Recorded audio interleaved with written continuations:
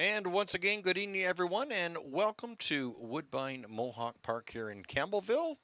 Cloudy skies, but they're at least it's not raining like we were on Thursday evening. We've got a track condition rated fast, temperature of 9 degrees, so still above seasonal here west of the Greater Toronto area. We've got some strong winds tonight out of the southwest at 23 kilometers an hour, so that may prove to be a bit of factor in your handicapping selections.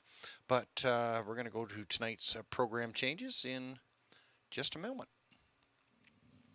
Hello again, everyone. Evan Laux in from Kawartha Downs. I'm filling in for Ken Middleton here tonight, and we have 10 dashes on tonight's card. We've got our $100,000 guaranteed pick 5 in races 1 through 5. Of course, our jackpot high 5 carryover in race 10 in excess of $200,000. So we've got some great fun and some great wagering options here tonight. We're going to go over tonight's program changes. As we mentioned, our guaranteed pool of $100,000. We got a pick 5 carryover tonight of in excess of $65,000. With the changes, races 1, 2, and 3 are all good to go. And note we've got our New Holland Pacing Series tonight in races 2 and 3.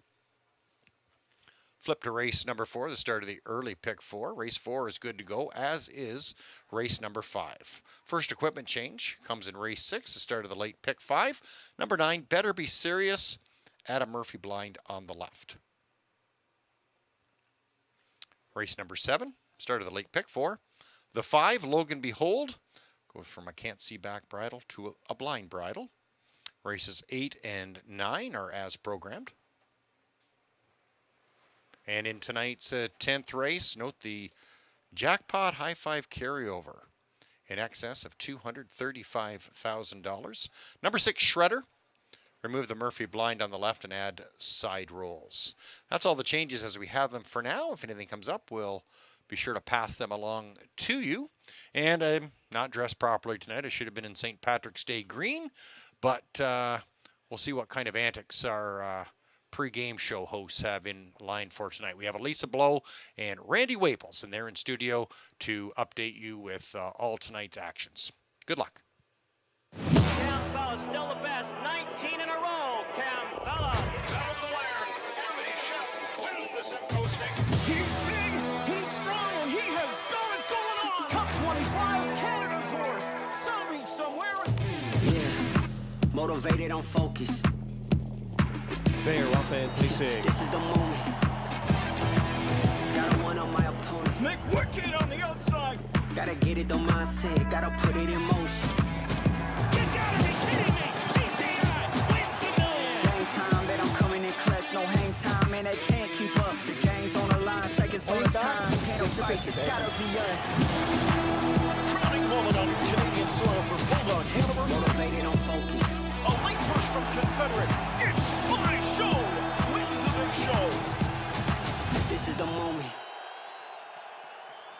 And honk honk, everybody, and welcome to a Saturday night at Mohawk. I'm Elisa, and I'm with my buddy Randy. Finally together again, my friend.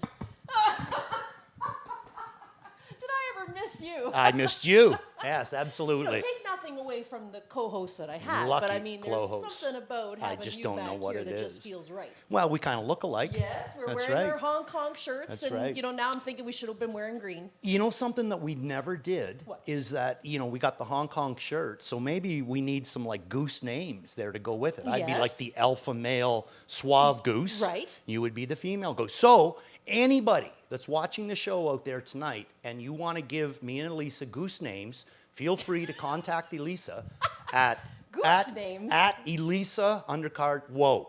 She will love to answer all questions regarding goose names. Goose names. Mm-hmm. All right. See, I was thinking you could get a shirt that said ding dong, and mine could say, what was your other word the other night? Wing Wing wang. wang. Yeah. Luke knows my sayings before I do. One of the sayings we should be saying tonight is slancha to everybody celebrating St. Patty's Day. And do we ever have an opportunity tonight to find the pot of gold at the end of the rainbow? Oh, we hope all the luck out there to the Irish. That pick 5 tonight, well, of course, we had the carryover from yesterday, and we're going to already have the pool starting with around 65 Gs. So we're thinking it should go for well over $200,000 tonight. I Right? think so too, and we got that huge carryover in the last, No or kidding. the jackpot high five carryover. I mean, you know, we're throwing a lot of money out there tonight. This is the track to play this evening. Forget about every other racetrack is. and just play this track tonight, because I'm not kidding. We have tons of money that's up for grabs tonight. Yes, with it that is. pick 5, and then of course with the jackpot high 5 that's well over $200,000. There is money to be made here. And you know, you and I were talking last night before we even knew that there was a carryover. This first pick 5, the toughest one I think you got to get through is the 4th race. I think so too, yeah. But you know, the same effect though too, as we talk about that through the night. We both said before the show, the last pick 5 is pretty gettable. That one It is. looks a little bit easier. This first one is, you're going to have to do some work on this one. Right. So we also have tonight 2 divisions of the New Holland Pacing Series. So that'll go in that early pick 5 as races 2 and 3 on tonight's program. $30,000 up for grabs in these races. You got to be non-winners of $150,000 in 2023 to compete. This is leg 1. We saw the trotting series on Monday night, and now we're going to see the pacing series kick off here. 7 in the second race, Randy, and then a smaller field, 6 in the third, but a couple of newcomers, well, one of which we've had before, Jilly Bee Dynamite, and Blue Hunt, who is a new horse to the Ashley Hensley outfit. Yeah, we got some new ones in there. I mean, you know, I feel a little sorry for Gia Surreal. No kidding. You know, she Yeah. kind of got, I think she's the only mare in these divisions tonight, you know. So, you know, it's a tough field, and you got to try to find, it's so evenly matched, I find that you have to try to find the one that is on form. Right. You know, because there's no real standouts. Like, I mean, No. maybe you could make a real strong case for Powertrain Yes. in the third race. But this first race there, I mean, I think a lot of people will go to Poseidon Sealster tonight. But the 4-horse, the longest yard, who's recently come to our circuit, the 5-horse Frankie, who we haven't seen race other than a couple of qualifiers so far. I mean, you know, there's some big question marks here. Yeah, it's not actually a pick 5, I think, where you can really key. No, You know, a lot of no. people are asking, is there a horse you can key in that early can't pick find 5? one. I can't find one either. Me neither. Me Yeah. neither. I can, maybe a couple of races you can narrow it down to 2. I agree. I but agree. The keys are tough. So why don't we get started? Because we're going to take you through this whole pick 5 sequence here and try and help you out with the horses that we think you should be using, maybe some horses we think are tosses in tonight's first 5 races. But the good news is tonight, no driver changes on this evening's program, hardly any equipment changes on tonight's card either. So everything is good to go. We're going to kick things off in race number 1. First race, winners of 4, not more than 7. Now, when you take a look at this one, you can narrow this field down. I mean, you could easily narrow it down to a horse like, say, Cabot Beach, because, you know, James has been named to drive a couple in this race, and he took Cabot Beach Right. for Moreau coming in off of the 3rd. You could easily use Nazaire Yes. from the Maneri outfit, and of course, Speaker of Peace, you know, you'd be a wing-wang if you left that one off your ticket. Right, yep. What do you do with Mamba? I threw him in for 3rd. And the biggest reason why is because, you know, with the rail, I think that the rail is actually going to work to this guy's advantage in here. It's a short field. Now, maybe Nazaire is going to is going to rifle out of there hard, but to the same effect, though, too, even though Nazaire shows lots of leaving ability, now he's got the 2-hole. Last time that Nazaire had the 2-hole, he got away 4th, got him in kind of a bad spot, you know. So I'm thinking that maybe Sylvan is going to be able to get Mamba out of there, get him sitting 2nd or 3rd, and he always seems to have good pace on the end of his mile. You know, maybe sometimes a little more than other times. I'm thinking that he's, you know, he's going to be one of those horses that I don't think you should leave off. So 3 of these horses raced against each other last week, and we have that replay to show you, just to show you, you know, how they finished up in their race on March the 9th. The winner, of course, Nazaire, 2nd place finisher, Speaker of Peace, and the 3rd place finisher, Cabot Beach. Now, it's a good thing we had decent weather to show you this replay, because if we would have looked back the week previous, they were all racing in the fog, and Yes. I couldn't tell you what was happening in those races. So we do have that replay that we want to show as well. Yeah, I mean, and it's a great, it should, you know, I mean, it's a great effort by him. Really, it is. I mean, the only thing that you can kind of like, you know, the March 2nd. But you and I've sat on this desk and watched Richard Moreau bring horses that have missed a month, and they're still playable. So 1 week should not make a difference with this guy. So yes, here's Cabot Beach. I mean, not a great replay to show you. Yeah, James is driving him somewhere, or I mean, not James.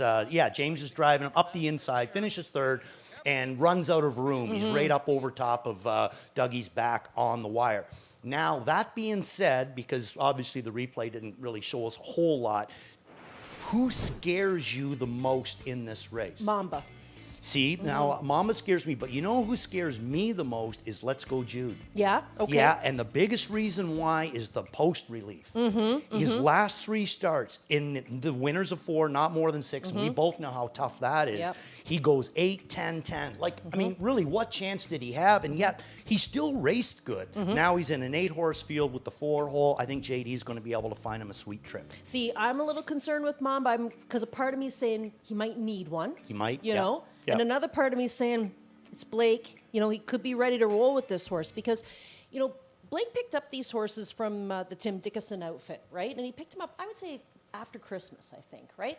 And I had interviewed him and asked him, what do you do with these horses when they come into your barn? What's your procedure when you get, a whole bunch of horses that are additions to the outfit? And he said, well, I pull blood on everybody. I go over them from, nose to tail, see what's up.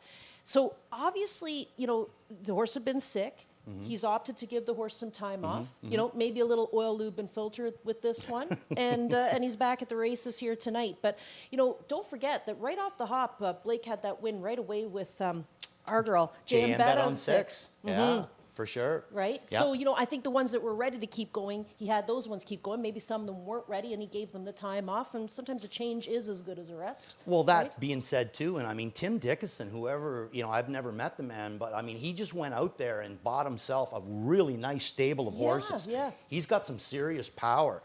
Mamba, I think, is a good horse that's got serious sprint. That's what scares me. I don't think you're going to see a long time on the outside. And tonight, like Elisa said, he's had the qualifier and then the 1 start on the rail. Maybe he's going to be looking for just get him away 2nd or 3rd, not have to move him that 2nd time. He's going to be dangerous in here. Right. Yeah. But it's we also got to throw a little love towards Speaker of Peace. Yes. I did throw him in there. His form is really good right now. I know the trip just didn't work out perfectly last week. But to the same effect, though, Scotty's drove this horse and had 3 wins, a 2nd and a 4th in 5 starts. So that's the first, and I don't know if we were able to help you narrow it down at all, but both of us are using Cabot Beach in the top spot. So we are unanimous on that decision in the first race. Second race, second half of the early double, is where we find the New Holland Pacing Series, the first division tonight. And this is where we have a field of 7. Now, I think we differ in this race. I would imagine we would. Yeah. Oh, yeah? I like Poseidon Sealster in here for Don Lindsay and Tyler Moore coming in off of the really good efforts. I mean, there was a good 2nd, there was a good 3rd before that, another good 2nd before that. And he's kind of like the Rodney Dangerfield of pacers right now. He hasn't been getting any kind of respect from the betting public, but he's been there each and every time. And I wonder if tonight, we pull the trigger on this horse because he's been in against these preferred horses like Tarasi. And you got something that I was kind of jealous of yesterday, which was an opportunity to race in an event, albeit a qualifier, with Tarasi and just kind of feel the power. Yeah, right? it was cool, boy. He can turn it on fast. I mean, 1 minute he's in front of you, and then the next minute he's got 3 lengths on you. Like he's a quick little horse, that fella. Tough race. I mean, my numbers was 2, 4, 5, 7. I do like these horses that I don't know all that well, like the 4-horse, the longest yard. I've watched him race a little bit. I like the way that he's racing, but I don't know him that well. He's, more or less just recently come up into our circuit, or that I've been watching. He was, spending some time in Batavia. But Frankie is interesting to me as well. I think that this is a pretty nice horse. He had a big year last year out in Indiana. Took a mark of 48-2. 19 starts, 7 times in the top 2. I think that he's a horse that maybe could get better as he gets older, much like the sire of this horse, Tell It Like It Is. Is that not the sire of the Cullen filly that races last night? On a roll. And now, like the way that she is progressively getting stronger and stronger, I'm thinking that maybe this horse we could be looking at the same sort of thing. I'm starting to have that little bit of a fan thing for Tell It Like It Is. This is a couple horses now that I've seen are real nice ones.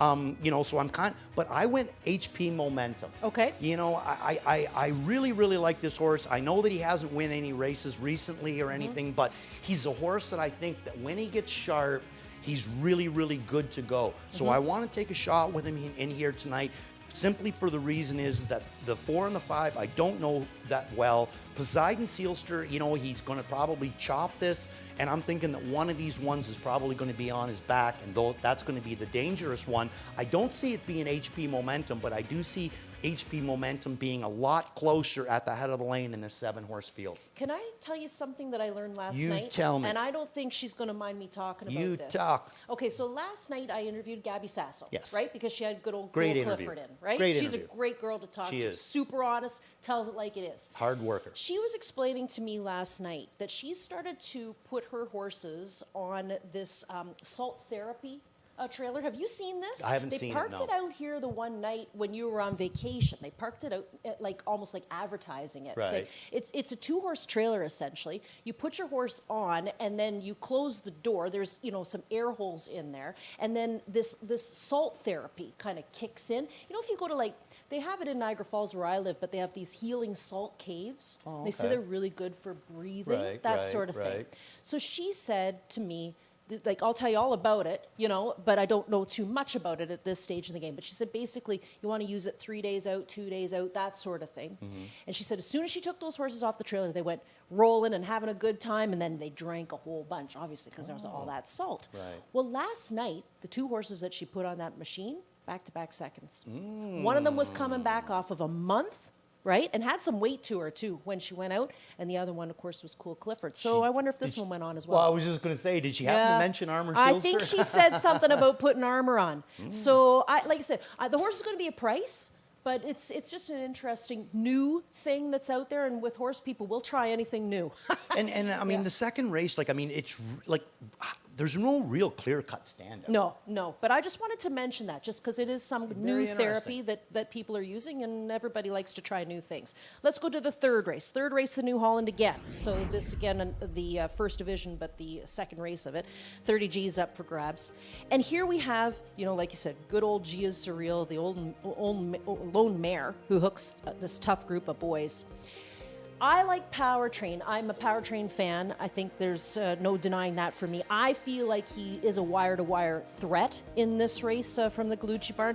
You know, he raced against Soaring Now, last start out in that Preferred 2. He did win the Preferred 2 back on the 17th of February. He's super fast, Randy. I mean, I like him enough here to make him my best bet for the night tonight. Now, we would have sent these in a couple of days ago before Right. we knew that there was this carryover. Do I like him enough to make him a key? I think I'd back him up just to be on the safe side with maybe Uncle Shank, you know, who's making the return to the races, and you might have an inside scoop on that one. And I mean, what do you do with Which Way to the Beach? Because he was a nice winner back on February the 10th, but he's been a 6 scratch. Sometimes I find I get hung up on these 6 scratches. Like, Right. I see it and I go, okay, I'm not going to play them. And then next thing you know, they pop out and win. Yeah. So I don't really want to leave him off just in case. I agree with you. I threw him in on the bottom. I threw him in for 4th because of the time missed. You know, so he hasn't raced now since February the 10th. So yeah, I mean, he's still very playable because we both know how nice of a horse, you know, that he is. I went Uncle Shank. Now, I love Powertrain in here tonight, but I'm kind of with Elisa on this one. I don't know if I would say that he's a lock or a key. So but I do think that he's going to take a ton of support in here. I think you're looking at a very, very small payoff if you do get him down. So I elected to try to beat him. So to throw one at you there, that maybe I went with Uncle Shank in here. I love the way that he qualified, especially that last one. Now, I've always liked Uncle Shank sitting on a horse's back. That's when I think he's at his strongest, in the 2-hole, in the 3-hole, coming second over. Not necessarily cutting a mile, but just having that helmet. I think he stays glued to them, and then he has this big pop on the end of it. So I guess that's where I'm going with Uncle Shank.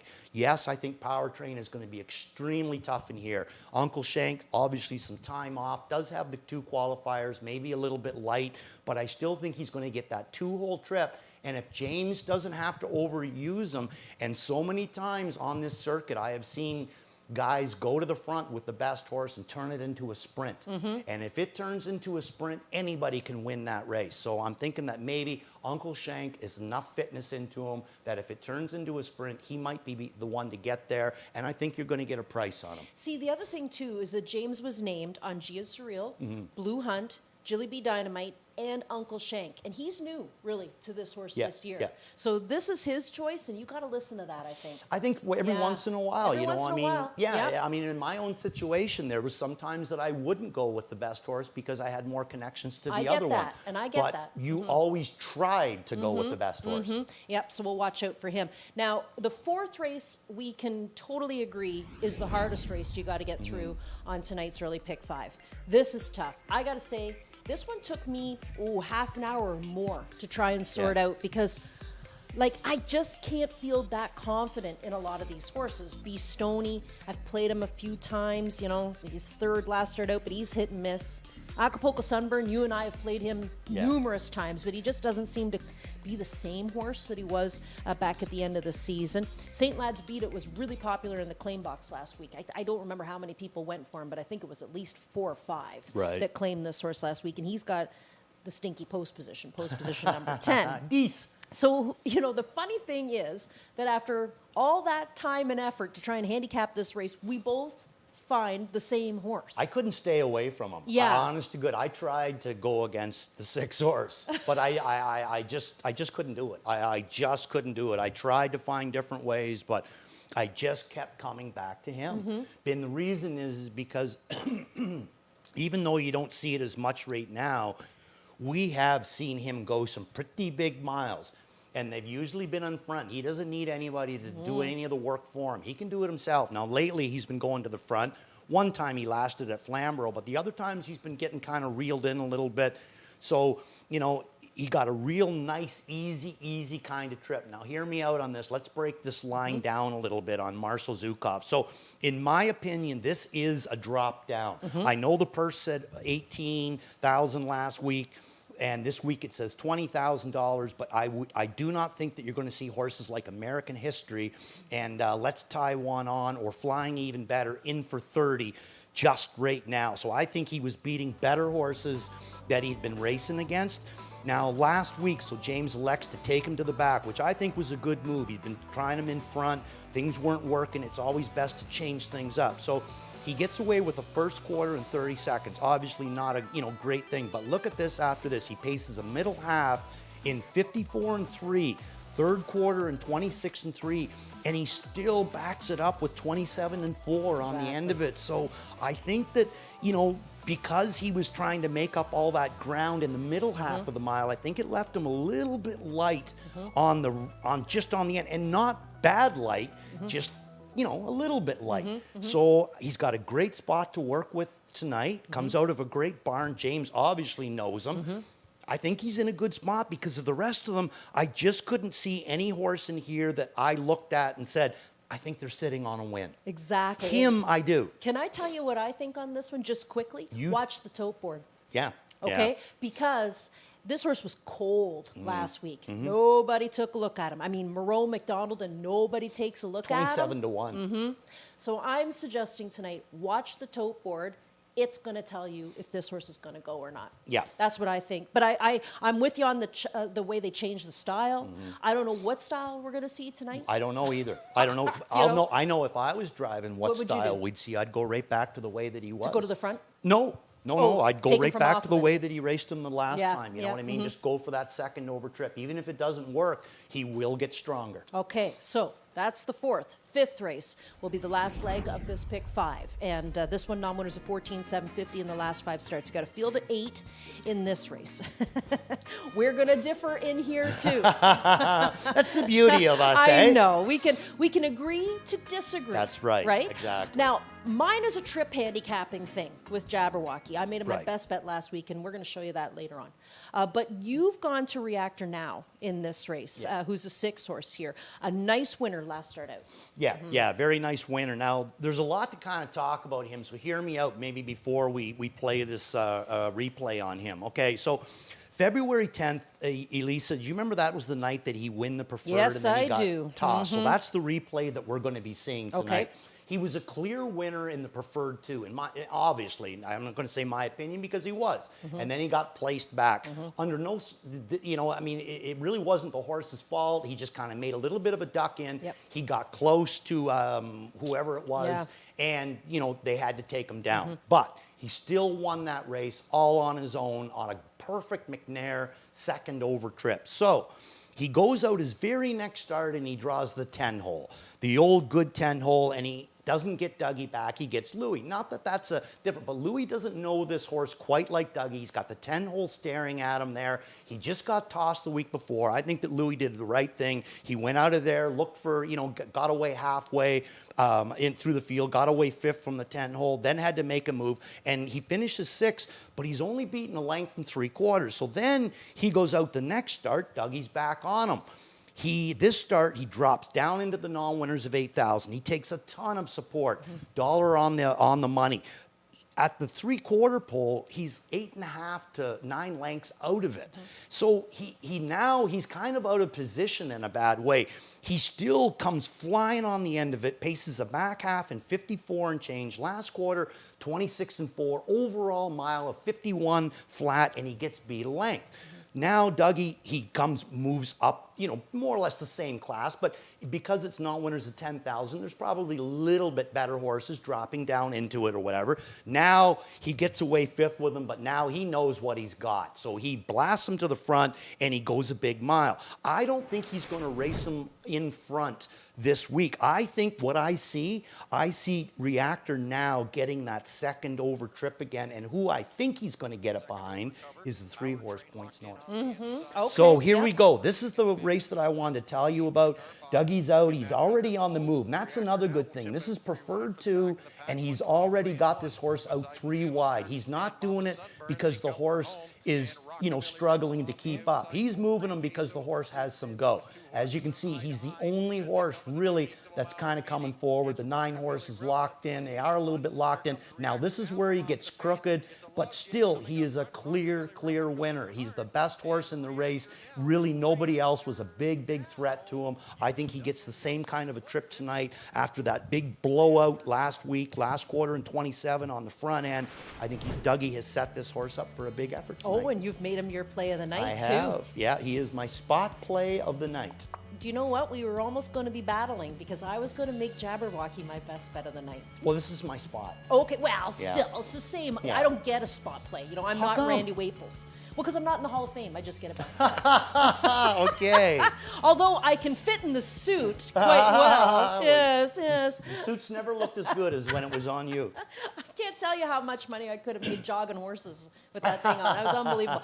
Okay, so I got to show you why I like Jabber. I like Jabberwocky. I got to go back to him again tonight. I made him my best bet last week, and I think me and Rick Zeron were like using every French swear word that we knew at this point in time. Because here he is. He's got Phil doing the driving on this night, and we normally see Louis with him too, and Jonathan Drury got in front of him with Mama Sunburn, and then Mama Sunburn decided to back up. I mean, back up. And this horse took Jabber with him. Yeah. And it was unfortunate. I mean, Mama Sunburn was beat like 26 lengths. Jabber has no shot after this happens. One thing we know about him, we've had Rick come in and talk to us about this horse before, saying he's got a sense of humor. He's got to be 1, 2, 3. And, he left, and he got up onto the front, and then Mama Sunburn got in front of him and decided he didn't feel like being a racehorse that night. So it just kind of wiped out Jabber's chances. Yep. So on trip handicapping, I got to put him up in the top spot over the 8. Living the beach life, because he's raced against some nice ones here too. You're onto something with Reactor now. I did not use this one on my ticket tonight. Maybe I'm going to regret that one, but I have to use Jabber just off of what happened last week. And what kind of trip would you like to see Mr. Jabber of the Walkie Well, get? we know exactly what we want. He's got to be sitting 1, 2, 3. But Right. I'd prefer You to want see him to see him going out of there. Exactly. Right, And I agree when with he you. gets to the front, I always think about that night, North America Cup night. 48. Exactly. Yeah, And I Rick agree turned with you. around and said, "Go on 47." Right? Yeah. Show me 47. Exactly. Yeah, he's playing a little Zed, isn't he?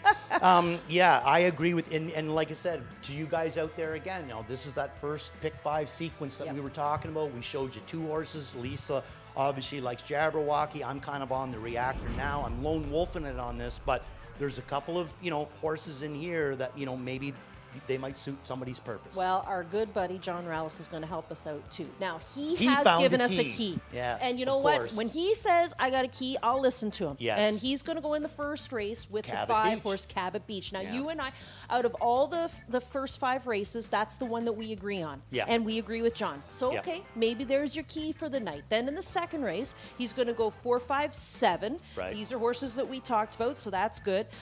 He's going to use the 1, Uncle Shank, and the 3. Makes sense in Right, race 3. yeah, We very totally agree with logical. them there. Okay, so I would suggest the same 2 horses.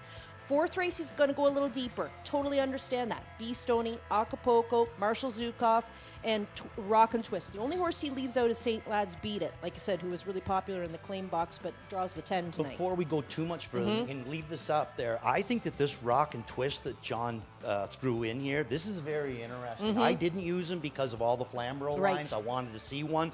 But the Flamborough lines really intrigued me. I think that was that was a little pearl that Mr. Rallis threw in there. And then 3, 4, 7 for him in the 5th. Okay, now here's Mike Probosi's. Now he's found 2 keys because he's going to go deeper in the 4th, right? Right. And in the 1st as well. So he'll go 1, 2, 5, 8 in the 1st, and these are all the ones we talk. But he's leaving out Speaker Peace, so that's interesting. Okay, he's keying the 7, Poseidon Sealster. I agree with him there, but I don't key. Okay.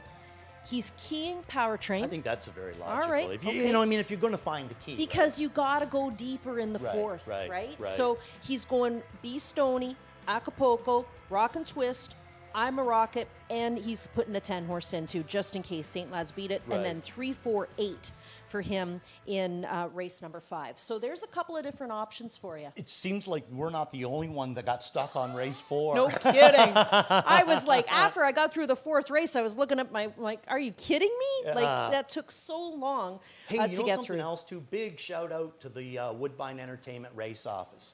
This Because is a great. it's a great card. It is so evenly matched. Yeah, yeah. Really it is. This is a tough card to handicap. I can't say enough for the job that they did. It seems like every race they're an evenly matched group. I mean, it's tough to find It's a tough key. handicapping. When they put up our selections at the end of the night to say who had some of the better nights, for those of us who are public handicappers, like put our picks out.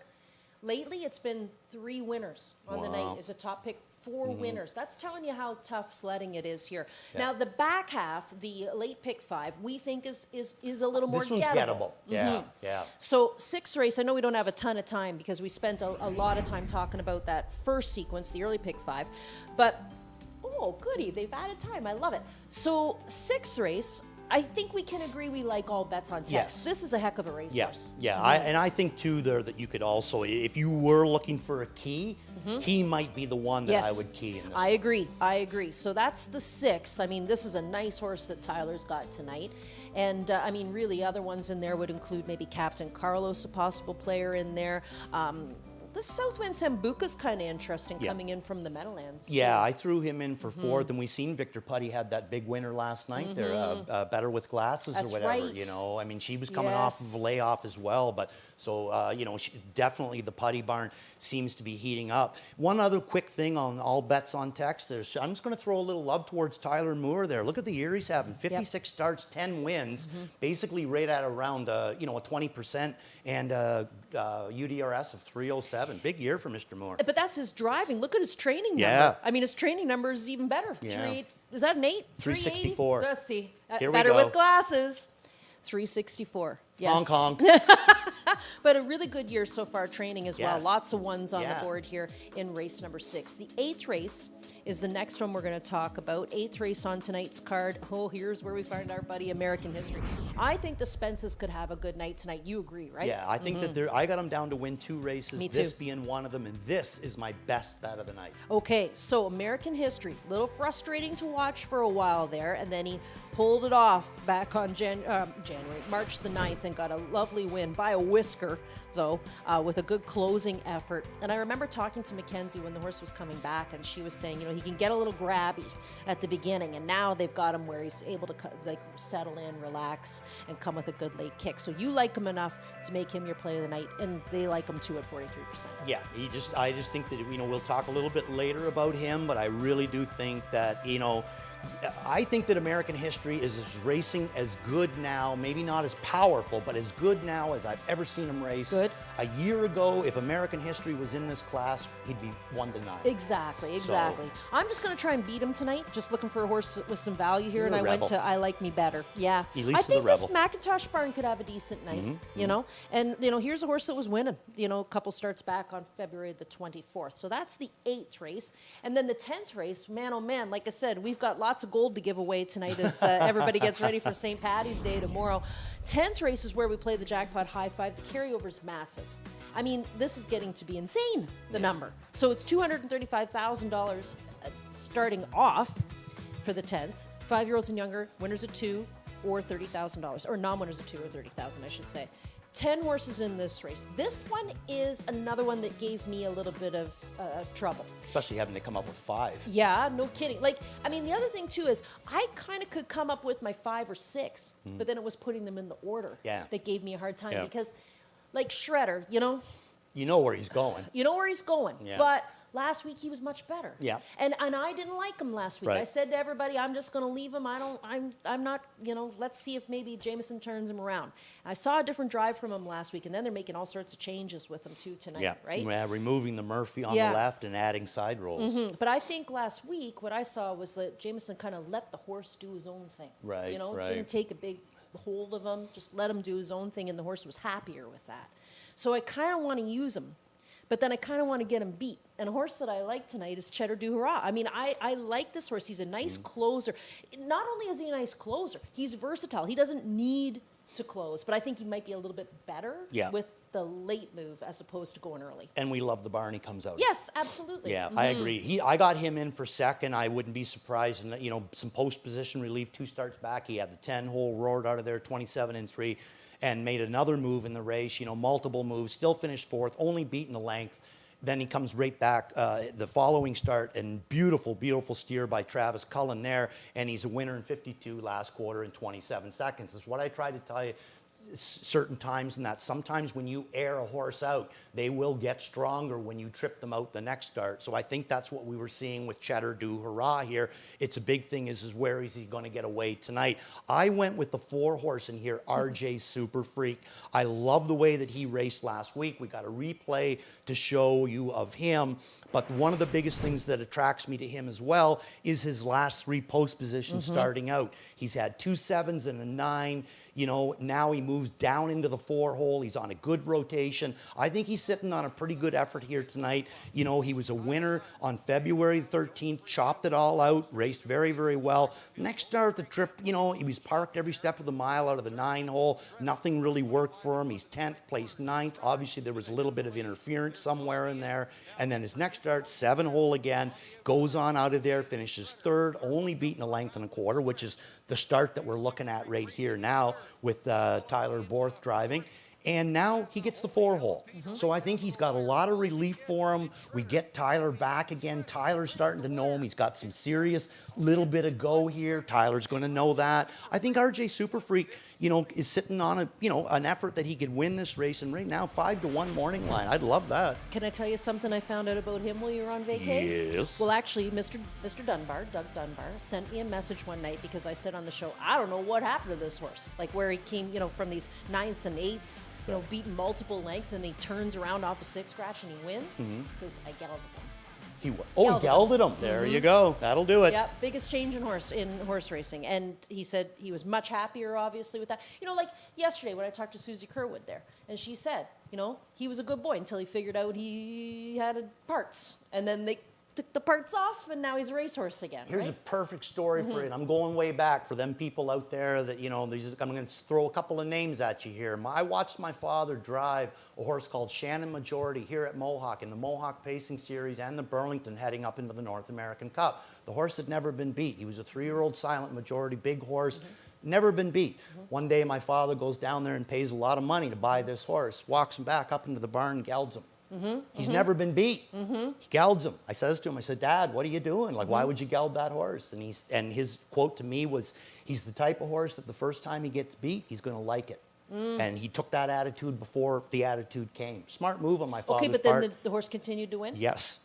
So, but then the other day when I was chatting with the lady who trains the pinball wizard, right? And I mean, he's a stud. He's 5 years old, and that was one of the things I wanted to ask her. Yvette, yeah, I wanted to say, like, you know, you've kept him a stud, like, why? Because to me, you know, you get a stud in the barn, like, oh, great, you know? But sometimes they don't know it. He was such a good boy, she said. And he had 2 mares beside him in the paddock, could have cared less, right? So it's all about the attitude, but that's Forbidden what we found trade. out. Oh, yeah? Stud, I'm telling you, you could take a baby, set him on top of him there, wouldn't just never know the horse was a stud. There you go, right? So, okay, so a number of different directions here for us in race number 10, and some plays of the night to pass along your way as well. And we've got a best bet here in race number 2 with Mike Proposi. Poseidon Sealster at 5-2. Garnett's got Captain Carlos in race number 6 on tonight's program. So he's going to try to beat all bets on Tex, and that could be interesting. A price play for you from Ghislaine in race number 7. He's using the 2-horse Royal JK from the Rod Boyd barn. And then Robbie Reed's got the 10th race, Arts Alive. That's an interesting horse too, you know. I mean, he qualifies here. He wins he qualifies at Flammy. He wins the qualifier by like 14 lengths. The next start is at Flamborough, the first start of the season, and I'm going to say that was nothing more than a paid qualifier. I would say that probably, you know, but the thing is, they got him away in the 2-hole, you know. I mean, he first started off a qualifier. Do you really want to move him to the front and make him do all the work? Do you really want to move him back out at the 3/4 pole when you got a passing lane sitting right there, you know, waiting for you? The passing lane's there. So usually the 2-hole's in a good spot. I think it was a good spot. They gave him a chance to win. Where I used Arts Alive in here for 4th, but what scares me is Shredder. Because Arts Alive likes to do a lot of his racing going out of there, and then he's got this thing in behind him. And we don't know. We don't know what can go off. The bomb goes off on Shredder. There's nobody getting by him. Or Shredder just takes the field and wires him. Yeah, like exactly. You just don't know with that horse tonight. So it's going to be an interesting night. It's going to be a honking good night. A honking good night. Yes, we are really looking forward to this evening's program. Like we said, celebrating St. Patrick's Day just one day early, giving away tons of gold for you this evening with that early pick 5, and of course the big carryover tonight in the jackpot high 5 as well. Randy and I will be here with you all night long. When I think New Holland, the first word that would come to my mind, I would think success. I think without it, for me, the success isn't there. Whenever you deal with somebody so long and they take care of you, you remember that. New Holland builds products that will continue to evolve and make the farmer more efficient, that can produce food for the world.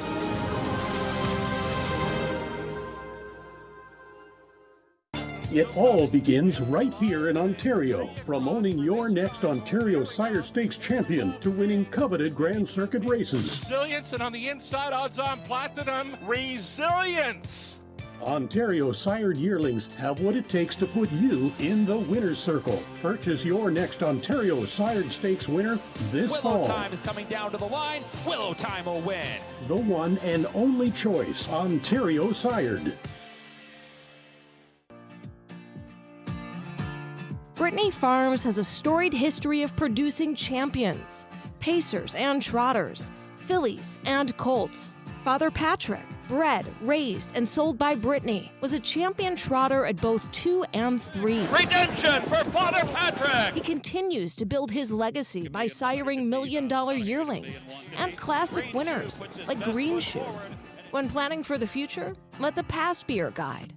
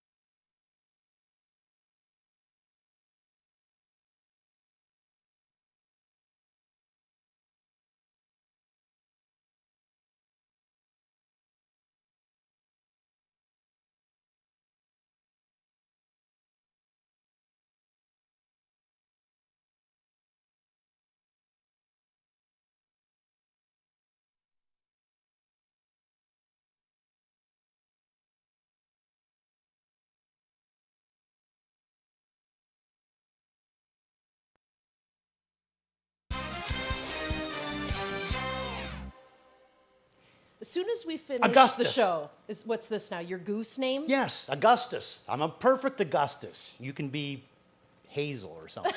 Thank you. I don't know where he came up with this one. But like I said, one of the things I do, as soon as we finish the show, I always, check my phone, because we get messages from people. I've got a whole bunch of them, thanks to you. All right. But one of them was, can you explain the honk honk? Would you like to explain that to viewers who maybe didn't catch on to the honk honk thing that we started in the fall? Yeah, when a horse is racing good, sometimes, especially, they'll get that side to side kind of going and that, and they always kind of reminded me like of a goose walking. When they walk, they got the side to side. So we, as grooms and that, if a horse was racing really good, we'd just say, "Oh my goodness, you see that horse there? He was honking down the lane." See, the other that's thing. What the honk honk is. See, my honk honk is a horse is at the back of the bus. And that's another, but he's right? honking and down the lane. He comes flying, and it's like you're driving down the highway, and you're like, "Get out of my way!" Right? Honk, honk. Yeah. Now, one thing I would like to happen is, and it won't happen here in standardbred racing because you can't take your hands out of the handholds, right? Yeah. But I would love for someone, when they're closing like a freight train, to be like, give Yeah. me that honk honk. Now, I think I can convince a jockey or two to do it at Woodbine because they can take their hand out, right, and give us that. But yeah, that would make it iconic. Steve Condren used to honk honk all the time there because he'd never use the whip. He'd just take his one hand there, whatever, and just push them on the tail. Right. And sooner they'd get there. Okay, so you can send away for your Hong Kong shirts. No, just kidding. We can't start this again. Okay, so race number 1 gets ready for us soon. And I don't know if you saw the money going into the pool there for that early pick 5, but it's pretty big. I think it was over $100,000 in new money at this stage in the game. So that's good news. Hopefully you've mapped out your ticket for this early pick 5. We did the best we could to help you out with it here tonight as well. We'll show you our selections here for race number 1, and we're going to show you John Rallis's pick 5 ticket, just to see if we can help you out a little bit more, get it narrowed down for you. Randy, John, and I all agree on the 5-horse here in this race, Cabot Beach. So if you're looking for a single, this could be it. Well, yeah, and I mean, like so many times we've seen horses, they race in non-winners of 2, they look good, the straight non-winners of 2. Then they move up to the winners of 2, but not more than 4, and we both know how tough that class can be. Well, this horse, his first time asking in the winners of 2, not more than 4, he was a winner. And then his next start, he moves up again. Now he's moving into the non-winners of 4, non-winners of 6, or winners of 4, but not more than 6. Gets away 8th by 10. I mean, they're trying to see if he adjusts to this class. And look at the mile he get. He's running over horses on the end of it. I think Cabot Beach is going to be real tough in here. You know what? I just got a message from Doug Dunbar. And I think we should pass this on. Now, I know it's not in the early pick 5, but it is in the late pick 5 for those of you who might be playing RJ Super Freak that Randy really likes in the 10th race, especially if you're playing that jackpot high 5. He just wanted to remind everybody it's second start Lasix. Ooh, that's your move as well. Oh, yes. I didn't even pick up on that. Thank you, Doug Dunbar. You're the man. He said dangerous tonight. So that's some great information as well. Let's meet this field with Evan for race number 1 tonight from Woodbine Mohawk Park.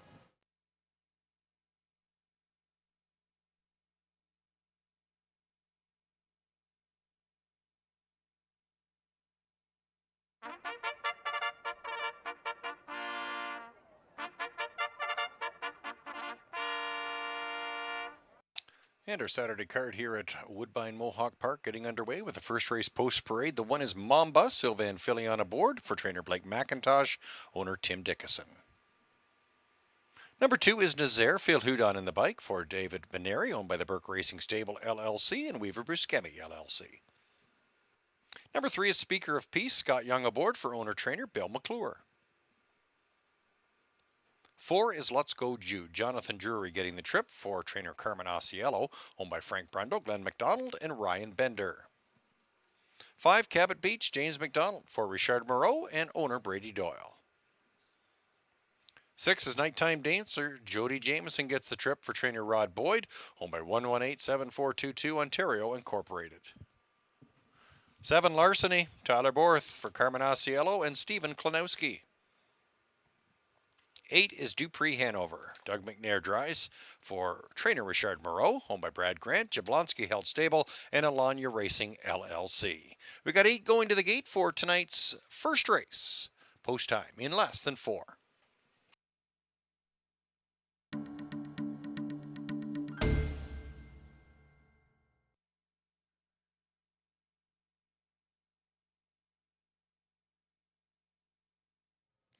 This is what I love about having you back. We can look at these horses out on the track and kind of tell people what we see, because the both of us do something similar. We really do watch horses' body language. Yeah, well, I mean, last night there, it was just a little bit too late. The picks were sent in there, and then the post parade starts for whatever race it was. I watched Powder Play come out on the track, and it's like, whoa. Yeah. So the one horse, Mamba, looks fantastic out there, you know. The two horse, to me, maybe a little bit fractious right now. The head's up in the air. Looks like Phil's taking a pretty snug hold of him. The 2-hole will slow him down a little bit if he puts him on the gate, because it just kind of pushes back into you. Not necessarily liking the way that he looks right now. I'm not saying that if he doesn't get the speed and gets the trip that he wants, he can be good, but I'm not big on horses that are that grabby. But here's the opposite. This horse looks good warming up right now. Yeah, he does. He looks really good. He's just taken the right hold. The ears are up on him. He's very alert looking in that. Pacing good, looks sound on both lines. I would give a big check mark to Speaker of Peace. Okay, here's the 4. Now this is Let's Go Jude. And this is a horse that's getting some post position relief tonight. He is, and this horse really scares me tonight. And I noticed that Garnet Barnsdale put him up on top. I put him in for second. He scares me a little bit. When he first come on the track, I thought maybe he was just a little bit, but now he really looks good when he's getting into his hobbles. And this horse really, I mean, this guy's prancing. Loose as a goose, this man. guy's prancing. Yeah, yeah, I mean, this is what I like to see, right? Me too. This is a nice, calm, confident, relaxed horse out there. He's happy to be out there. That's what you look for. Happy, not overly sweaty, not grabby, taking too much out of them before the race. Here's a horse that we know some inside scoop on. We talked about it before. He's a horse who can have issues with his gut many times when the weather changes. Well, you know, that he's a bit of a crapshoot, you know, and, you know, when he's in his right class, he's really, really tough to stay away from. But, you know, I'm not saying that he can't win this race, but this is a pretty good step up for him, too. Well, we do know as well that Rod Boyd started working with an equine nutritionist to help this horse out as well. So we'll watch for him. The 7 is Larceny. Larceny warming up here with Tyler Borth, coming in off of that 4th place effort. He looks really good out on the track, too. And I mean, again, like I said, you know, a couple of these horses, Larceny, Cabot Beach, Let's Go Jude, Speaker of Peace, Nazaire, and Mamba all raced in this winners of 4, not more than 6. Nighttime Dancer has been racing in the winners of 2, not more than 4. It is a step up. Yep, and Dupree Hanover. Ooh, this one looks good, too. I mean, this is the thing, right? Dupree Hanover, this is a bit of a jump up for him, don't you think, slightly? Yeah, I think it's a bit of a jump up, and he hasn't raced since February the 24th, little bit of time off. But if you do like Dupree Hanover in here tonight, I would say I would give him a big check mark. Looks great out on the track. Okay, so we've seen them all. This is the one that catches our eye the most, right? Yeah. And it's a horse that we used on top, and the one that we agree could possibly be a key. Yes, yeah, I agree. And just in his body language out there, like look at James's legs hanging down. Yeah, relaxed. But he's nice and he's alert. You know, he's not sleepy looking. He's looking around. He's alert, but he's not being goofy. He's not being a wing wang. The other one I think that made the best pre-race appearance to me was this horse, the 3. Yeah, he looked good too. But I think this 4 horse looks pretty good out there as well. All right. The only one that I would say really, you know, maybe it was Nazaire. To me. Just a little fractious. Yep, I agree, but everything could change once he gets in behind the gate. That's right. the other thing as well. So looks like we're getting set to go in behind the gate now for race number 1. Just 10 seconds now, 9 to go before race number 1 on tonight's card. Evan, good luck with your calls this evening. This is going to be a great pick 5.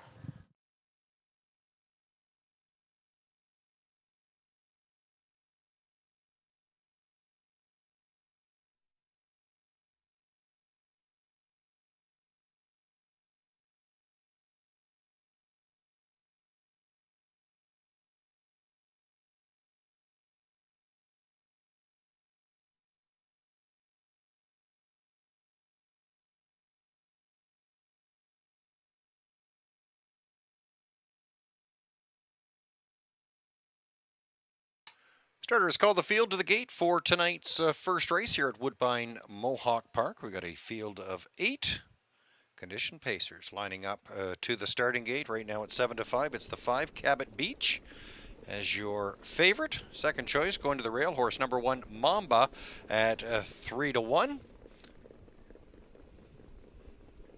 We'll see as the horses come down the stretch tonight if they're, as Randy would say, if they're honking or not, because pretty strong headwind right now as the horses will come home tonight. and face that challenge. It's post time for the first here at Woodbine Mohawk Park. Gates coming at you for race number 1. First leg of the early pick 5 with over $305,000 in new money. Here they come. And the gate pulls away, and they're off. And from the outside, Dupree Hanover and Nighttime Dancer. Nighttime Dancer out sharply. There's Dupree Hanover. The inside sees Mamba getting into good early position. Cabot Beach will have to try to find a seat. There's Nazaire in the top 4. La Speaker of Peace is racing in 6th as they move their way around that turn. Let's Go Jude and the trailer as they wheel towards the half. That's Larceny. Opening fraction put up in 26 and 4, and Dupree Hanover at 10 to 1, leading the way. Mamba on the attack now early, and will move up to 2nd and challenging for the front runner. Nighttime Dancer sitting in 3rd. There's Nazaire now grabbing some cover as they move by the 3/8 mark. Cabot Beach looks poised and tips out now into that outer flow as they move down the backside. Speaker of Peace followed by Let's Go Jude and Larceny. It's Mamba now up front, but driving on. Nazaire wants a piece of the action. A 55-second half as they're getting pushed by the tailwind down the backstretch. On the outside, that's Nazaire. The inside sees Mamba. Those horses are stride for stride through the turn. Cabot Beach right there with getting a nice trip there and a nice toe with some second over cover. Inside sees Dupree Hanover racing in 4th. Outer flow action there for Speaker of Peace and Nighttime Dancer. Let's Go Jude will fan out, and there's Larceny. To the 3/4 they go in 123 and 1, and now they'll come into the headwind, and Nazaire and Mamba, they're going to battle, but here comes Cabot Beach out 3 wide and full of pace. It's Cabot Beach now 8 to 5. James McDonald, he's honking. Cabot Beach. Here comes a late surge from Nighttime Dancer, who's still coming. Nighttime Dancer inching up on Cabot Beach, right on by. Nighttime Dancer and Jameson, they pull away. Nighttime Dancer in front in 152. Looks like Larceny was 2nd, and Speaker of Peace the show spot.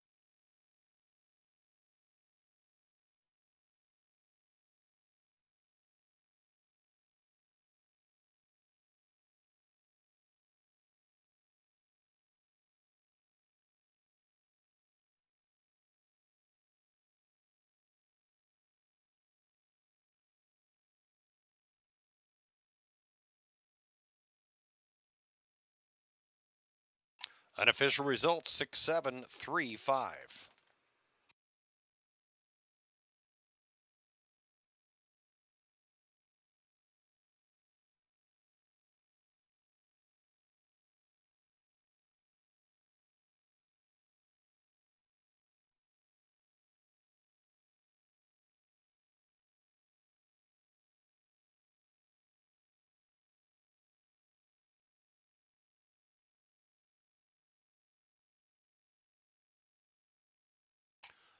Unofficial results are 6-7-3-5. The longest shot on the board with 18 to 1.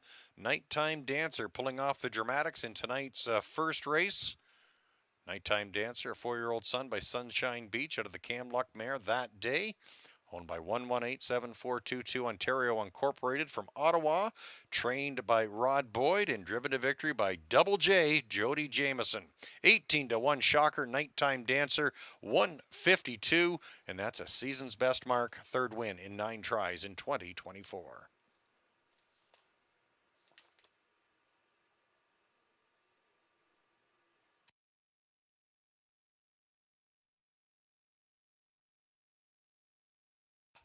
And there's Nighttime Dancer with Jody Jameson there in the winner's circle. Trainer Rod Boyd. Season's mark of 152. And And there's some members of the Jody Jameson fan club there to celebrate. 6-7-3-5, numbers up.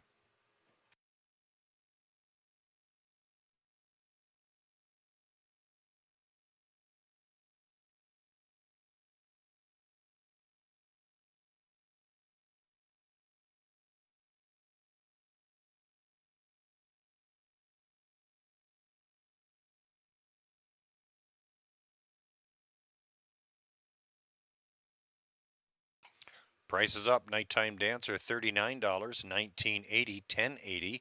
Larceny $10, $6.20. Speaker of Peace $3.80. 6-7 Exactor $265.30. 6-7-3 Try $579.40. 6-7-3-5 Superfecta $1,972.65. There's your swinger payout options. $14,000 in live money remain in the total pool of the pick 5 of $361,957.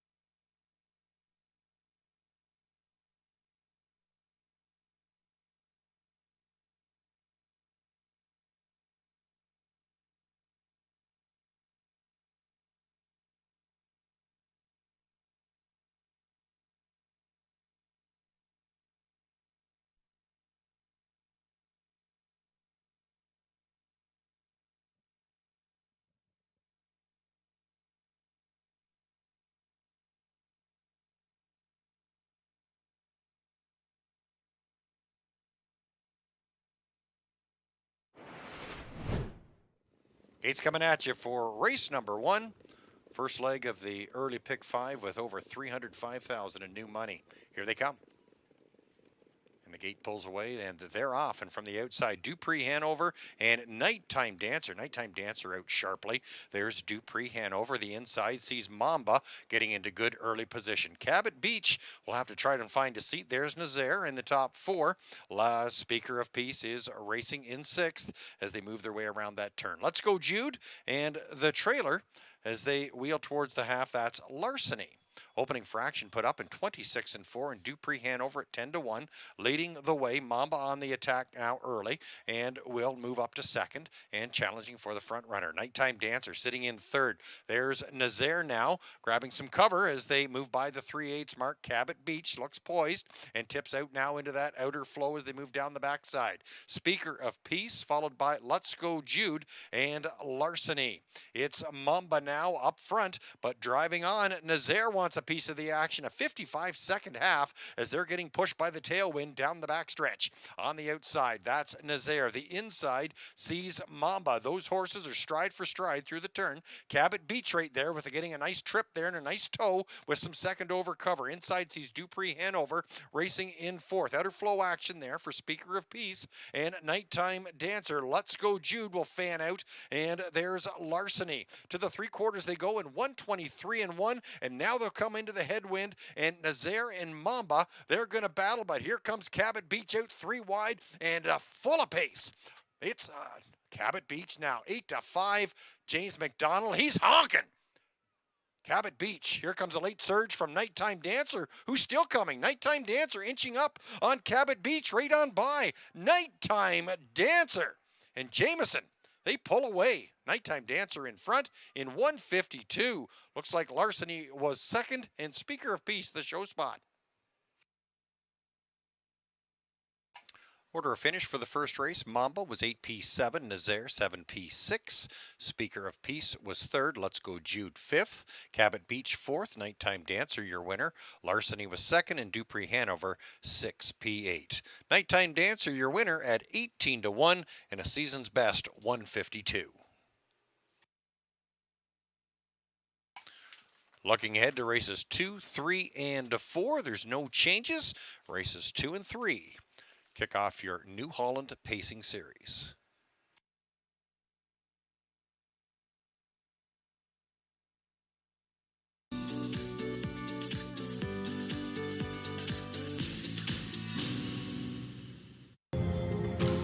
When I think New Holland, the first word that would come to my mind, I would think success. I think without it, for me, the success isn't there. Whenever you deal with somebody so long and they take care of you, you remember that.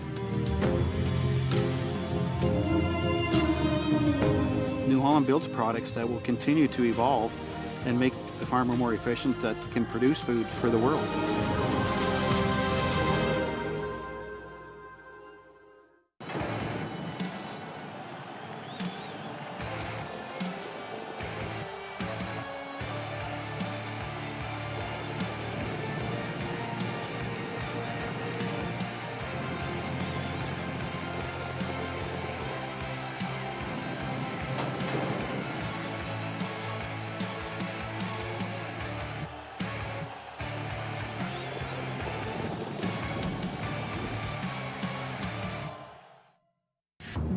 Pedigree, heart, speed, creatine, lifetime earnings of over $2 million. Built for excellence.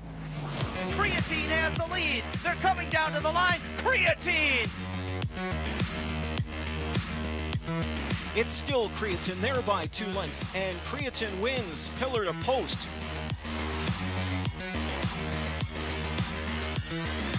Creatine, standing at Diamond Creek Farm. Give me a hot pink Cosmopolitan and some drama. Give me a Kettle One soda with a twist.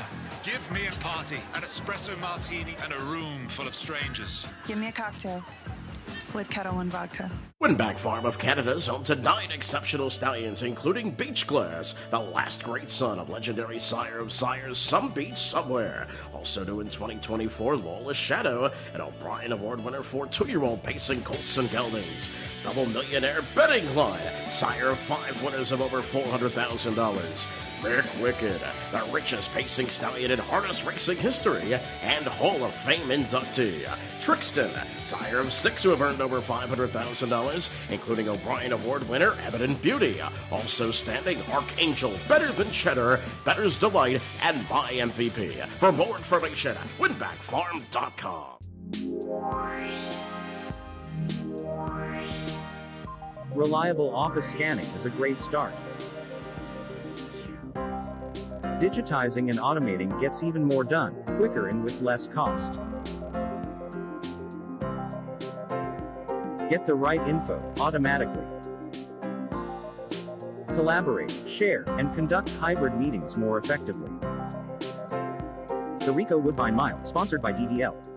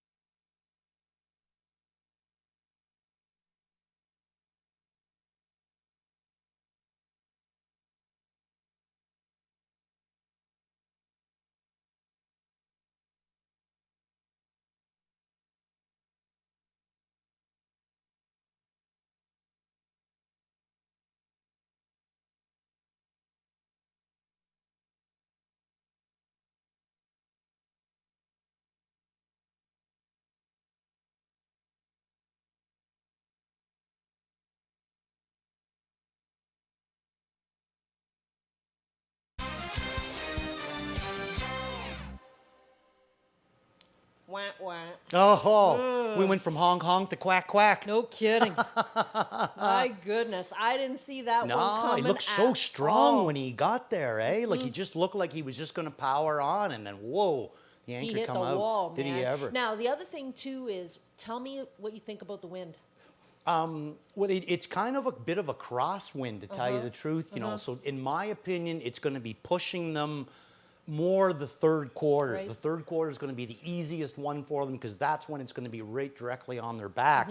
But when they do get, you know, kind of into the lane, maybe not right at the head of the lane, but down into the lane, then it's going to be hitting them basically in like head on. So we might not see any real rippingly fast quarters. And I think that maybe one of the reasons why Nighttime Dancer was able to take down that field, sweet inside trip by Jody. You know, I never seen the wind until it was time to come. The energy was there. Maybe what we need to do, and you're good at this, you know, pop out there, talk to some of your driver buddies, see we'll what give they that a have to shot. say. You know, if the wind is that effective here tonight with the horses. But all I can tell you is we went from a pool of $360,000 down to $14,000 in live tickets. If you're live, congratulations, but you got 4 more toughies to get through. So, but you got by the first step. You got by the first step, and to cheer up some of you who might have lost your Like cash. us. Yeah, we have some jokes to tell you. We have some names that have been sent in for our geese names, and we appreciate this. We really do. No Randy goose names yet. So, you know, I mean, somebody should start sending me these male goose names. But so far I've got the Mona Gisa. Oh, that's a beauty. They're all coming in from a guy named Lou. I really appreciate these, Lou, because these are all quite flattering. Scarlett Johansson. Oh, beautiful, yeah. And Beyonce.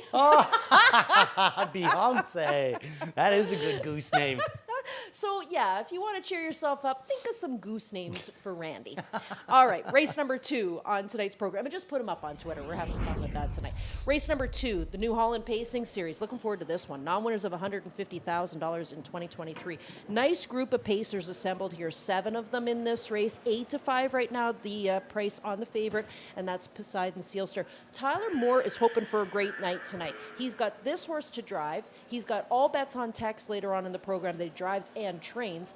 This would be a great way to kick off the night. Yeah, for sure. I mean, you always want to, when you get lucky enough to race in stakes series, you always want to capitalize. You know, you want to do the best. He's in a good spot, no doubt about it. Poseidon Sealster, he's got that phenomenal gate speed to work with. Does have the 7 hole, so it shouldn't be that tough for him to get to where he normally likes to be. I went the 2-horse HP Momentum, talked a little bit earlier about him. You know, right now, 9-1, little cold on the board for me, but I still think that this horse, even though he hasn't been winning, has the capability to take this class down, much with that speed badge last year, 48-4. But hear me out on this a little bit, Elisa. Let's go with HP Momentum down to that January 20th line where he raced in non-winners of 22,000. Spends a great deal of the race on the outside of the track, finishes second, beaten 3/4 of a length at 12-1. Guess who was 5th in against him that race? Oh, tell me. Reactor Now, the horse that I like later on. So if it gives you any kind of a judgment, HP Momentum, 2nd in that race, Reactor Now, 5th in that race. I do think that this horse is sitting on a great, great effort. And the miles from Poseidon Sealster have been lightning fast as of late, too. He went in 50 and change last start out. The winner of that event was who? Soaring Now. Soaring Now. Very nice horse. So let's meet this field for race number 2. It's the first tonight of 2 divisions of the New Holland Pacing Series.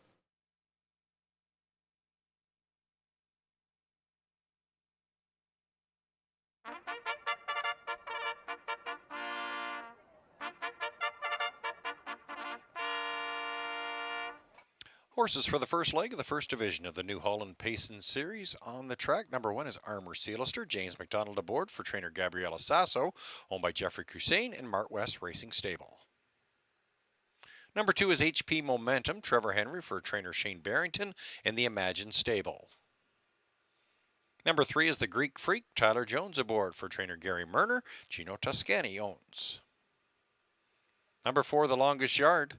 Jody Jameson for Carmen Osiello and Michael Torcello. 5, Frankie. Sylvain Filion drives for Blake McIntosh and Tim Dickinson. 6, Century Heineken. Doug McNair aboard for owner Greg McNair. Brad Grant, Ross Family Farms Limited, sharing in the ownership. Number 7 is Poseidon Sealster. Tyler Moore aboard for owner-trainer Don Lindsay, Paul Kleinpaste, William Alempejevic, and Garth Bechtel, all in the partnership. We got 7 going to the gate for tonight's second race. It's the first leg, first division of the New Holland Payson Series. Field goes postward in about 4 minutes from now.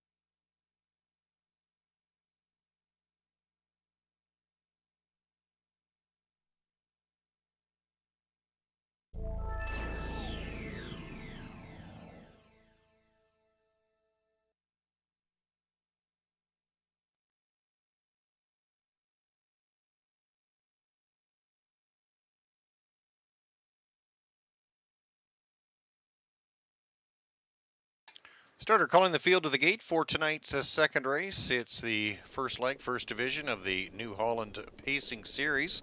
We have a field of 7 lining up to the gate, and right now at 4 to 5, it's the outside post with Poseidon Sealster. Right now at 4 to 5, been a pretty steady performer in the preferred levels here. At even money right now, we've got 7 battling for the cash in tonight's second. It's post time here at Woodbine Mohawk Park.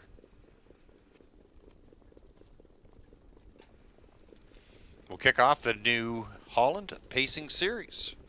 First leg coming at you. Here they come. And there they go. And they're off and pacing in a nice beginning. It's the Greek Freak from the outside, Poseidon Sealister, Century Heineken, Frankie, and the longest yard. Everybody's pushing on. Poseidon Sealister gains the top. Frankie sitting in second. There's the longest yard away in third as they move into that turn. Hung out there early. That's a Century Heineken, the Greek Freak, followed by HP Momentum and Armor Sealister, the early trailer. 26-4 to the first quarter, and Poseidon Sealister at 6-5, leading the way with Tyler Moore aboard. They lead it by a length over Frankie. The longest yard is racing second, a gap of 2 to Century Heineken, who's found a seat in fourth. Racing in fifth, that's the Greek Freak, HP Momentum, and Armor Sealister is the trailer as they race towards the halfway point. Poseidon Sealister up front leads the way. Here comes a move from Century Heineken out from fourth to third, and now sitting second on that outside trip. Frankie sitting in second, trying to catch that cover is the longest yard, and the Greek Freak. There's HP Momentum and Armor Sealister. 56-2 to the halfway point. Poseidon Sealister leading the way.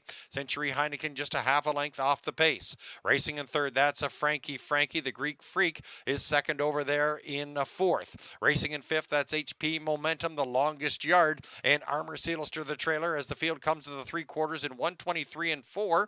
It's Poseidon Sealister showing the way as they come for home. Poseidon Sealister leads it by a length. Lots of company coming from the backfield. The Greek Freak. Here comes HP Momentum from off the pace. HP Momentum surging strongly, trying to track down Poseidon Sealister as they come the final strides. It's HP Momentum and Poseidon Sealister. HP Momentum. Good execution by Henry to take the first leg of the New Holland Pacing Series. 152 for HP Momentum.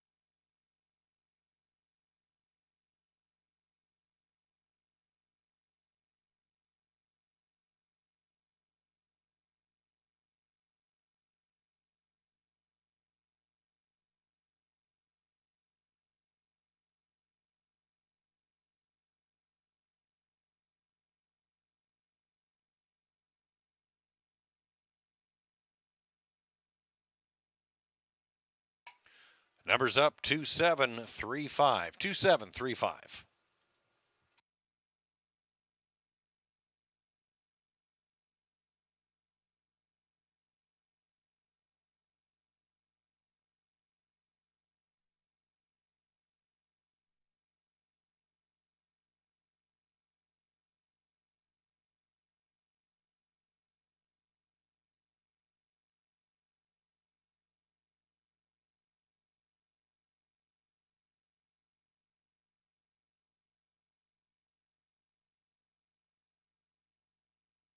Eleven to 1 upset in tonight's second race to kick off the New Holland Pacing Series. HP Momentum taking center stage. 5-year-old gelding by Control the Moment out of the Dragon Again mare, Amenable Hanover. Owned by the Imagine Stable, trained by Shane Barrington, and driven to victory by Trevor Henry. Slick handling by Trevor Henry to pull off the 11 to 1 upset for HP Momentum. First win in 2024, 152 the time. 2735 are numbers on the board.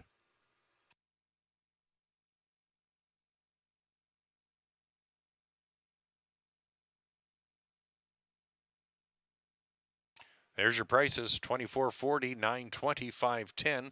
Poseidon Sealster 3.20, 2.40. The Greek Freak 4.70, 2.7 Exactor 91.80, 6.2 Double 616.30, 2.73 Try $211.80, 2.735 Superfecta $812.75, and there's your swinger options. Just $840 of live money remain in the total pool of over $361,000 in tonight's Pick 5.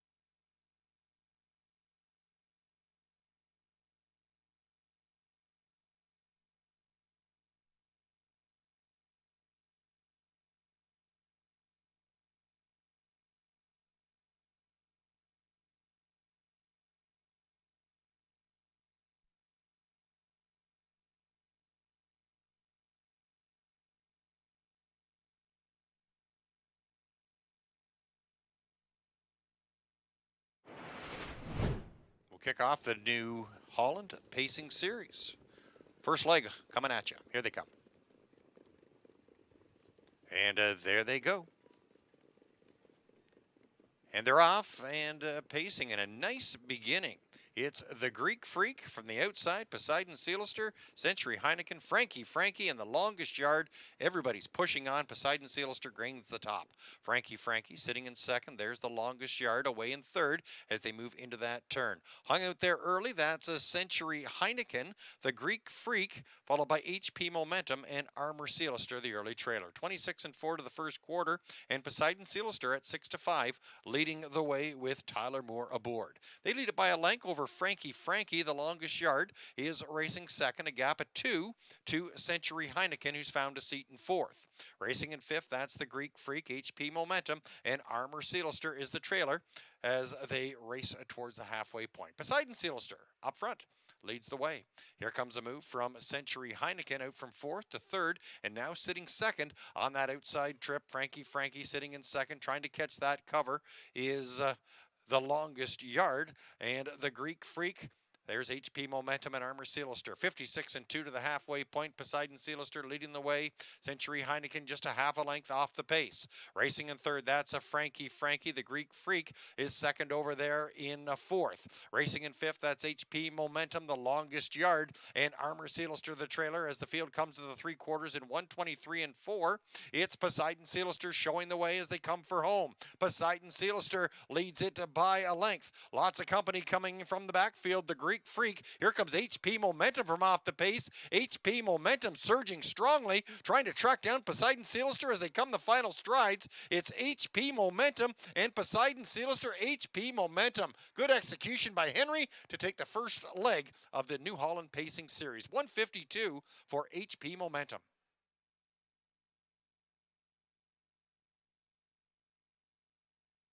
Order of finish for the second race. Armor Sealster was 7th. HP Momentum, your winner. The Greek Freak 3rd. The longest yard was 6th. Frankie 4th. Century Heineken was 5th. Poseidon Sealster 2nd. HP Momentum, 11-1 upset in the New Holland Pacing Series. Time of 1:52. Looking ahead to races 3, 4, and 5. They are as programmed. No changes.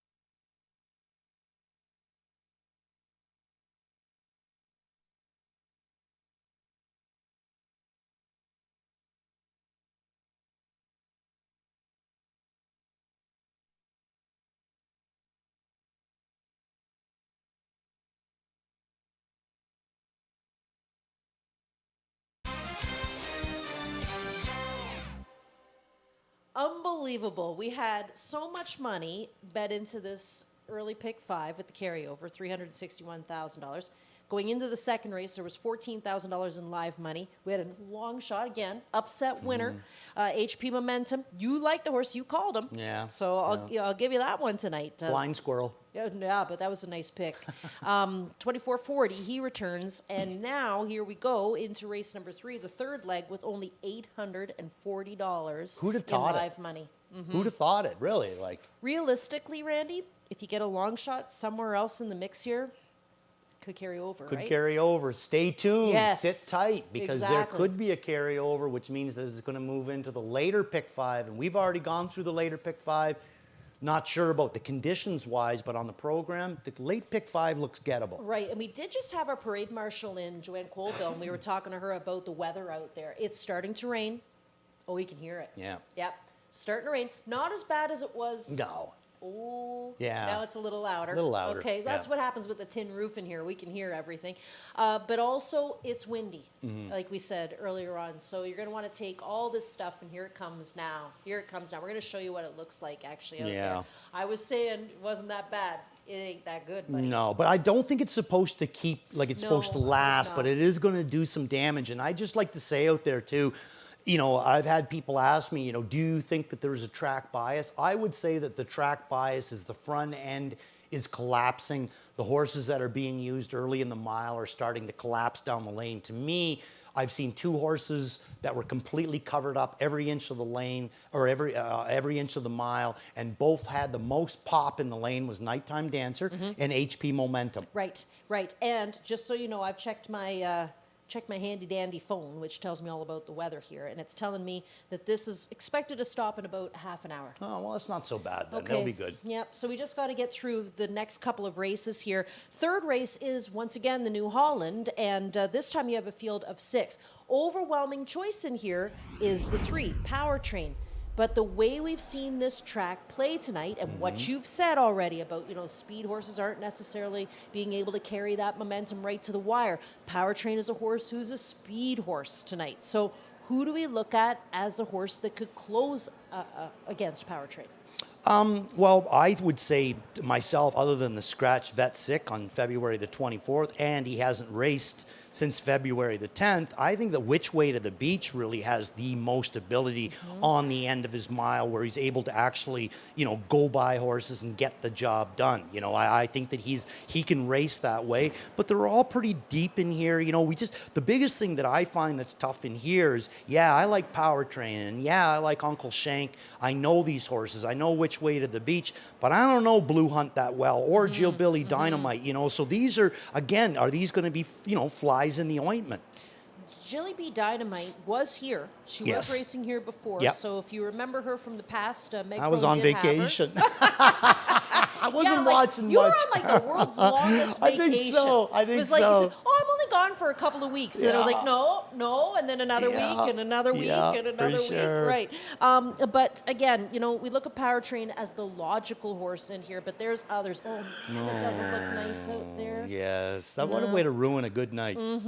Uncle Shank, though, the horse that you're going to use, you Yep. just gave us a really nice horse at a really great price back in race number 2 with HP Momentum.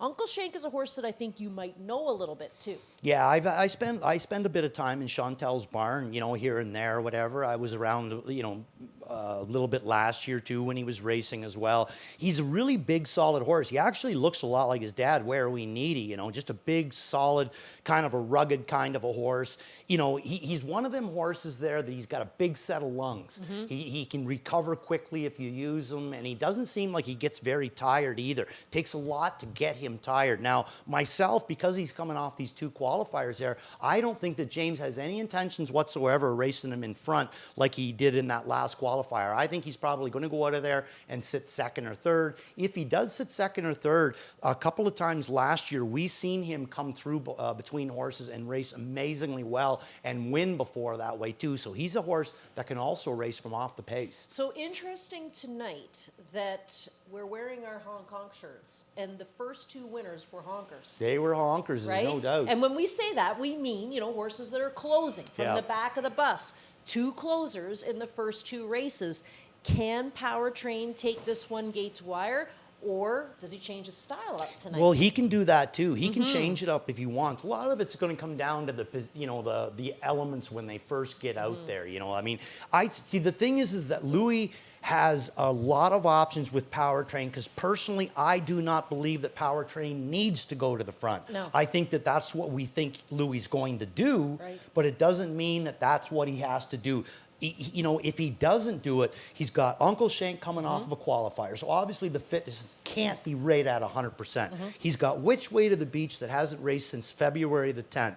He's got Gia Surreal, that would, she's in here tough. He's got Blue Hunt that we don't know a whole lot about, but doesn't show a lot of, cut mile sort of thing other than that one qualifier. And we've got Jill Billy Dynamite, who was coming out of the Nifty Norman stable, was up here a little bit early, and we've seen this move that before, that it seems like Meg Crone is able to keep these Nifty Norman horses on the top of their game. And then we have the weather to Right, contend so with. what I'm saying is that I don't think any of these horses are capable of cutting a mile other than Powertrain. So if I'm driving Powertrain, and I know the rest of them are kind of weak, I'm racing them from off the pace. I thought so myself. That's what Yeah. I was thinking too.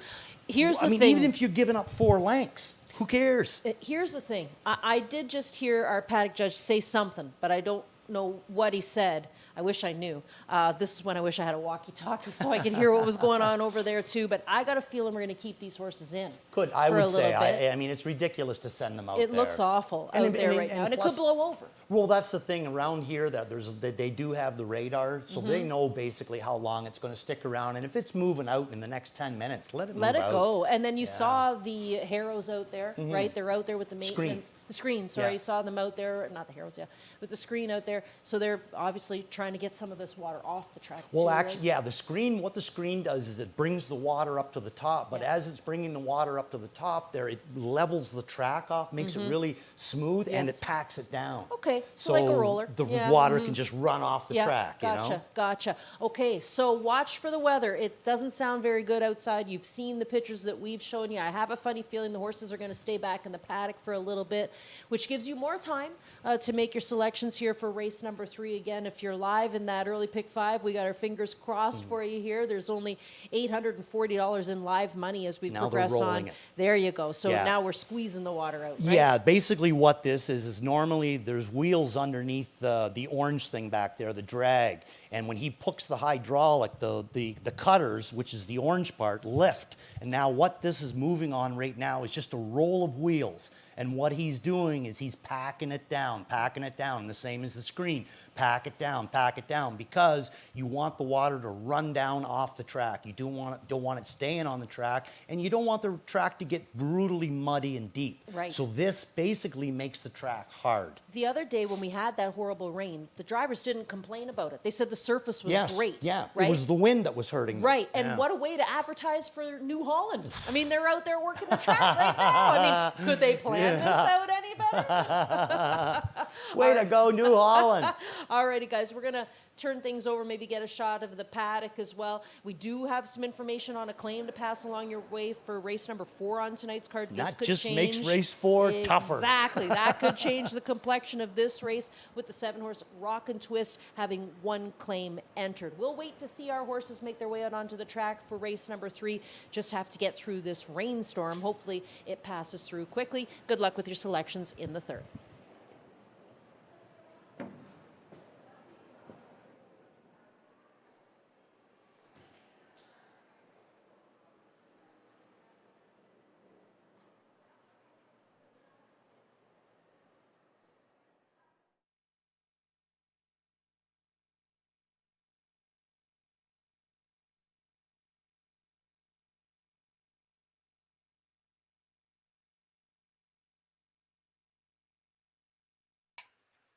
Just a note, we'll have a slight post delay of about 5 minutes until the weather straightens itself out, but a 5-minute delay in post parade for this upcoming 3rd.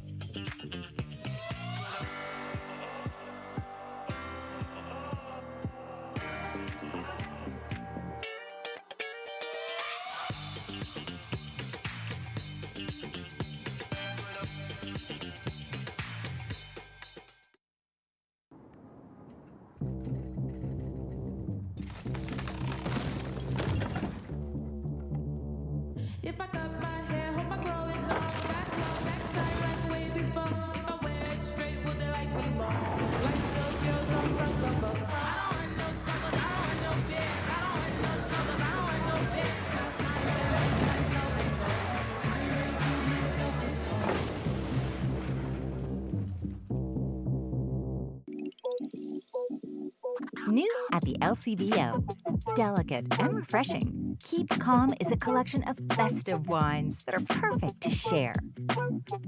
Keep Calm, sharing good times. Winback Farm of Canada is home to 9 exceptional stallions, including Beach Glass, the last great son of legendary sire of sires, Some Beach Somewhere. Also new in 2024, Lawless Shadow, an O'Brien Award winner for 2-year-old pacing colts and geldings. Double millionaire betting line, sire of 5 winners of over $400,000. Mick Wicked, the richest pacing stallion in harness racing history and Hall of Fame inductee. Trixton, sire of 6 who have earned over $500,000, including O'Brien Award winner Evident Beauty. Also standing Archangel, Better Than Cheddar, Better's Delight, and My MVP. For more information, winbackfarm.com. It all begins right here in Ontario. From owning your next Ontario Sire Stakes champion to winning coveted Grand Circuit races. Resilience, and on the inside, odds-on platinum. Resilience! Ontario sired yearlings have what it takes to put you in the winner's circle. Purchase your next Ontario Sired Stakes winner this fall. Willow Time is coming down to the line. Willow Time will win. The one and only choice, Ontario Sired.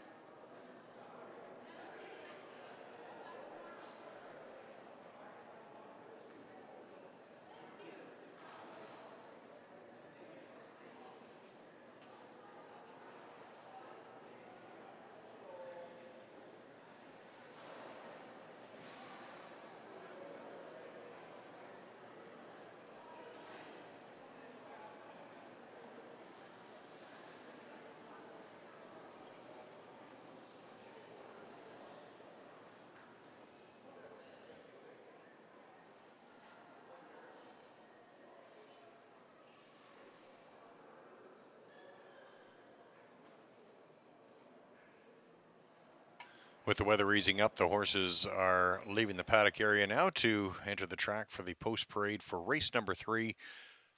Second division of the New Holland Pacing Series.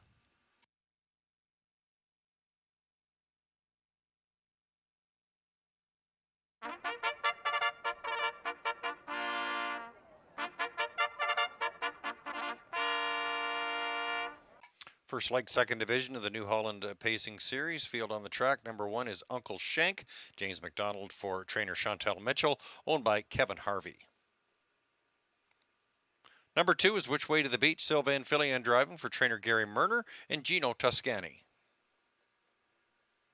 3 Powertrain, Louis Waugh for Nick Gallucci and the Millar Farms. 4 is GS Surreal, Tyler Moore in the bike for trainer Don Lindsay, owned by James Graham, Ed Perrone, and Lee Winters. 5 is Blue Hunt, Travis Cullen driving for trainer Ashley Hensley, owned by To Get Racing LLC, Gap, Donald McRae, and Stephen Klonowski. Number 6, Jilly Bee Dynamite, Tyler Borth for trainer Meg Crone, owned by Tom Vassalou, Cool Cat Racing, Nicholas Tallarico, and Archie McNeil. 6 go to the gate for the third race, post time in about 3 minutes from now.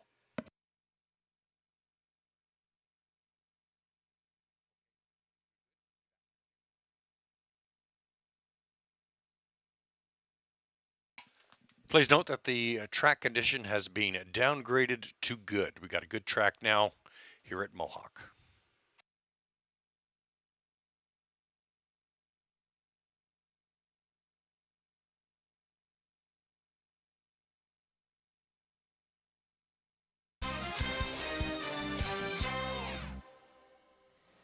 So after that slight rain delay, we've got horses on the track for race number 3, and things are lightening up at this stage. But I've heard from some other trainers tonight that were shipping in that they had a heck of a drive coming in with some hail as well. So hopefully that doesn't come our way. But let's get a look at these horses now. Uncle Shank, the one horse in this race, currently at 4-1. He looks good out on the track, very composed. James, give him a little bit of a light jog around. He's obviously not stressed out. Not sweaty or anything. I think he looks good out there. And this is the 2-horse Which Way to the Beach, same thing. Nice.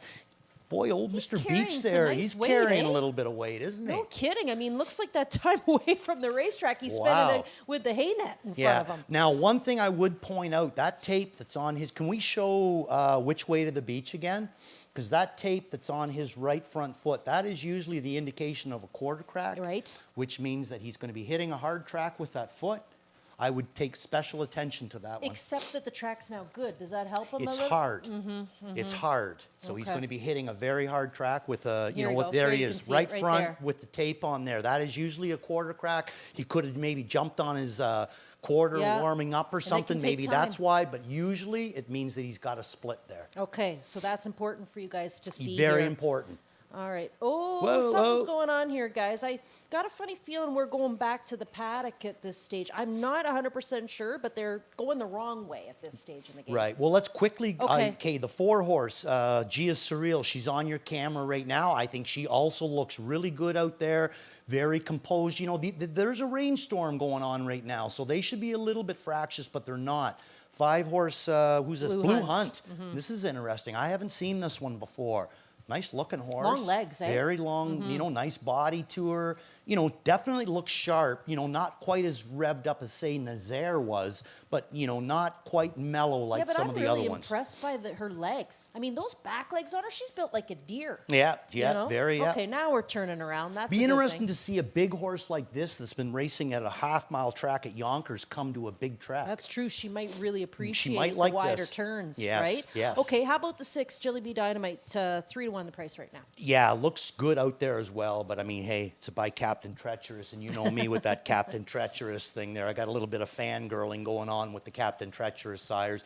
I can't, there seems to be like a little bit of a, I don't know, kind of funny behind, but I think it's because Tyler's got him kind of walking and he wants to go on, so I think that's why he's doing it. Once he starts to move forward, I don't think that there'll be any issues. Nice looking horse, and again, obviously not in any stress whatsoever. I love seeing horses go to the gate like this. You want to save that energy. Well, that's one thing that we can say that's a positive note here in this race. The rain, it's coming down hard. Every single horse is settling in and handling this well, but there are a bunch bunch of old pros in here Yeah, too, right? We're yeah. not talking about, you know, 3-year-olds, new 3-year-olds or anything. We're looking at older horses, but the 4's getting a little feisty. Gia. Yes. That's fine Yes. with me. Yeah, she's like, come on, boys, let's go. That's right.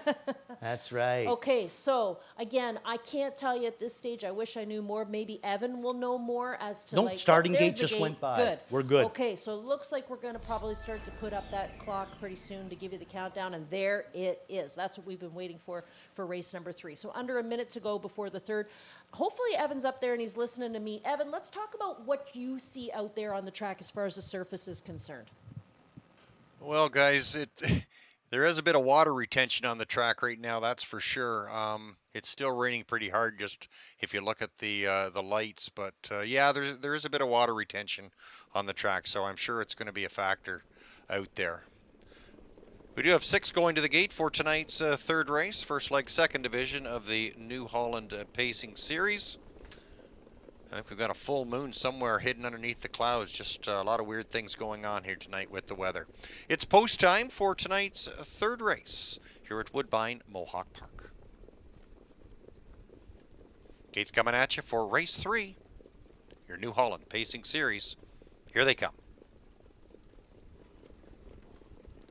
And they're off and pacing. That's Blue Hunt and Jelly Bee Dynamite leaving from the outside post. There's Uncle Shank on the inside and Power Train leaving well. Which Way to the Beach, followed by Gia Surreal as the early trailer. It's Jelly Bee Dynamite surging to the top and grabbing the front into that first quarter. Blue Hunt and Uncle Shank, followed by Power Train, Which Way to the Beach, and Gia Surreal is the trailer. 27-2 to the opening fraction. Jelly Bee Dynamite leading the way by a couple of lengths right now. Tyler Borth, he's got the lines. Jelly Bee Dynamite in front over Blue Hunt. Uncle Shank is now tipping to the outside to move up from 3rd. Gapped in 4th. That's a Power Train, followed by Which Way to the Beach and Gia Surreal, the gap trailer. Uncle Shank now grabs the top at 5-1, and now in front, James McDonald, Uncle Shank. They lead it 55-4 to the halfway point. Jelly Bee Dynamite, pocket sitting now in 2nd. Blue Hunt races along in 3rd. There's Power Train now out from 4th. Now 3rd. Power Train is stepping hard and gaining on the front runner. Uncle Shank leads it by 2. Power Train now sitting in 2nd. Jelly Bee Dynamite races 3rd. Which Way to the Beach, getting some nice cover there in 4th. Racing in 5th is Blue Hunt, and Gia Surreal is in the pack as well. 124, 3 parts of the way home, and the field comes home 3 in, 3 out. Uncle Shank leads the way on the inside, trying to skim up the inside. That's a Blue Hunt. Jelly Bee Dynamite looking for some racing room and fanning out. Which Way to the Beach and Power Train. Uncle Shank. Here comes Jelly Bee Dynamite still coming. Jelly Bee Dynamite, Uncle Shank, Jelly Bee Dynamite, and Borth. They pull it out in the 2nd division, first leg of the New Holland Pacing Series, 153-1.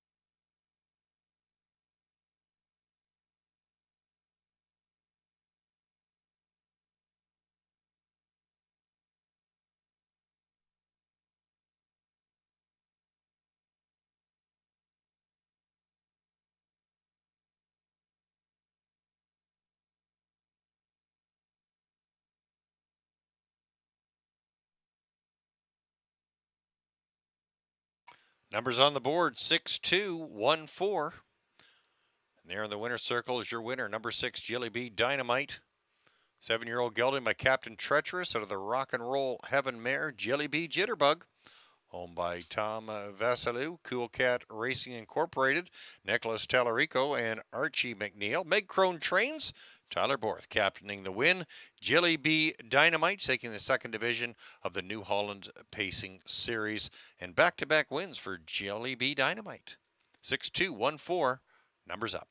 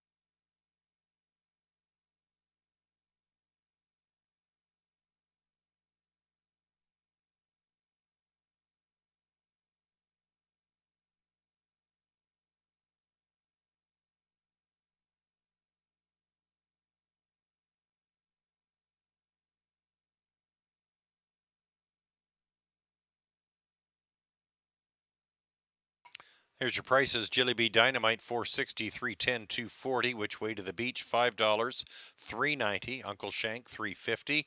6-2 Exactor, $21.60. 2-6 Double, $74.80. 6-2-1 Try, $53.60. 6-2-1-4 Superfecta, $243.55. There's your swinger options. 6-2-6 Pick 3, returning $1,407.45.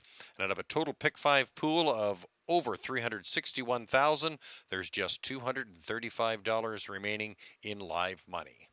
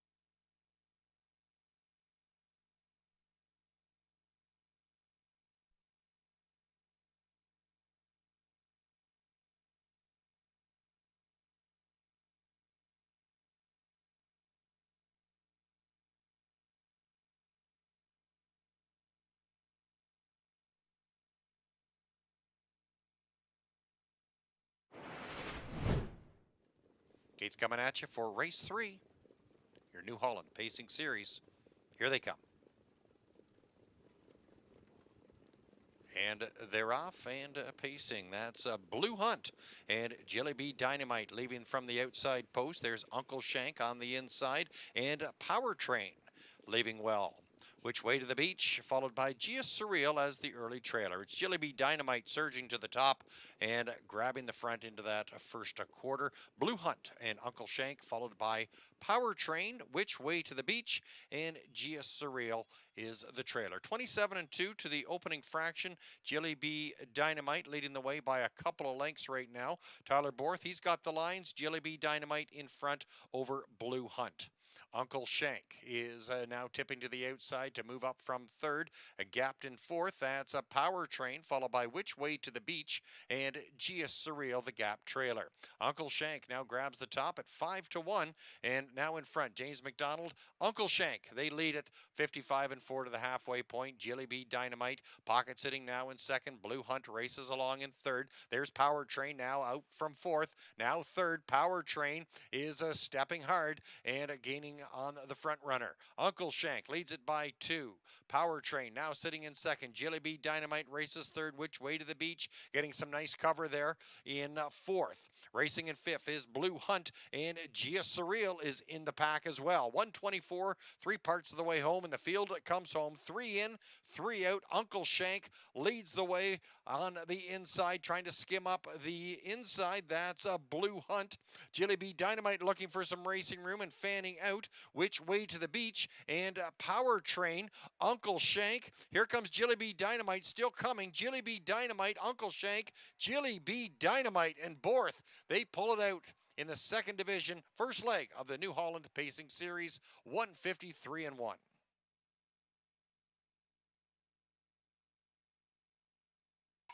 Order of finish for the third race. Uncle Shank was third. Which Way to the Beach second. Power Train sixth.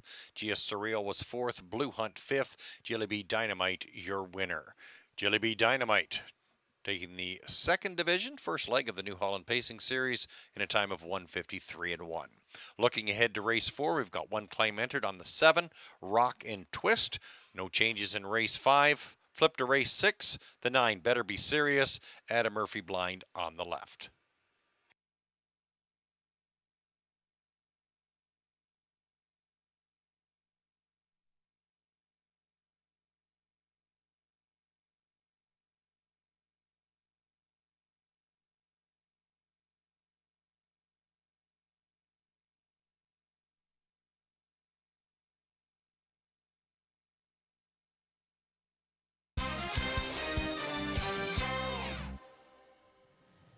It's funny, off the top of tonight's show, we said the fourth race was going to be the hardest race to get through. Were we ever wrong?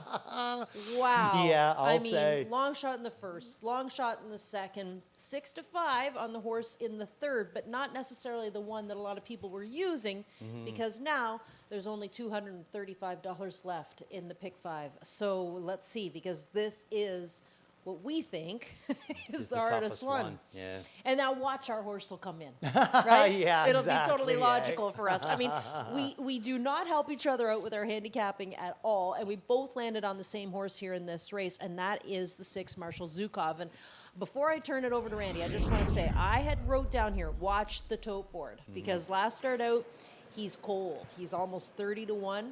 Now he's the favorite at 7-5. That gives me the green light for this guy. 100%, Elise. Great handicap and skills on you on that. I never even brought it into it. And where it makes it really stand out is the fact that February the 26th, he goes off at 30 or 50 cents on the dollar. Comes back out the next. Yeah, comes back out the next week, and now he's 27-1. Exactly. Now 3-2. I'm on to you. Yeah, you are. So we're going to go Marshall Zukov on here. It's a drop down for him. We both like him. It was a big middle half for him last week. The last 3 quarters that he paced last week was huge to get him up to 5th. You know, he was only at the quarter in 30 seconds. So I think Marshall Zukov, and especially, you know, if he goes to racing them the same way, that might really work with the bias that we have tonight, not going to the front with him. What else? And +2, we should tell them too, maybe this race could change a little bit from the way that we seen it earlier, because we were told there is a claim on the 7-horse Rock and Twist. And anytime we see a horse get claimed, we see them go a little bit differently, right? Right. So, and this horse is coming in from Flamborough. He hasn't been doing a whole lot of leading, but he does show leading at Flamborough. Now he's directly behind the car on a big track with a big lead into the first turn. We might see Rock and Twist coming out of there, and he'll be a fly in the ointment if he does. So if you're out of the early pick 5, which I'm sure a lot of people are, here's an opportunity for you to play the pick 4, which kicks off here in race number 4. We'll give you Garnett's selections here in this race. Now, he did not use the 6, Marshall Zukov, who is taking all kinds of support. He went with the 2, Shadow and Red, the 8, I'm a Rocket, and the 10. Not a lot of us use the 10 in the top spot, but he was very popular in the claim box last week, Randy. I feel like it was maybe 4 or 5 claims that were entered on him. Yeah, well, I mean, he has been known at times to have bad front feet. Don't know how this track's going to play out. Then he added in the 10 hole to boot. I'm not sure. I didn't use him in here tonight, but I can see why Garnet, would give him a shot in here. I love Garnet's key in the 7th race, by the way. Yes, race We number both do, I 7. think. Yep, he's got the 7 horse in the top spot, Mr. Anderchuk, going out from the Spence barn, and we think that the Spences could have yet another good night. It feels like every time the Spences have horses in lately, they're in the winner's circle at least once, sometimes twice. I tell you one thing, if I'm Dale Spence and I'm looking forward to driving American History later on, the way that he's changed that horse's style coming off the You're pace, this might be a great night setting up for him. And we couldn't have picked a better night to wear our Hong Kong shirts because everything is coming from off of the pace this evening. And what likes rain? Geese. Absolutely. Isn't that right? Beyonce? Beyonce? I'm sticking with Augustus. Oh, yes, you can be Augustus for sure. Horses are heading out onto the track for race number 4 again, where we kick off the pick 4. It's a tough one here if you're live in the pick 5, but good luck. We're cheering for you.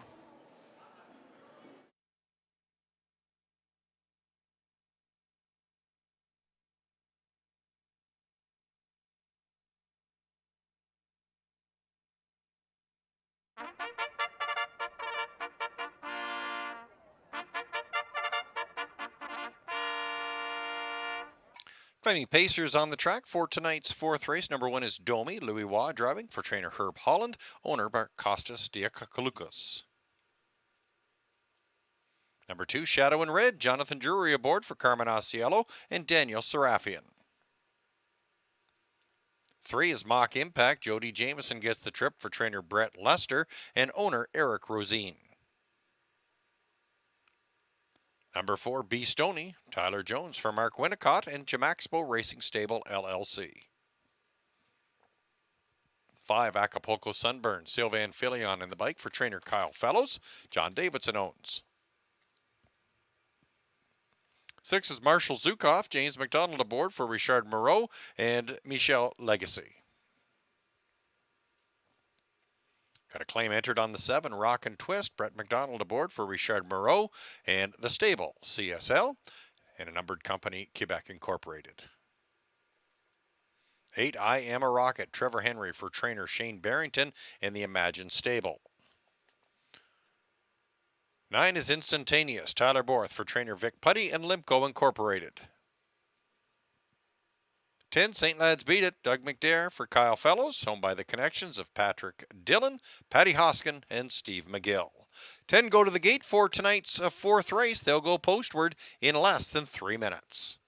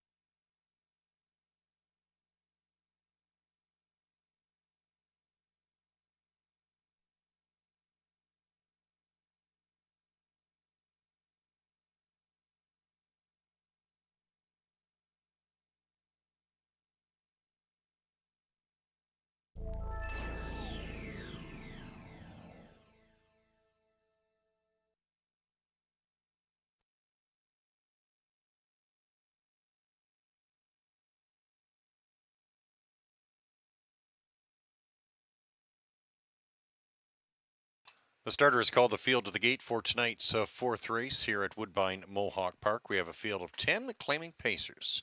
Moving in behind the gate with about 30 seconds to post time. At even money, it's the 6 Marshall Zukov as your on-the-board favorite. Second pick going to the outside position, number 10, St. Lad's Beat It at 7-2. Right now, the track conditions still remain good.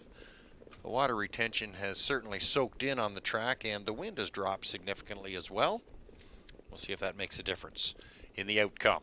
It's post time for the fourth here at Woodbine Mohawk Park.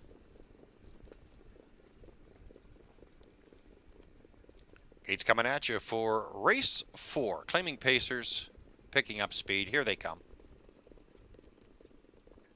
And there they go. And the gate pulls away and out from the 2-hole. Shadow and Red with a nice start.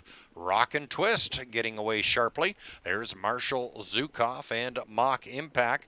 Domi on the inside getting away in 5th. In 6th, that's B. Stoney, I Am a Rocket, and Acapulco Sunburn, followed by Instantaneous, and the trailer is St. Lad's Beat It. Horses race into that first turn, and Rock and Twist grabs the front at the opening quarter, 27 seconds. Shadow and Red sitting in second on the move. Marshall Zukov is out there. There's Domi sitting in 4th. Racing in 5th as they move their way down the backside. That's Mock Impact on the outside. Acapulco Sunburn, followed by B. Stoney and I Am a Rocket. There's Instantaneous and St. Lad's Beat It.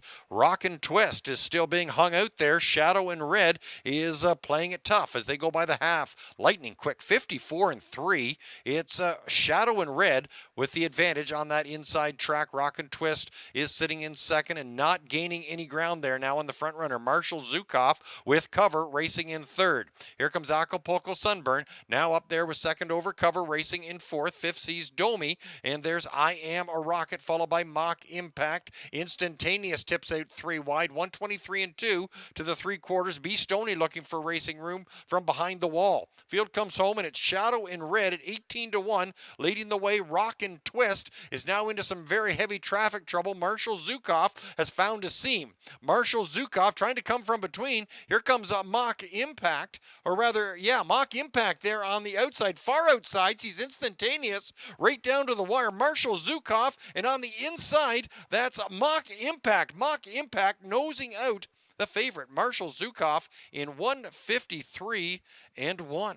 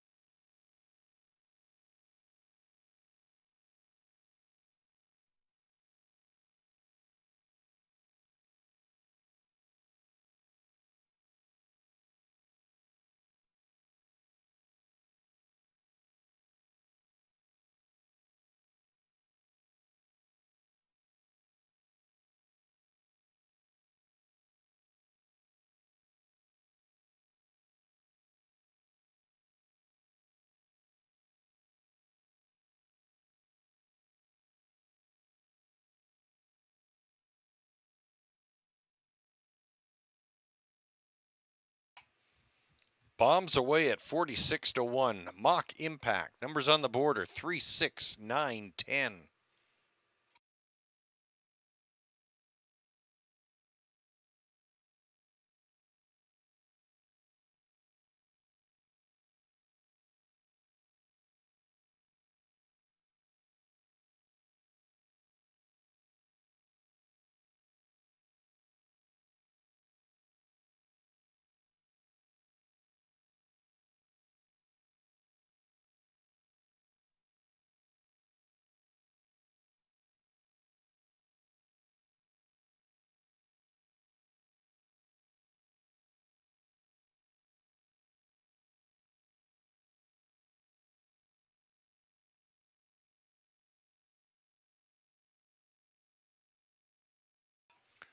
Numbers on the board: 3, 6, 9, 10. Jody Jameson pulling off a couple upset victories so far tonight. This one, a 46-1 shot. Mock Impact with the stunner. A 9-year-old gelding by Mach 3 out of the Arts Place mare Because I'm Cagey. Owned by Eric Rosine of Bolton, trained by Brett Lester, and driven to victory by Double J, Jody Jameson. Mock Impact, 46-1 shocker with a 153 in one time, a season's best mark. 3, 6, 9, 10, numbers on the board.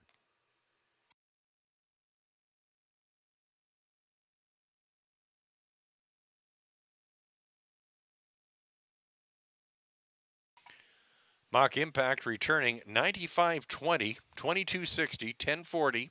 Marshall Zukov, $3, 3.20. Instantaneous, $13.80 to show. 3-6 Exactor, $407.60. 6-3 Double, $246.60. 3-6-9 Try, $6,168.75. Your 20-cent Superfecta, 3, 6, 9, and 10, returning $5,675.72. There's your swinger payouts: 2, 6, 3, $1 pick 3, $1,800.05. And as you see there on the board, just over $5 remaining in live money out of a total pool of $361,000 in the early pick 5. Number 7, Rock and Twist, claimed by new trainer Carmen Asiello and owner Daniel Serafian.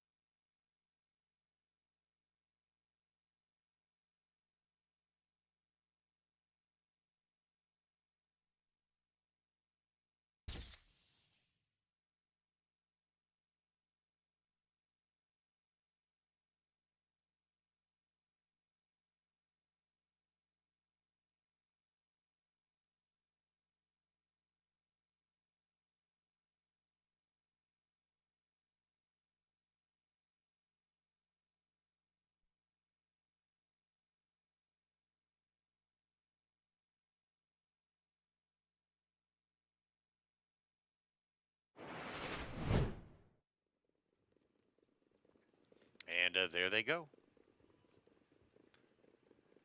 And the gate pulls away and out from the 2-hole. Shadow and Red with a nice start. Rock and Twist getting away sharply. There's Marshall Zukov and Mock Impact.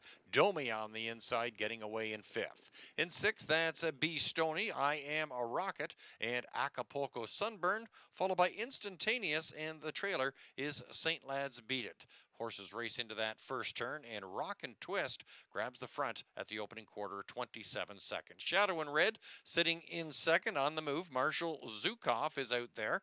There's Domi sitting in 4th. Racing in 5th as they move their way down the backside. That's Mock Impact. On the outside, Acapulco Sunburn, followed by B Stony and I Am a Rocket. There's Instantaneous, and St. Lads Beat It. Rock and Twist is still being hung out there. Shadow and Red is playing it tough as they go by the half. Lightning Quick, 54-3. It's Shadow and Red with the advantage on that inside track. Rock and Twist is sitting in second and not gaining any ground there. Now in the front runner, Marshall Zukov with cover racing in third. Here comes Acapulco Sunburn, now up there with second over cover, racing in fourth. Fifth sees Domi, and there's I Am a Rocket, followed by Mock Impact. Instantaneous tips out 3 wide, 123-2 to the 3/4. B Stoney looking for racing room from behind the wall. Field comes home, and it's Shadow in Red at 18-1, leading the way. Rock and Twist is now into some very heavy traffic trouble. Marshall Zukov has found a seam. Marshall Zukov trying to come from between. Here comes a Mock Impact, or rather, yeah, Mock Impact there on the outside, far outside. He's Instantaneous right down to the wire. Marshall Zukov, and on the inside, that's Mock Impact. Mock Impact nosing out the favorite, Marshall Zukov, in 153-1. Order up for the fourth race. Domi was 7th, Shadow and Red 10th. Mock Impact your winner. B Stoney 6th, Acapulco Sunburn was 9th, Marshall Zukov 2nd, Rock and Twist 8th, I Am a Rocket 5th, Instantaneous was 3rd, and St. Lads Beat It was 4th. Mock Impact at 46-1 puts all the shocker in tonight's fourth race. Mock Impact 153-1 for a season's best.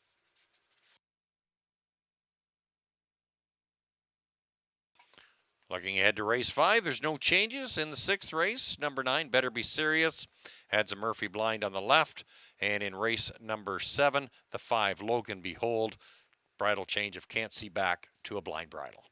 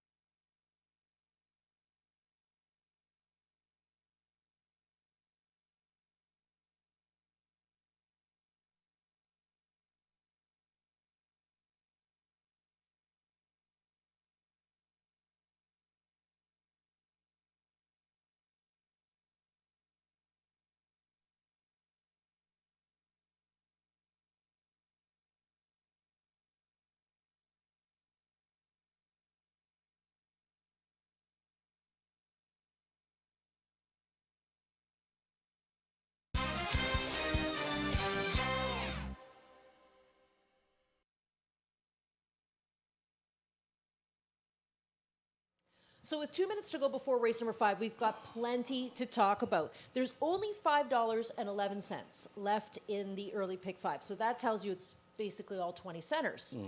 Here's a couple of interesting things that you need to know. Number 1, if the 5-horse, Jack Panic, happens to win this race, and he's currently at odds of 10-1, so getting a little support, we'll have a double carryover. That's the only horse that'll give us the double carryover. Okay, so that's one thing. The second thing is if you've got a 20 center here and you're on to the 2 or you're on to the 4, which both happen to be Cullen horses, the return on a 20-cent ticket for the early pick 5 is $373,316 bucks. Like, where can you go and spend 20 cents looking to maybe bring in $370,000? I mean, you couldn't do that on a lottery. Let's just say that the 2 or the 4 wins. Whoever that is, give us a call. Hong I Kong. want to know how you got it. We'll send you Yeah. a free Hong Kong shirt. And if you wouldn't mind loaning me a couple of bucks, that would be fine too. Yeah. I mean, this is unbelievable. What a So- night. And I'll tell you another thing that's kind of unbelievable too. I'm half thinking that maybe Jody Jamieson drove down here tonight and said, I'm going to see if I can screw around with a stick 5 because 2 huge double-digit wins. Thanks to him. Yeah. I mean, if you, going back to the 4th, if you had the Super, it paid $5,600. If you had the Try, it paid $6,100. That's just insane. Yeah. And then the other thing too, I ran into the grandstand there just to grab a coffee, my caffeine fix around the middle of the card. It's packed in there. And that's great. It's so nice to see so many people, and it's not just, it's not just one generation. It's a whole bunch of generations in there tonight. Lots of younger people, some kids out there enjoying the races. The weather's dried up, so they're out on the tarmac watching the races tonight. We got people upstairs in the dining room. It's packed. It's just great to have so many people out here enjoying what we like tonight as well. It is. And something, I mean, maybe it hasn't quite gone the way, obviously, that we thought, but it's been good racing. Good racing. It's Great been lots of payouts. moves. That last race there at the half in 54, two horses having a throwdown, Yep. which allows Jody to somehow or another find his way up through the inside and into the winner's circle, Yep. It's been an interesting, fun night. It has been. And you know what's really fun too is on nights like this, you get a lot of people who are here at the racetrack for maybe the first time, and they don't play chalk. No. They're Well, playing the price horses Even with their in names. this race here, look at this right here. Lots you of got different Probosci, Lone Wolf, Garnet, Lone Wolf, me, Lone Wolf. Yep. Like, I Yep. mean, we're not picking all the same horses. No, we're not. So what do we got? Well, for those of you who have the 2 and the 4, anybody out there who's got the 2 and the 4 in that 20 center, we're hoping for you with these horses. We're also kind of hoping secretly for the 5 because then we get that double carryover. Stay if that tuned. happens to go, yeah, that'd be really cool. But then we have top selections in this race. So I went with Jabber. I see he's at 6-5 right now, but I haven't been able to pick my way out of it tonight. It's just been a tough night for handicapping because the way we thought horses were racing, they weren't exactly raced that way tonight. Powertrain, we never even saw him show up, and we weren't expecting that. But I'm playing Jabber based on the trip last start out. He got stuck behind Mama Sunburn, who was folding up, unfortunately. On the replay you showed that there, he had no place to go until it was too late. Yeah. So I myself, Reactor Now is going to be my horse in here. I think Dougie's got different tools that he can race this horse. I think he's on his game right now. And, if you're looking for a horse to kind of come off the pace, Reactor can do that. Okay, so let's get this field out on the track for race number 5. Once we've met the field with Evan, Randy and I will come back and give you a closer look at some of these horses and our thoughts on them, on how they warm up.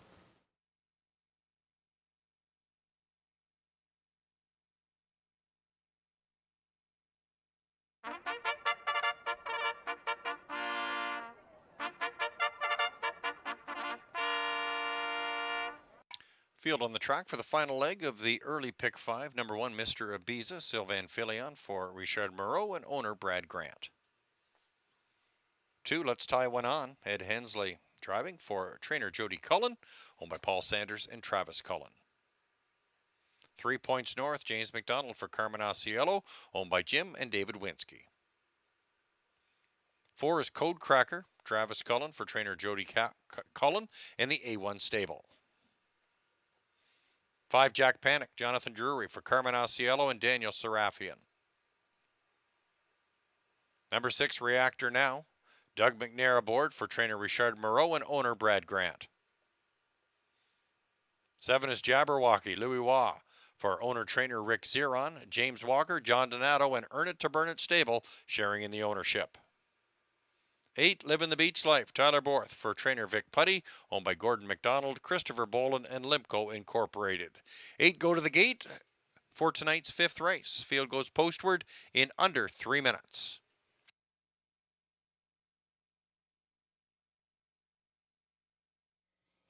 Mr. Ibiza, currently one of the longest shots. Oh, he is the longest shot on the board at 16-1. Made a break last start out, Randy. Yeah, he's put some good starts in here. He's had 3 wins since he's come up to our surface and that. So he obviously gets along the track. I don't really know why he jumped it off last week, but either way, regardless of him jumping it off, he was going to get tired. Look at I mean, Sylvan's last a week mess. there, half and 53 and 3, three Yeah. quarters and 121 and 1. He was going to get tired regardless. Here's the 2. I don't mind the look of this horse. And a reminder, somebody out there has this 2 for their 20-cent pick 5. If this horse happens to win, he's getting back around $373,000. Yeah, not a bad deal for 20 cents, I'll tell you. The horse looks fantastic. Both the Cullen horses look good. Ooh, And this this one looks guy great. really looks good. Points North.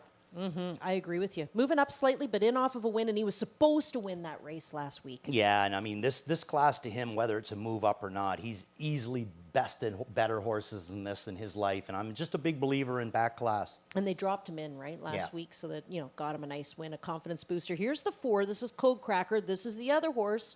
If he happens to win, somebody's going to get $373,000 and change. I think he looks good out there. Like, again, he's taken a little bit of a hold of Travis, but he's not being bad. Travis just dropped a leg, so he just looks like he's a sharp horse on the track to me. This is the one, the 5 horse. If he happens to win, then you have that double carryover. Please, Jack Panic, come up with the race of your life. I'll tell you, I mean, I've seen this horse race a lot of times, and he does come up with some pretty nice efforts once in a while, and he looks good on the track. And the Carmen Yellow Barn just seems like it's starting to heat up a little bit again. Yeah.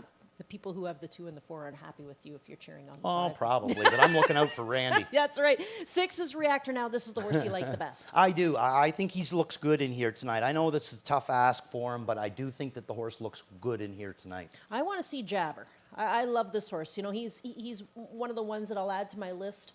A favorite of mine, and he looks pretty calm, cool, and collected right now. He does. Is that some tape on his left front, or is that just the way his hoof looks? Okay, so don't forget, he had those foot issues too, Yeah, right? yeah, that's why I'm kind of wondering there anyway. But yeah, he looks good going to the gate, looks sound right on both lines. That's the way you want to see him. Let's see Living the Beach Life. Okay, living the beach life, looking good too. He does. Looks very good, nice Slick. and easy and relaxed out there. Unfortunately for him, though, he does have the 8-hole, but we've said before, the putty stable is heating up. That's true. 30 seconds to go before race number Good 5. luck. This is exciting. Let's see what happens with this pick 5. Absolutely, lots of excitement coming up in this pick 5. And producer Luke messaged me a while back that the total pick 5 pool with carryover is over $427,000. So good luck on that and all your wagering selections. It's post time for the 5th here at Woodbine Mohawk Park.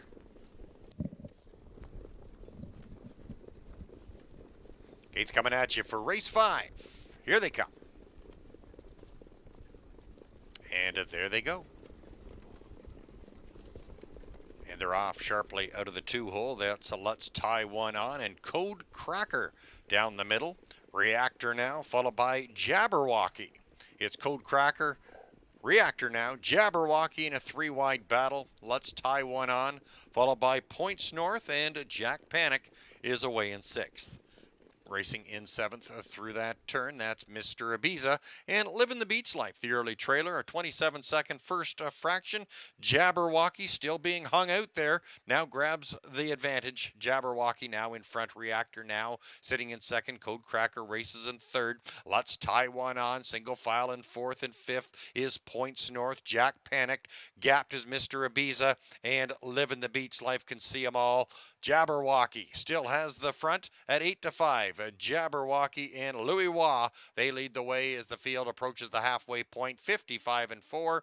Jabberwocky in front. Reactor Now sitting in 2nd. Here comes Points North out from 5th to 4th, and Jack Panic will grab that cover, and they're both moving well. Code Cracker and Let's Tie One On slipping back in the pack. There's Mr. Ibiza, and Living the Beach Slice has kicked out the plugs to try and get something going.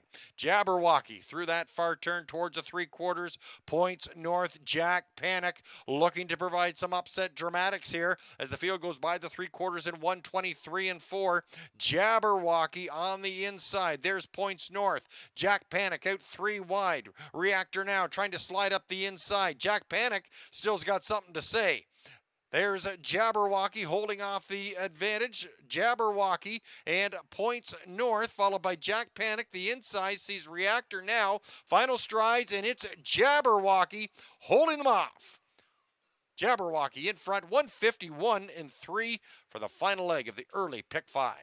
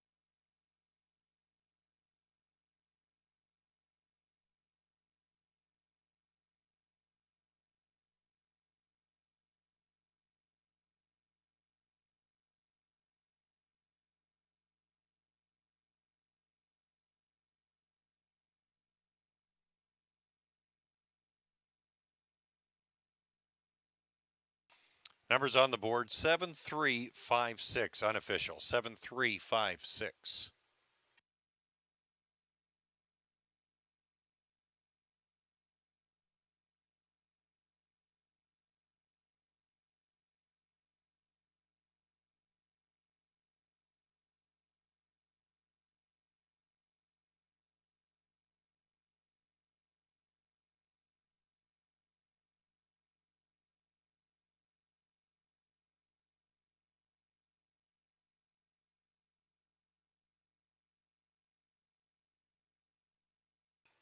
Now to the winner's circle, number 7, Jabberwocky.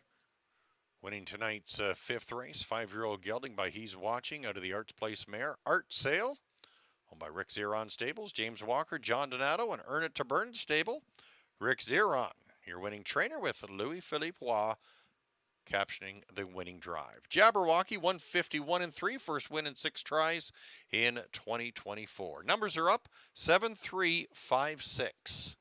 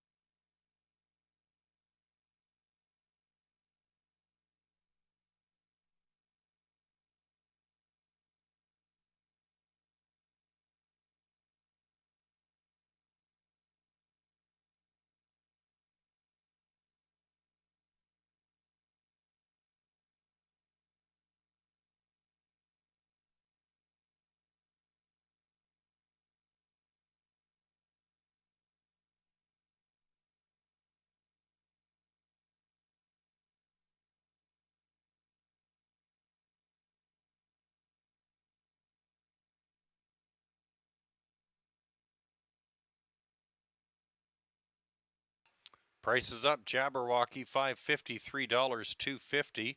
Points North $3.50, $2.80. Jack Panic $6.50. 7-3 Exactor $17.30. 3-7 Double $548.20.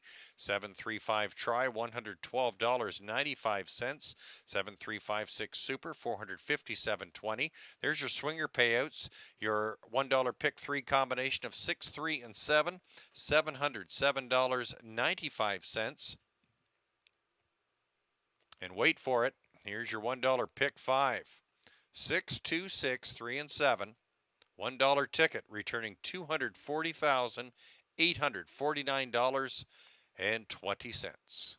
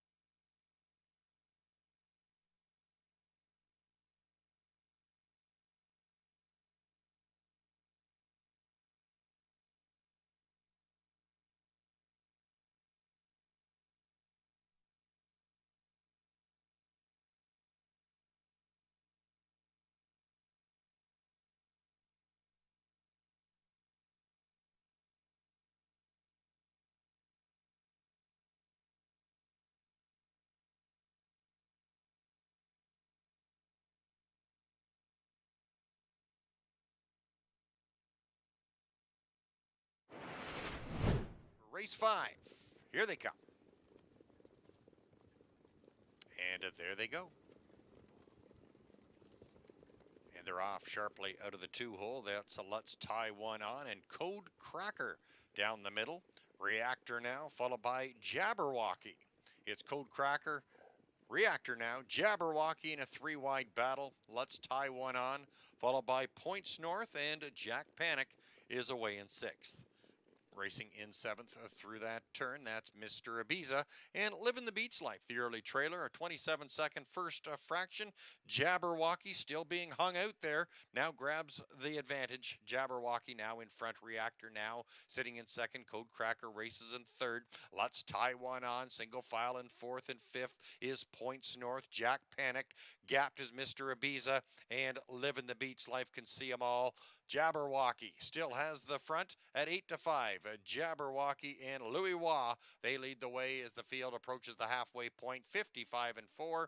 Jabberwocky in front. Reactor now sitting in 2nd. Here comes Points North out from 5th to 4th, and Jack Panic will grab that cover, and they're both moving well. Code Cracker and Let's Tie One On slipping back in the pack. There's Mr. Ibiza, and Living the Beach Slice has kicked out the plugs to try and get something going. Jabberwocky through that far turn towards the 3/4. Points North. Jack Panic looking to provide some upset dramatics here as the field goes by the 3/4 in 1:23-4. Jabberwocky on the inside. There's Points North.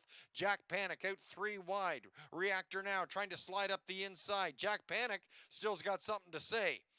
There's Jabberwocky holding off the advantage. Jabberwocky and Points North, followed by Jack Panic. The inside sees Reactor now. Final strides, and it's Jabberwocky holding them off.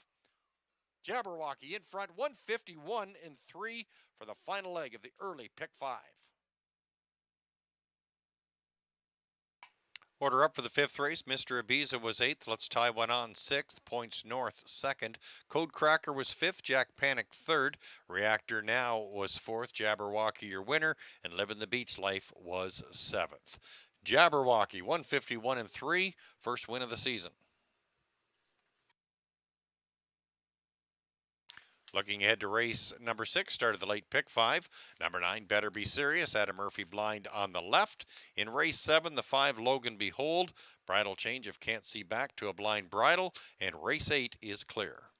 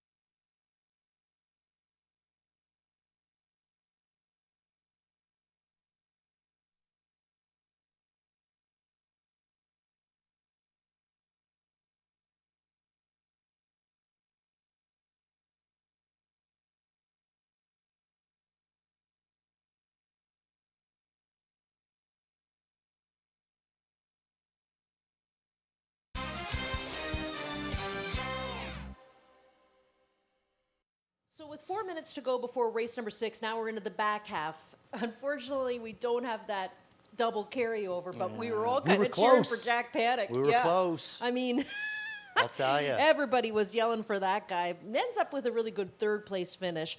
And also the other thing too, back in that race, we finally saw a horse kind of go to form with Jabberwocky. So this track has maybe changed. The weather has certainly changed as well. Yeah, the rain has completely subsided. There's no rain out there at all right now. Now, I just walked out onto the track. It's still firm. I would call the track greasy because there's like probably about an inch of wet material on the top, but underneath that it's firm. So they're still going to be able to dig in. They shouldn't be slipping, shouldn't see horses making breaks for no reason or anything. It's still not a bad track, but the biggest thing look at the wind, eh? It's yeah, gone. it's gone. The wind has died right down. Now that's what's really been doing the bias thing. Yes. Is more the wind has been screwing with them than the track. So now the track is the same as it's been, and the wind is completely gone non-existent. The rain has completely disappeared.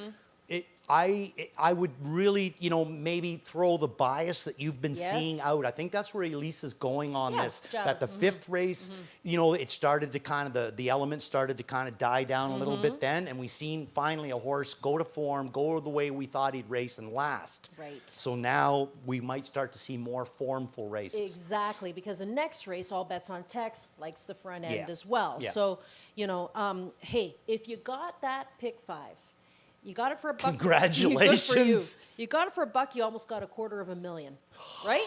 And if you got it for 20 cents, you almost got 50 G's. Just shy of 50 Unbelievable. G's. I mean, that's great. So fantastic there. Jabberwocky giving Rick Zeron finally that first win of the season. And there's nothing like, you're like, come on, man, any day now. And this horse had got fazooed last start out, and he gets you a nice win. What do we call that? Got the monkey off his back. He sure did. He got the monkey off his back. Way to go, Ricky. And also, again, for me and Elisa, because we went through these programs, whichever one he is was close in the first pick 5, whichever one he has got it, great Good job. for you, man. Hey, Yeah, good for you. very good job.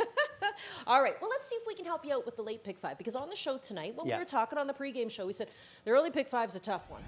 The late pick 5 we think is pretty gettable. I think this one's gettable, and now that the elements have changed, got it. we might, the form might mean something. Exactly. So give us a second chance here. Yes, please. All Bets on Tex, the current favorite at even money. This is 5-year-olds and younger, winners are 2, not more than 4. Class we really like. And Tyler Moore has a really nice horse on his hands with this 4-year-old son of All Bets Off. He's stringing along wins. And you know what I liked about him, too, is that it looked to me like he was having some issues maybe with him. Now, of course, he had hooked up with Speaker Apiece, who's a really nice horse, and he put Sylvan on him. Sylvan gave him a beautiful steer.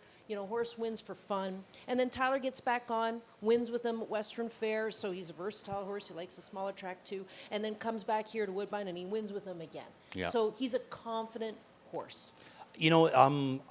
Jeff Lilly, part owner of this horse. If you are listening, Jeff Lilly, please tell me the age of the mare of All Bets on Tex, because it has been a very long time since this guy has seen a big towner mare.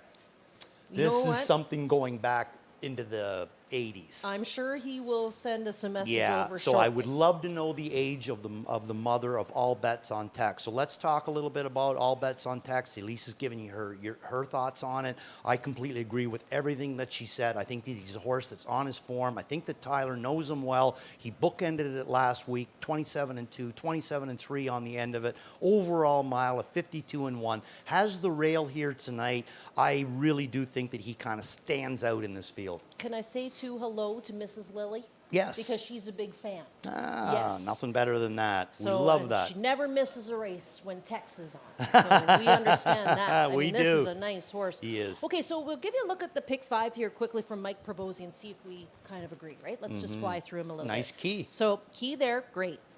5, 8, 9 in the 7th race. Now, we both like Spence's horse, and he didn't use him.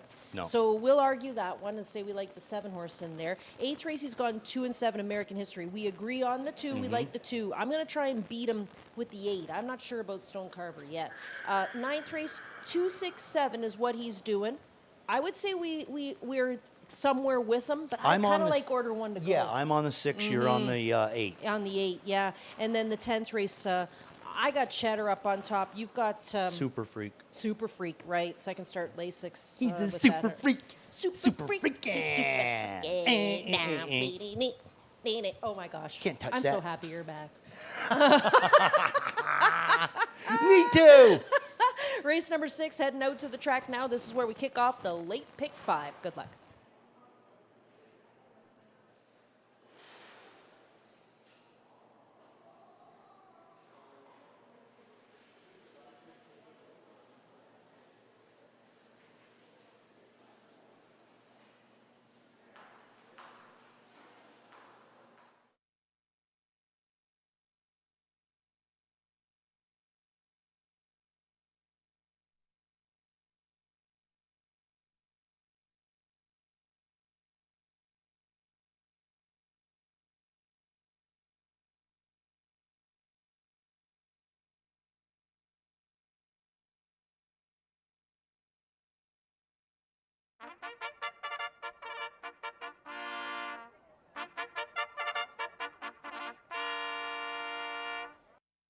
Horses for the 6th race on the track here at Woodbine Mohawk Park to kick off the late pick 5. The 1, all bets on text. Tyler Moore drives and trains for owner Jeff Lilly, Blair McLaughlin, Kent Livingston, and Mark Gallant.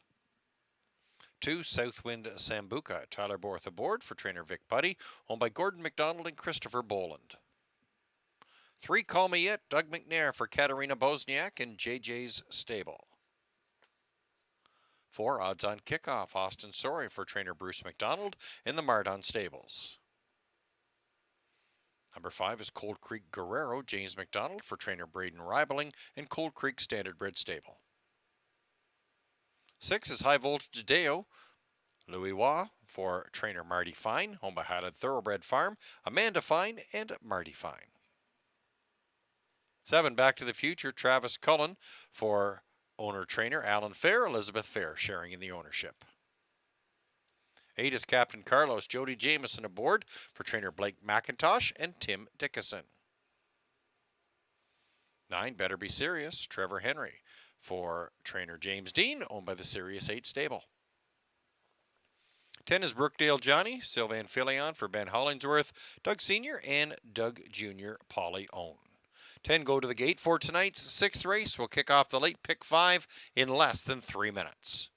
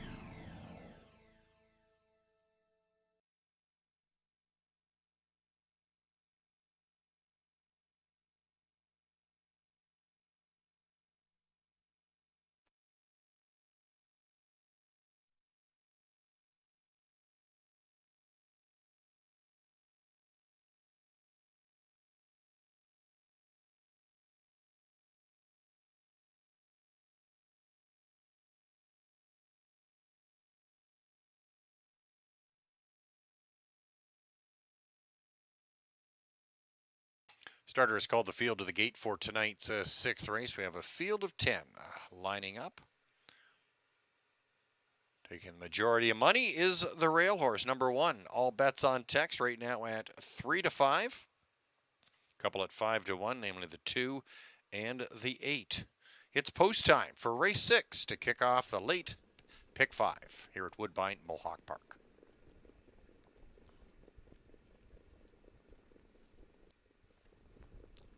Field for the 6th race, picking up speed. Here they come.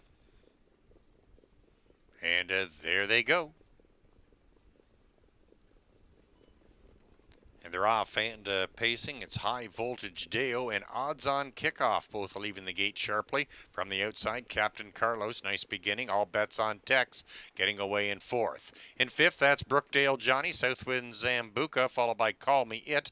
Cold Creek Guerrero, Back to the Future, and Better Be Serious, the early trailer. Battle up front. And Captain Carlos is hooked up with High Voltage Dale. Captain Carlos now clears to the top, 27-3 to the opening fraction. But All Bets on Tex wants to play and play early. All Bets on Tex now to the top. Captain Carlos pocket sitting in 2nd. High Voltage Dale tracking in 3rd. Odds on Kickoff, single file in 4th.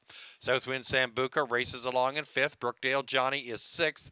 Call Me It sitting 7th. Cold Creek Guerrero followed by Back to the Future, and the trailer is Better Be Serious. It's All Bets on Tex and Tyler Moore.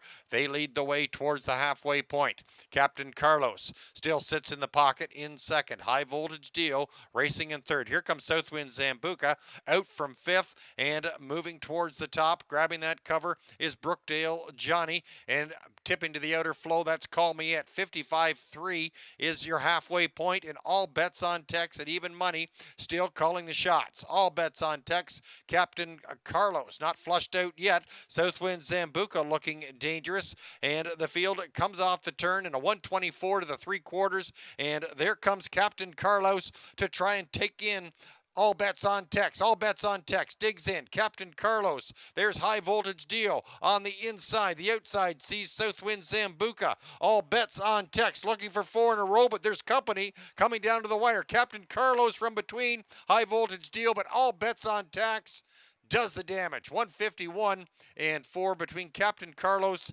and High Voltage Deal for place and show.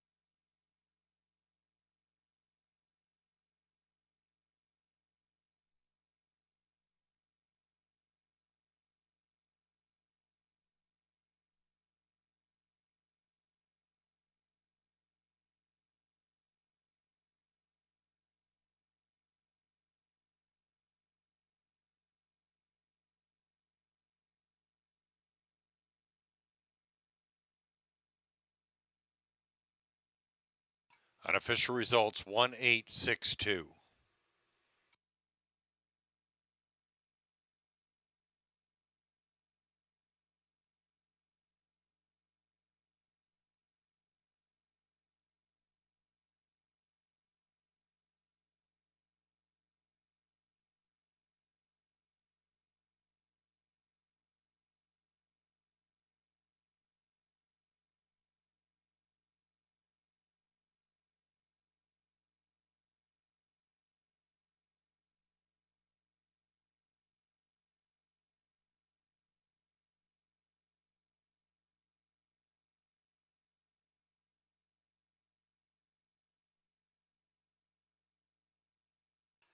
Numbers on the board 1862. All bets on Tex, reeling off 4 consecutive victories, and tonight a career best of 151 and 4. 4-year-old gelding by All Bets Off out of the Big Towner mare Tampa Town, owned by Jeff Lilly, Blair McLaughlin, Kent Livingston, and Mark Gallant. Trained and driven to victory by Tyler Moore. All Bets on Tex, very versatile and a career best tonight of 151 and 4. 1862 on the board.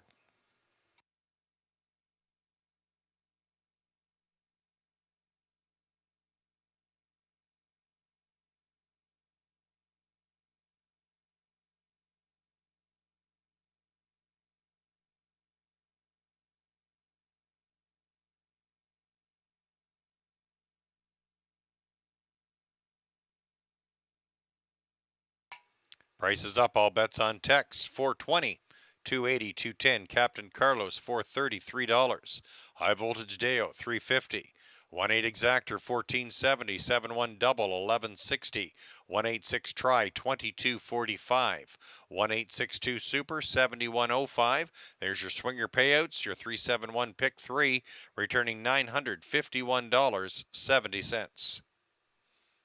And your early pick 4, just $102 remaining in live money out of a total pool just under $69,000.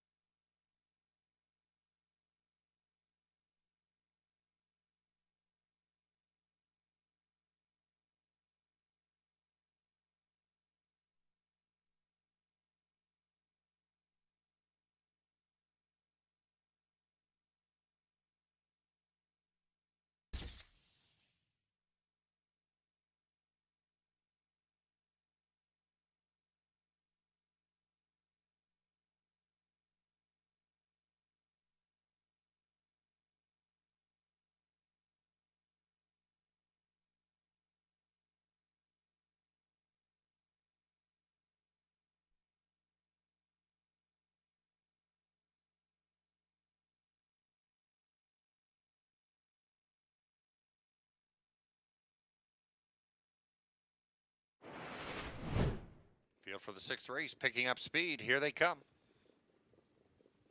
And there they go. And they're off and pacing. It's High Voltage Deo and Odds On Kickoff, both leaving the gate sharply. From the outside, Captain Carlos, nice beginning. All bets on Tex, getting away in 4th. In 5th, that's Brookdale Johnny, Southwind Zambuca, followed by Call Me It. Cold Creek Guerrero, Back to the Future, and Better Be Serious, the early trailer. Battle up front. And Captain Carlos has hooked up with High Voltage Dale. Captain Carlos now clears to the top, 27-3 to the opening fraction. But All Bets on Tex wants to play and play early. All Bets on Tex now to the top. Captain Carlos pocket sitting in 2nd. High Voltage Dale tracking in 3rd. Odds on Kickoff, single file in 4th. Southwind Sambuca races along in 5th. Brookdale Johnny is 6th. Call Me It sitting 7th. Cold Creek Guerrero followed by Back to the Future, and the trailer is Better Be Serious. It's All Bets on Tex and Tyler Moore.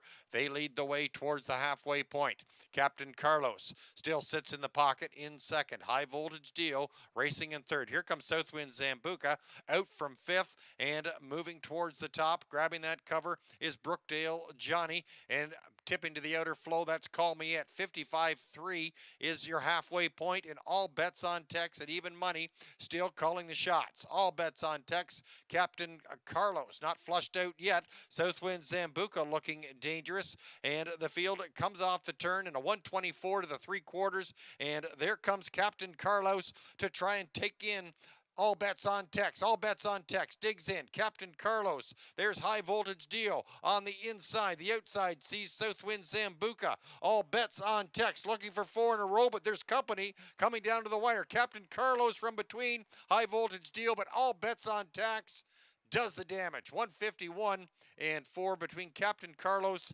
and High Voltage Dio for place and show.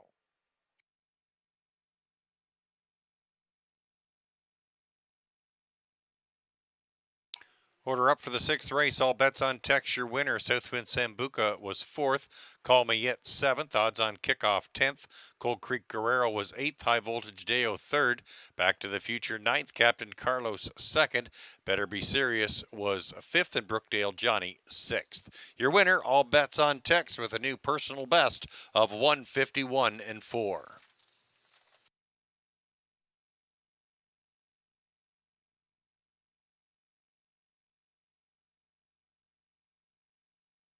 Looking ahead to race 7 to kick off the late pick 4, the 5 Logan Behold has a bridle change of a can't see back to a blind bridle. Races 8 and 9 are both good to go.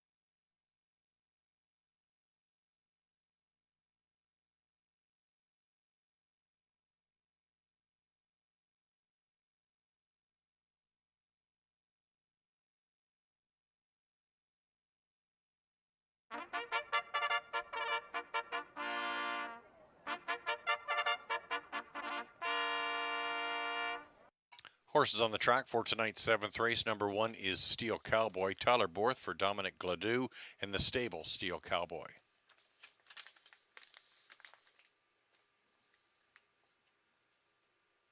Number 2 is Royal JK. James McDonald gets the trip for trainer Rod Boyd, owned by Ellie Bale. 3 is Chivalry Sealster. Sylvain Filion for trainer Tyler Moore, owned by Ralph and Sandra Pitt. 4, Geronimo Creek, Louis Waugh for owner-trainer Barry Bird, Debbie Bird sharing in the ownership. 5 is Logan Behold, Trevor Henry for Joe McIsaac, owned by Kimberly Eaton. 6 is Tricky McWicky, Scott Young aboard for trainer David Fry, owned by Stuart and Patricia Bolender. 7, Mr. Andrew Chuck, owned by Mackenzie Spence, Brock McClellan, and Jean-Francois LeBlanc. Mackenzie Spence trains with Dale Spence aboard. 8, Brigus, Brett McDonald for trainer Ken Oliver, owned by Milton Young. 9 is Sailor Shadow, Doug McNair in the bike for trainer Royd Bilson, owned by On The Go Stable. 10, Mudwear Expedia, Jody Jameson driving for trainer Mark McQuarrie, owned by the Wild Ride Stable. 10 go to the gate for tonight's 7th race. Field goes postward in less than 4 minutes.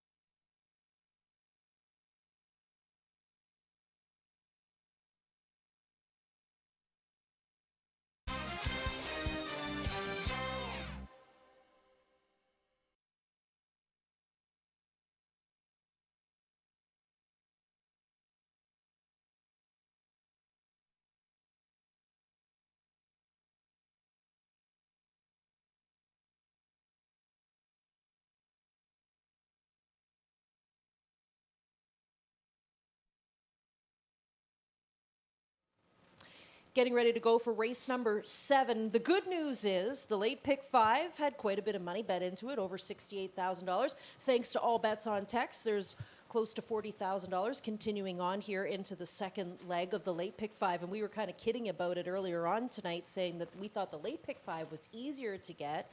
We both landed on the 7 horse in this race, Mr. Anderchuk, and you're getting him at a decent price right now, 7-2. I think that that's a really good price on him. You know, the 2 horse Royal JK, I didn't even use him, but he does look good out in the post parade. He's taken some support, and Rod Boyd's already had a winner so far tonight. And the 6 horse, Tricky McWicky, I had him in for 4th. You?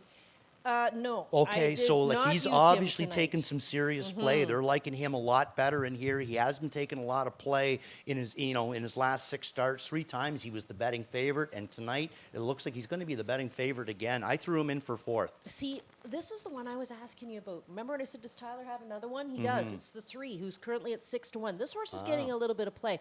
If you look back, you'll see he must have bled through Lasix in that harvest race back on October the 26th, because he goes on the vets list, right?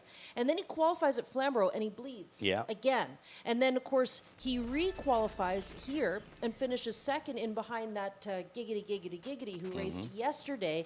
I was kind of looking for a better reference. I thought if the Giggity horse had won yesterday, it might give us a good reference for this horse here tonight. Yeah, I mean, the only thing I can say is, it's kind of a heavy track tonight, a little bit tiring. If the horse has been bleeding, it might be a little bit scary. I threw him in for 3rd, though. I love the first-time Lasix on this guy. Okay, so behind the gate for race number 7 once again, and good luck to those of you who are in the late pick 5 with that money carrying over around $36,000 going on into race number 7, and they are behind the gate. Field of 10 lining up. It's post time for race 7 here at Woodbine Mohawk Park.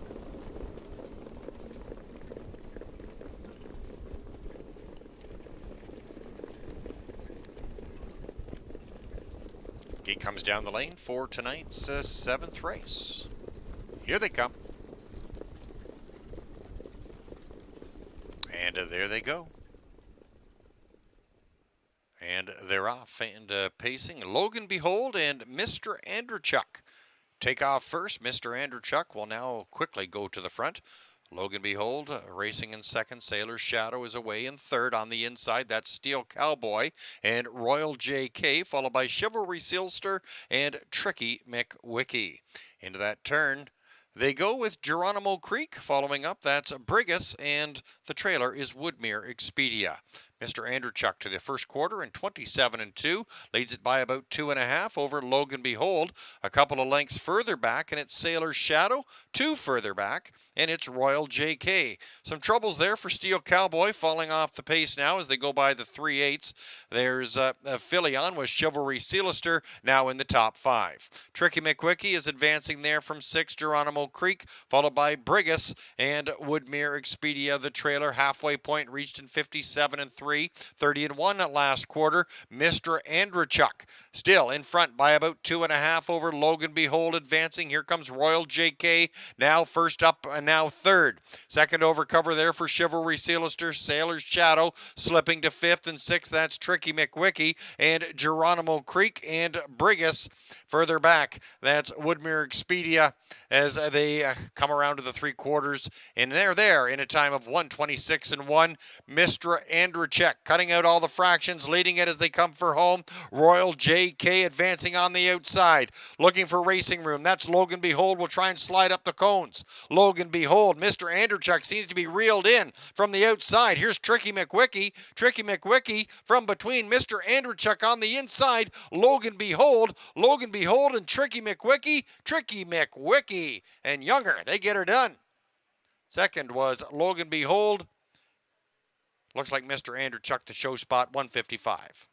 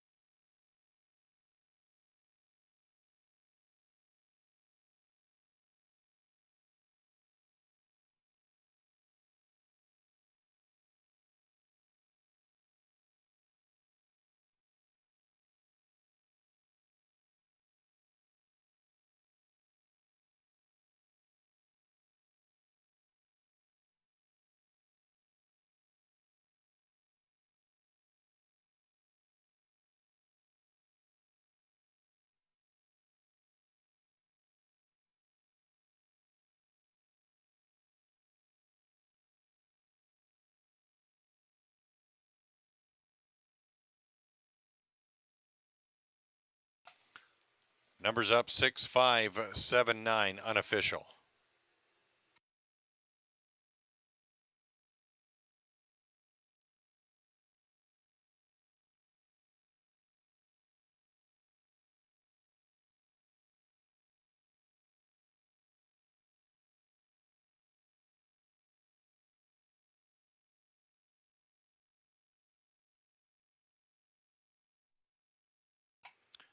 6579 on the board. Tricky McWicky, your winner of tonight's 7th race. 3-year-old gelding by McWicked.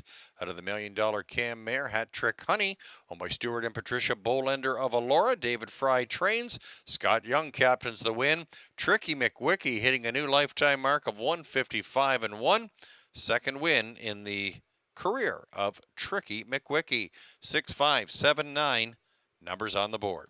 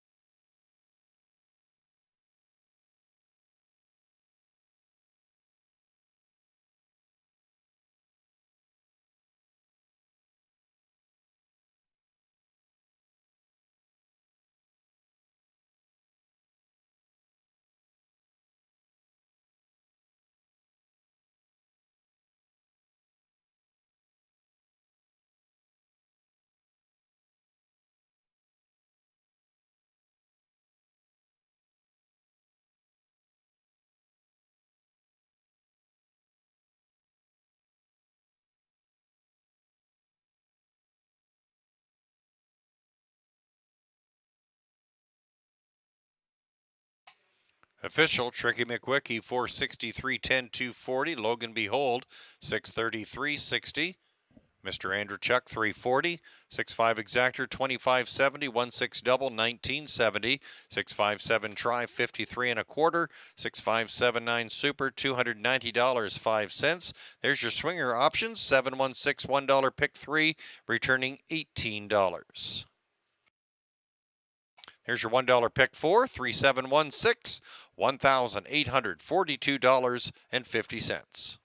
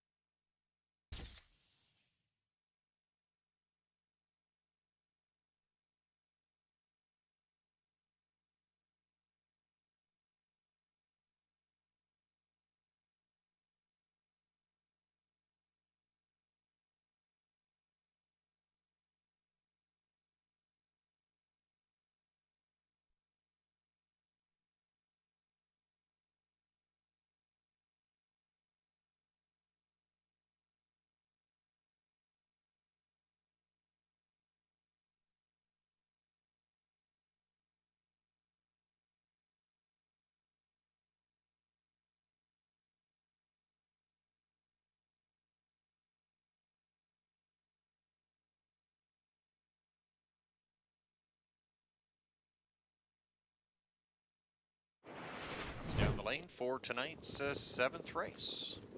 Here they come. And there they go. And they're off and pacing. Logan Behold and Mr. Andrechuk take off first. Mr. Andrechuk will now quickly go to the front. Logan Behold racing in second. Sailor's Shadow is away in third. On the inside, that's Steel Cowboy and Royal JK, followed by Chivalry Sealster and Tricky McWicky. Into that turn, they go with Geronimo Creek. Following up, that's Brigus, and the trailer is Woodmere Expedia. Mr. Andrechuk to the first quarter in 27-2, leads it by about 2.5 over Logan Behold. A couple of lengths further back, and it's Sailor's Shadow. 2 further back, and it's Royal JK. Some troubles there for Steel Cowboy, falling off the pace now as they go by the 3/8. There's a filly on with Chivalry Sealster now in the top 5. Tricky McWicky is advancing there from 6, Geronimo Creek, followed by Brigus and Woodmere Expedia. The trailer halfway point reached in 57-3. 30-1 at last quarter. Mr. Andrechuk still in front by about 2.5 over Logan Behold, advancing. Here comes Royal JK, now first up and now third. Second over cover there for Chivalry Sealster. Sailor's Shadow slipping to 5th and 6th. That's Tricky McWicky and Geronimo Creek and Brigus further back. That's Woodmere Expedia as they come around to the 3/4. And they're there in a time of 1:26-1. Mr. Andrechuk cutting out all the fractions, leading it as they come for home. Royal JK advancing on the outside, looking for racing room. That's Logan Behold will try and slide up the cones. Logan Behold, Mr. Andrechuk seems to be reeled in from the outside. Here's Tricky McWicky. Tricky McWicky from between Mr. Andrechuk on the inside. Logan Behold and Tricky McWicky. Tricky McWicky and Younger, they get her done. Second was Logan Behold. Looks like Mr. Andrechuk, the show spot, 155.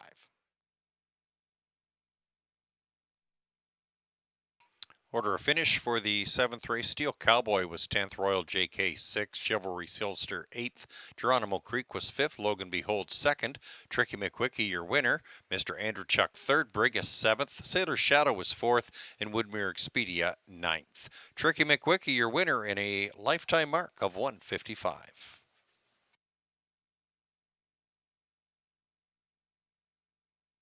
Looking ahead to races 8 and 9, they are as programmed, no changes. Go to the 10th race, number 6, Shredder.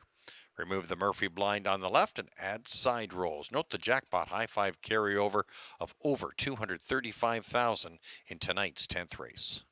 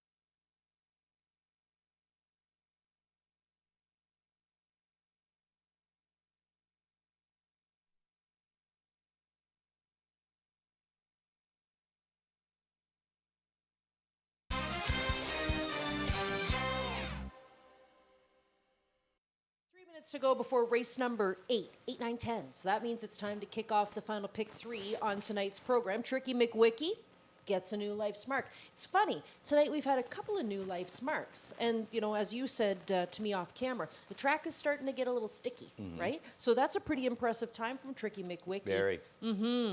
Quite a few tickets live in the late pick 4. He didn't knock a whole bunch of people out. Knocked a few people out of the late pick 4, though. Right.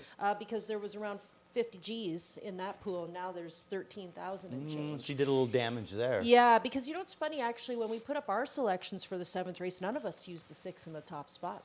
No, I think I had him in 4th or something, Yeah, but I didn't see that one. It was a great mile, you know. I Yeah. mean, I thought that Mr. Anderchuk was there, but you know, we're still getting a little bit of tiring. Yes. Okay. So moving on to race number 8, and again we'll go back to Dale Spence because we've got American history in this race, looking for back-to-back jacks.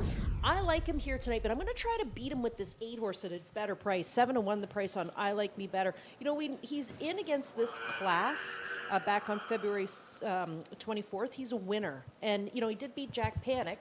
We got a pretty good race from Jack Panic earlier on tonight, We did. too, right? Very good so, race. I don't know. I thought I might go that way instead.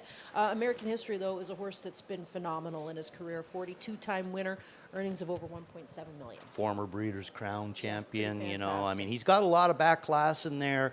I don't even think he has to reach back and get it. I think his form is so good right now. He's got a good draw to work with tonight. Dale drove in the 7th race with Mr. Anderchuk, tried him on the front end. You know, so maybe he's going to go back to the way American History has been racing better lately, which is coming from off the pace. So that's what I'm hoping that we're going to see. He's my best bet tonight. I think he's got a real good shot in here. You know, unfortunately, only 3-2 right now, but again, I think he stands out in this race.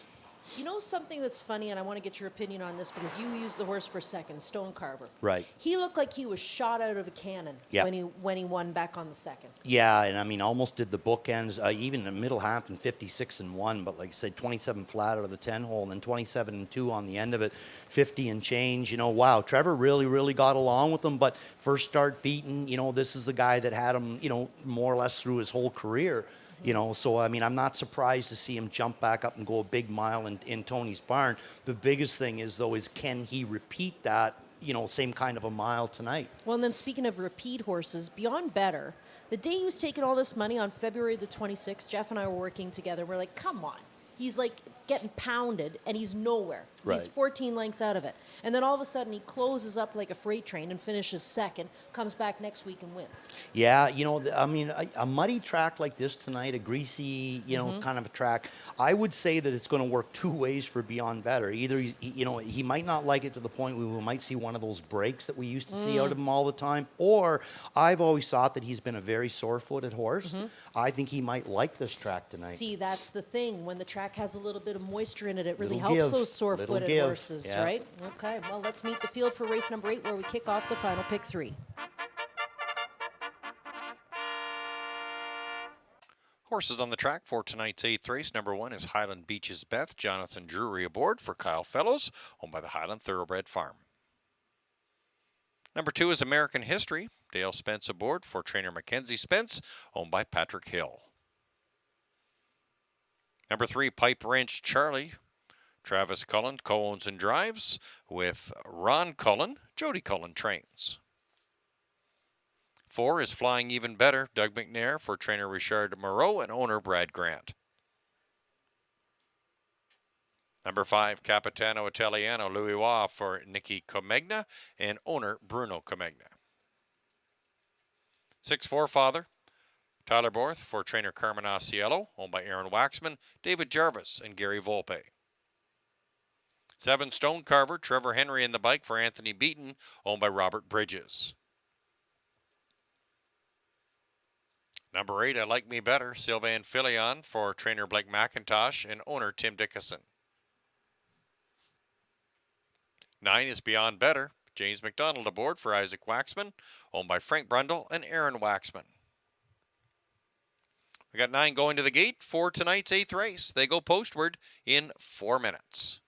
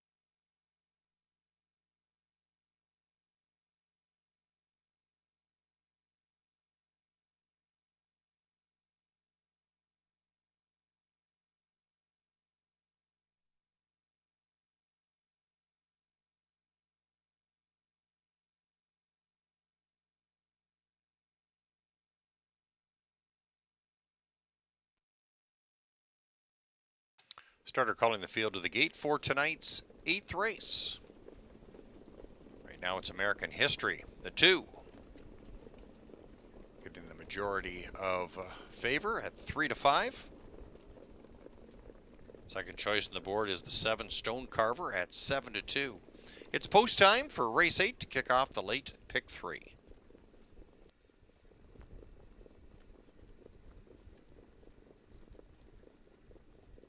Starting gate comes to the head of the lane for tonight's 8th race here at Woodbine Mohawk Park. Here they come. And there they go. And spotting about 3 lengths off the gate, that was 6 Forefather, and away they go from the outside. That's I Like Me Better. Stone Carver alongside. There's Flying Even Better. And on the rail, Highland Beach's Best, followed by American History, getting away in 5th. Racing 6th, that's Pipe Ranch Charlie. As they move into that turn, that's Flying Even Better, followed by Beyond Better, and Forefather after the gap start trails the field. 27-1, and Stone Carver leads the way.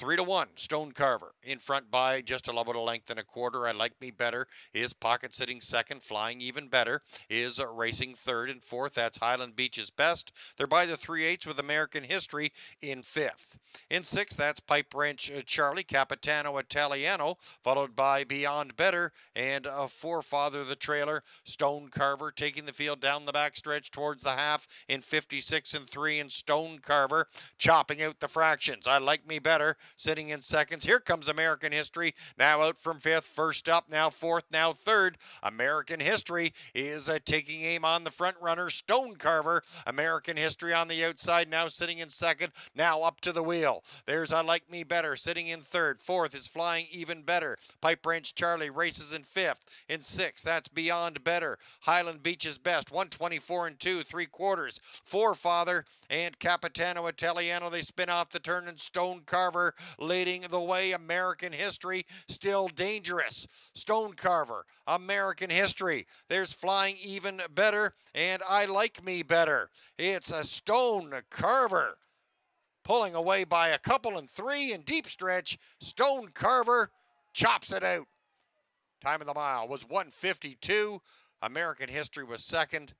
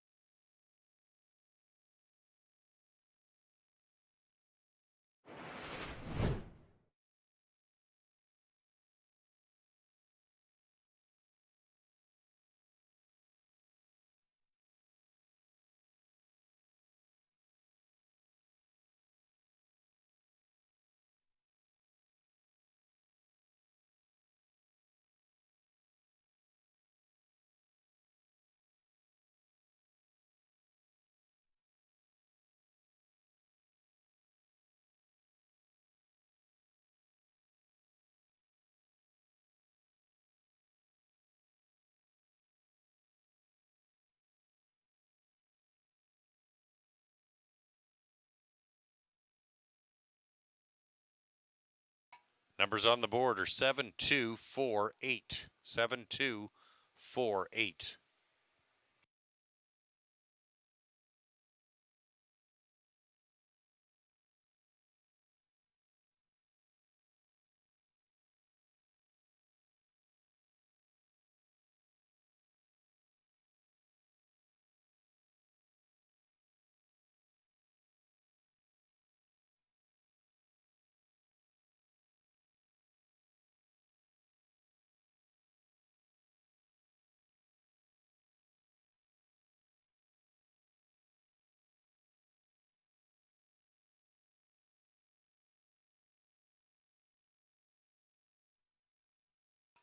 Seven, 2, 4, 8 on the board. Stone Carver, your winner in tonight's 8th race. 5-year-old gelding by Better's Delight. Out of the Mach 3 mare, Marquis de Serra.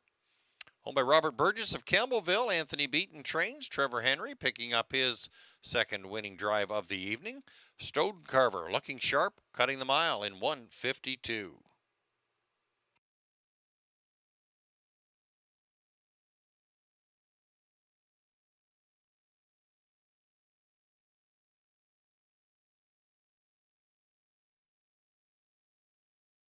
Numbers on the board, 7248.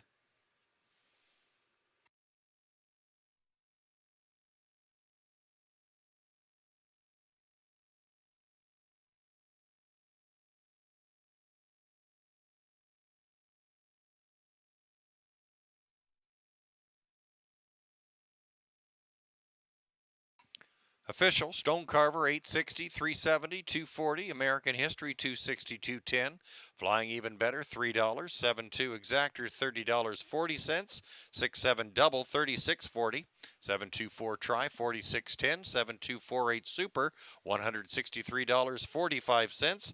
There's your swinger options, your 167 Pick 3 returning $72.05. Just $818 in live money remaining in the late pick 5 of a total pool of over $68,000.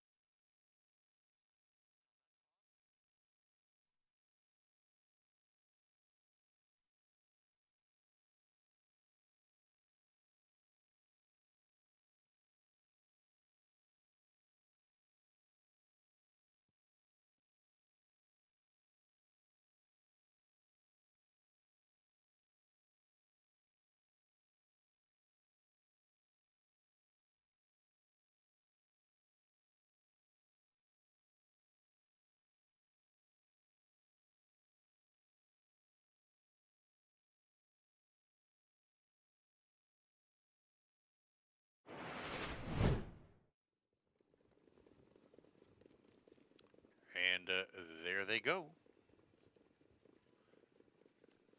And spotting about 3 lengths off the gate, that was 6-4 Father, and away they go from the outside. That's I Like Me Better. Stone Carver alongside. There's Flying Even Better. And on the rail, Highland Beach's Best, followed by American History, getting away in 5th. Racing 6th, that's Pipe Ranch Charlie. As they move into that turn, that's Flying Even Better, followed by Beyond Better, and Forefather after the gap start trails the field. 27-1, and Stone Carver leads the way. 3-1, Stone Carver in front by just about a length and a quarter. I Like Me Better is pocket sitting second. Flying Even Better is racing third, and fourth, that's Highland Beach's Best. They're by the 3/8 with American History in 5th. In 6th, that's Pipe Ranch Charlie, Capitano Italiano, followed by Beyond Better and Forefather the trailer. Stone Carver taking the field down the backstretch towards the half in 56-3, and Stone Carver chopping out the fractions. I Like Me Better sitting in seconds. Here comes American History, now out from 5th, first up, now 4th, now 3rd. American History is taking aim on the front runner, Stone Carver. American History on the outside, now sitting in 2nd, now up to the wheel. There's I Like Me Better sitting in 3rd. 4th is Flying Even Better. Pipe Ranch Charlie races in 5th. In 6th, that's Beyond Better. Highland Beach's Best, 124 2 3/4. Forefather and Capitano Italiano, they spin off the turn, and Stone Carver leading the way. American History still dangerous. Stone Carver, American History. There's Flying Even Better and I Like Me Better. It's a Stone Carver pulling away by a couple and 3 in deep stretch. Stone Carver chops it out. Time of the mile was 1:52. American History was second. Order up for the 8th race. Highland Beach's Best, 9th. American History, 2nd. Pipe Ranch Charlie, 8th. Flying Even Better, 3rd. Capitano Italiano was 7th. Forefather, 5th. Stone Carver, your winner. I Like Me Better was 4th, and Beyond Better was 6th. Stone Carver, back-to-back winning efforts here at Woodbine Mohawk Park. Trevor Henry picking up his second winning drive. Stone Carver in 1:52. Looking ahead to tonight's 9th race, there's no changes. In the 10th race, please note number 5, Holy Jalapeno. Take Trevor Henry off. Driver TBA. Number 6, Shredder. Remove the Murphy blind in the left and add side rolls. Jackpot high five carryover of over $235,000.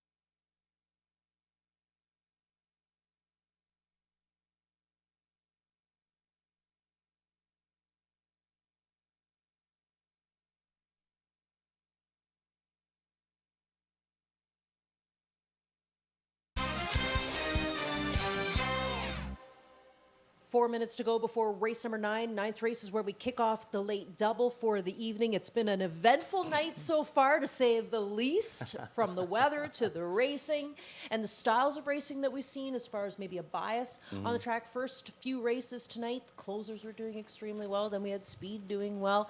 And in this race, I need a closer. I really like this Order 1 to go. He's been such a nail biter to watch, but you know, we'll have to see how it plays out for him. Non-winners of 8,200 in the last 5 starts for race number 9. And right now, the favorite is the 6 horse, Mama Sunburn. Now, Randy and I disagree on this horse this evening, and you know, I saw the last race, and I said, no way, Jose, I'm not going back to this horse, because he backed up. Last week, he took Jabberwocky with him, so maybe I was a little angry at him. Because, you know, I want to see Jabber win. And then, of course, Jabberwocky comes back and wins tonight. But one thing we've learned about this horse from an interview that was done over the winter months is that he hits his knees really hard. Yeah. And you were saying, too, that, you know, even though we're dropping here with this horse tonight, you've seen him have these poor performances and then pop up with better races. I've seen it so many times with him before, where he'll be on his form, and then all of a sudden he'll jump up with a real stinker. If the mile doesn't exactly go the way to his liking, like he's a tough horse, he can do a lot of racing, but sometimes if the mile doesn't exactly go to his liking, but then when he throws them clunkers in, I have seen him come right back the next week and absolutely annihilate the field. Now go down to January 27th, non-winners of 23,000. He's a winner there, you know, cuts it out in against horses like Century, Heineken, and Jabberwocky. He's not seeing any of those horses in here. You know, maybe he won't be on form here tonight, but to me, he's the horse to beat. Last week, you know, he's parked to the quarter in 26 flat, half in 54 and 2, still, you know, motoring to the 3/4 in 122 and 4. He's there in about 123 and change. He just, you know, it just didn't work out. 33 and 4 on the end of it, but he doesn't usually do that. It's got to be a one-off. I'm willing to give him a shot. See, the other horse in here, I think that people will play is the 3-head Honcho. He's been really popular in the claim box. Moreau had him and lost him and claimed him back. That always says something to me. And he's a horse that will probably want to be forwardly placed as well. Yeah. He can get out of the gate fast. Yes, he can. And this is a good horse. You know, I mean, he really is a nice horse. I am not surprised to see him be going into other barns or whatever and winning races and that. I think that this horse is a really quality kind of a horse. What do you think happens with the 2-horse B2B? You used him, I used him as well. I think one of his best races that he had when he first came here from racing out east, he was on the front end, right? Tyler Borth drove him. I think Travis wasn't here that night or something, and Tyler Borth drove him, let him roll on down the road, and he beat good horses that night too. I think it was like non-winners of 15,000 or something like that, like a good class of horses. And I threw him in for fourth. I think he's sitting on a big effort. I'm just, I don't know what Tyler's going to, or Travis is going to do with him because of the weather, the track. Right. I don't know how hard he is, going to want to race this horse, but does he have the ability to beat these horses? Absolutely.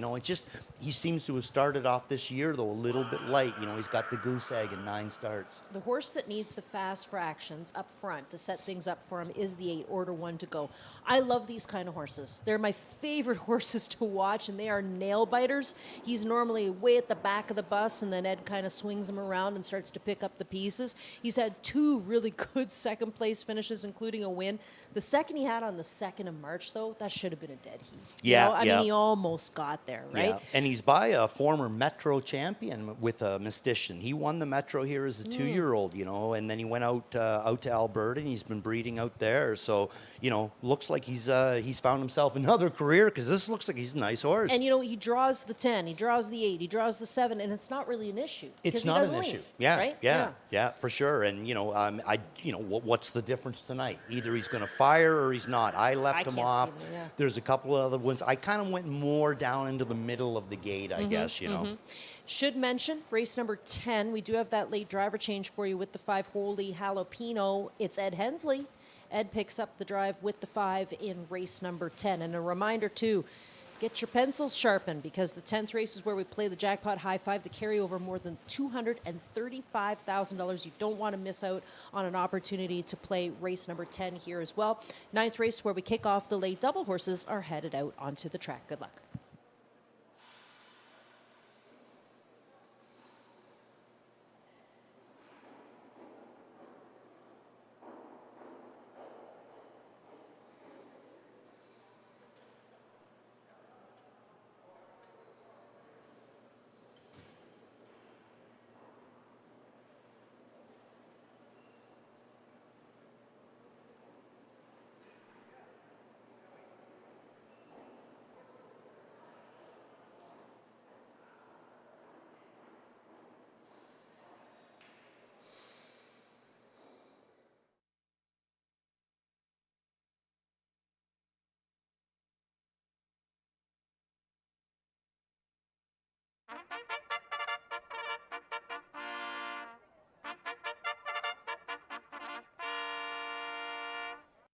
Horses on the track for tonight's 9th race. Number 1 is Twin B Powerball, James McDonald for Richard Moreau, owned by Écurie, Francis Richard Incorporated, and Gaston Bibot.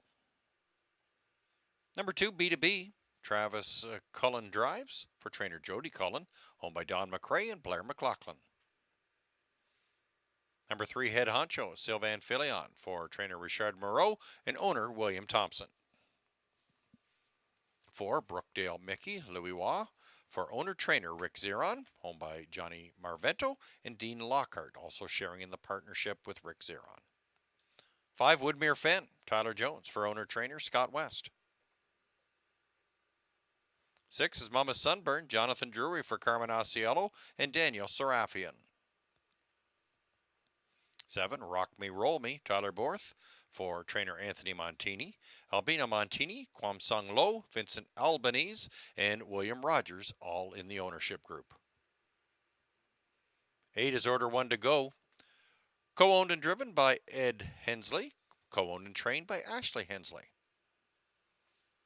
Number 9, That'll Be Tiger, Jody Jameson picks up the lines for trainer Ken Gowan, owned by Michelle McMullen and Audrey Crawford. 9 go to the gate for the 9th. Post time in 3.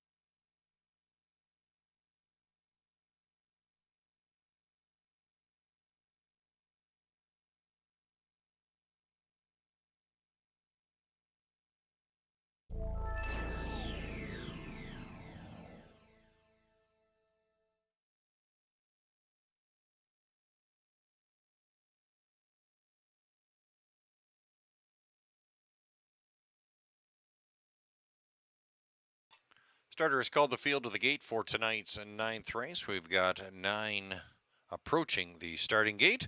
And at 7-5, it's number 6, Mama's Sunburn. Your favorite, second choice, is the 2, B2B, at odds of 5-2. We'll have 9 on the gate to kick off the late daily double. It's post time here at Woodbine Mohawk Park.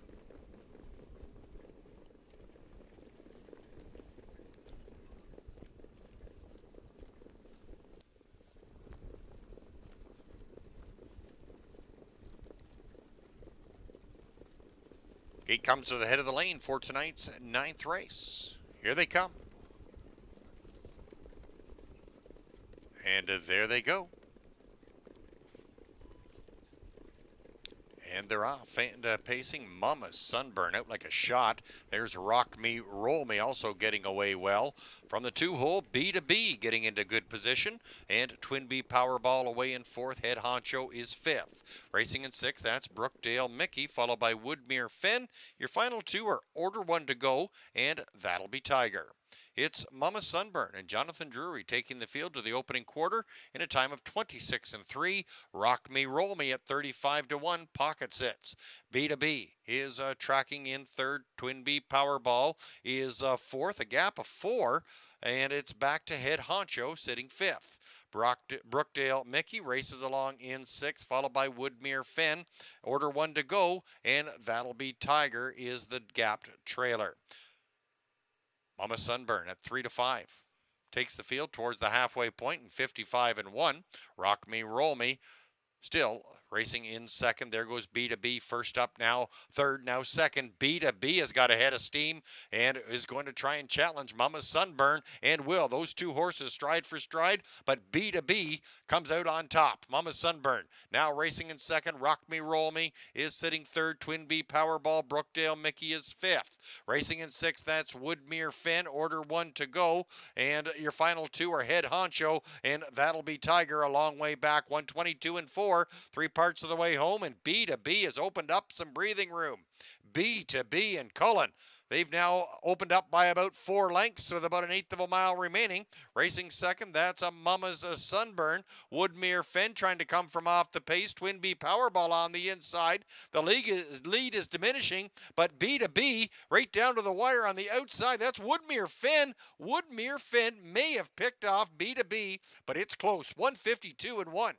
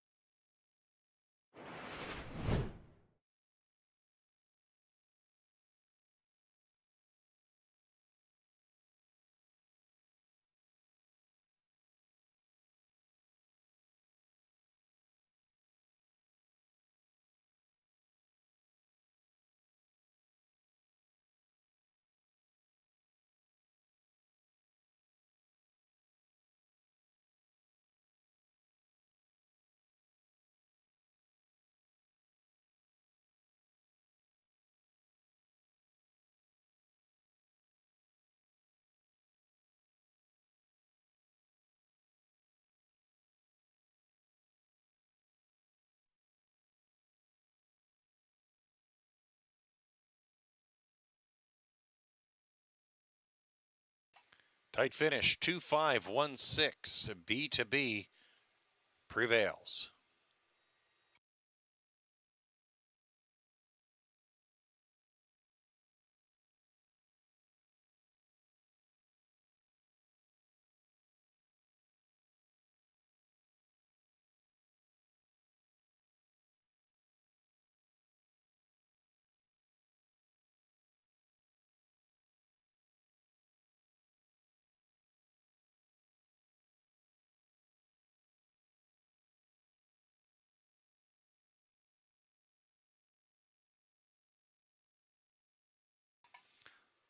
There's your winner, number 2, B2B, 7-year-old son by Sunshine Beach, out of the Life Sign mare, Be Full of Steinem. owned by Don McCrae and Blair McLaughlin. Jody Cullen trains, Travis Cullen captaining the win. B2B held off in 152-1. First win of 2024 for B2B. On the board, 2516.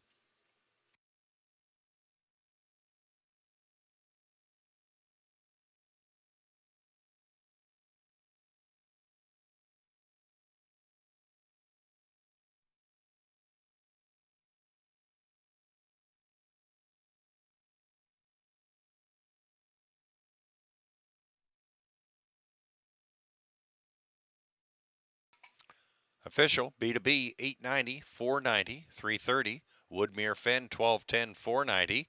Twin B Powerball 510. 25 Exactor 9270, 72 Double 6580. 251 Try 183.80. 2516 Superfecta $651.75. There's your swinger payouts. Your 672 $1 pick 3, returning $69.95.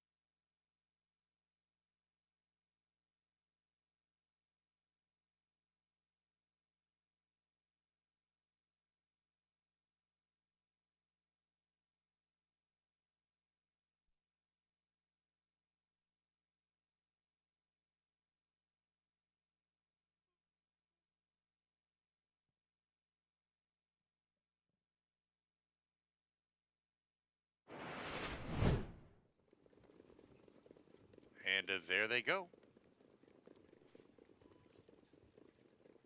And they're off. And pacing Mama's Sunburn out like a shot. There's Rock Me, Roll Me also getting away well. From the 2-hole, B2B getting into good position. And Twin B Powerball away in 4th. Head Honcho is 5th. Racing in 6th, that's Brookdale Mickey, followed by Woodmere Fen. Your final 2 are Order 1 to Go, and That'll Be Tiger. It's Mama Sunburn and Jonathan Drury taking the field to the opening quarter in a time of 26-3. Rock Me, Roll Me at 35-1. Pocket sits.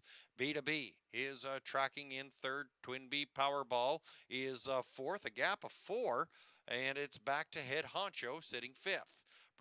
Brookdale Mickey races along in 6th, followed by Woodmere Fen. Order 1 to Go, and That'll Be Tiger is the gapped trailer.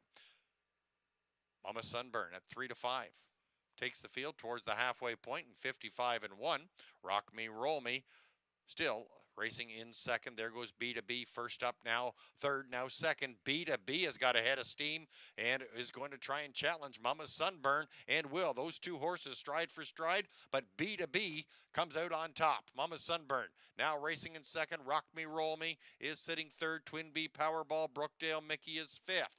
Racing in 6th, that's Woodmere Fen, Order 1 to Go. And your final 2 are Head Honcho, and That'll Be Tiger a long way back, 122-4, 3 parts of the way home, and B2B has opened up some breathing room. B2B and Cullen, they've now opened up by about 4 lengths with about 1/8 of a mile remaining. Racing 2nd, that's a Mama's Sunburn. Woodmere Fen trying to come from off the pace. Twin B Powerball on the inside. The lead is diminishing, but B2B right down to the wire on the outside. That's Woodmere Fen. Woodmere Fen may have picked off B2B, but it's close, 152-1. Order up for the 9th, Twin B Powerball 3rd, B2B your winner, Head Honcho was 8th, Brookdale Mickey 6th, Woodmere Fen 2nd, Mama Sunburn was 4th, Rock Me Roll Me 7th, Order 1 to Go 5th, That'll Be Tiger was 9th. B2B your winner in tonight's 9th with a time of 152-1, first win in 10 tries in 2024. Looking ahead to the 10th race, number 5, Holy Jalapeno, will now be driven by Ed Hensley. Some equipment changes on the 6 Shredder. Remember the Murphy blind on the left and add side rolls. High 5 carryover of $235,000 plus in tonight's 10th.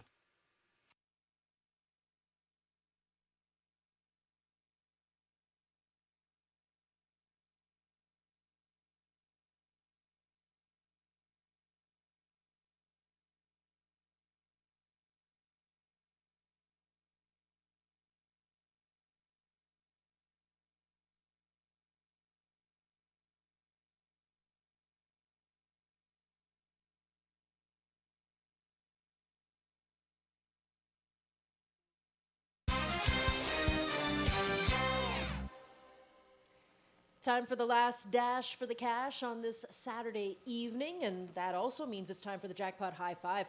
That carryover is massive. It's over $235,000, and this is your last chance to get the pot of gold at the end of the rainbow tonight. Get into it. Get into it. You know, I mean, $235,000 out there for grabs. The new money's going to come in. We could be looking at 260 maybe. Oh, could be maybe really more. Good. Maybe more. Yeah, you know, big opportunities but here. This is it. This is your opportunity to go. So let's break this down and let's go. Oh no, Hold on a second, buddy. Hold on a second now. We have some housekeeping to look after. See, I haven't had to say this for a while because, like Jeff said to you last night, we've had our equine to keep an eye on and our MVP. Okay. Right? And we haven't done it all the time.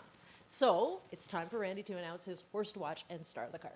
Okay, let's start horse to watch, and we're going to go all the way back to race number 3, and that is going to be the 2-horse, Which Way to the Beach. Now, when this horse first come out on the track, and like I said, third race, we still had like the bad rain going on, the hard kind of a track, and he come out on the track, he had tape on his one foot there, so I'm kind of thinking, this might not really work out, even though I did have him like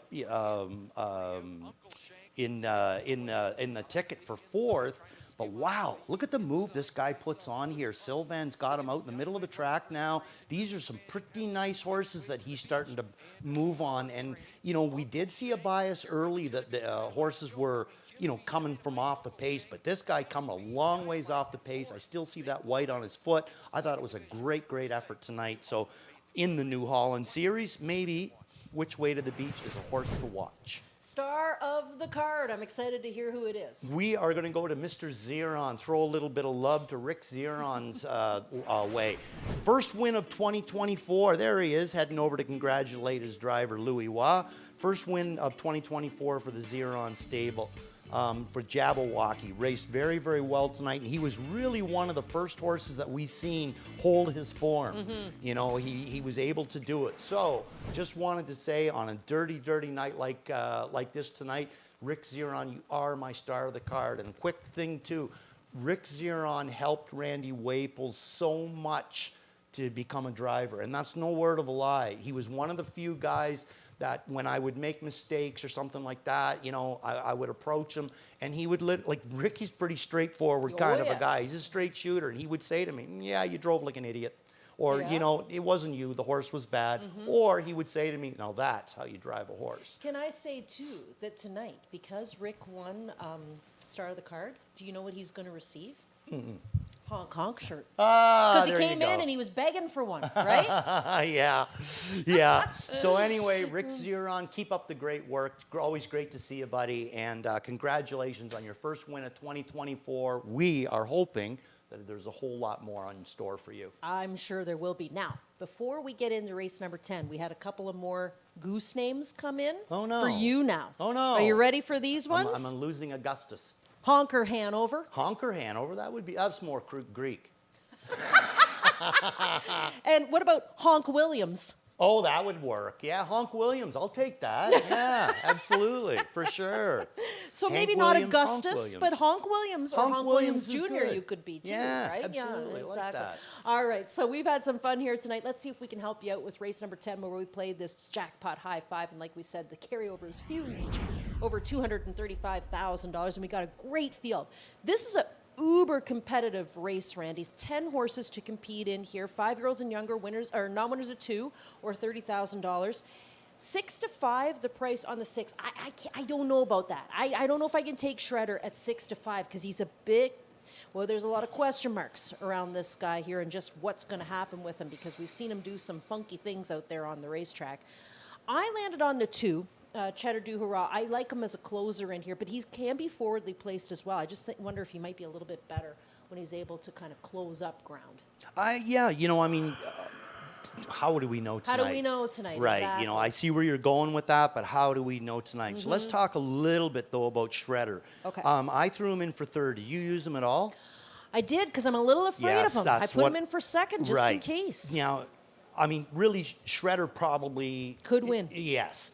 And but again, it comes down to, is there still going to be a little bit of a bias? Is he going to get tired on the front end? Or are we going to see one of those Shredder tantrums that we've seen before, where he just says, "Screw it! I'm not going to do what anybody else wants. I'm going to do what I want." So he's, to me, is 3 to 2, big favorite. He's the horse to me that I think that we try to beat. I agree. You trying to beat him with the 2, who I got in for second, Cheddar Du Hurrah. I'm trying to beat him with the 4, RJ Super Freak. So he's at 5 to 1 right now. Your horse is 4 to 1. We're basically, kind of on the same page, I guess. But I think that Shredder, he's probably the fastest, horse in this race, but it doesn't make him the talented. It doesn't make him the most talented. You know what I mean? So I think that there's a chance that Shredder can beat himself. Yes. So that's where I'm playing against him. When you were away on vacation, I called him rude one night. I could see that. And that's the other thing, too. But then I saw him be a good boy last week. Yes. So, he's a man of a few different faces, right? We just don't really know what we're going to see Jekyll, from him. Mr. You Hyde. got it. Yes. So I kind of thought I'd try to beat him just looking for horses at better prices. Maybe we should come back. You want to come back when they're on the track and we'll talk about this thing, try and help people out with the late jackpot high five? I think it's worth it. Sounds like a great plan. All righty. We will be back when they're out on the track.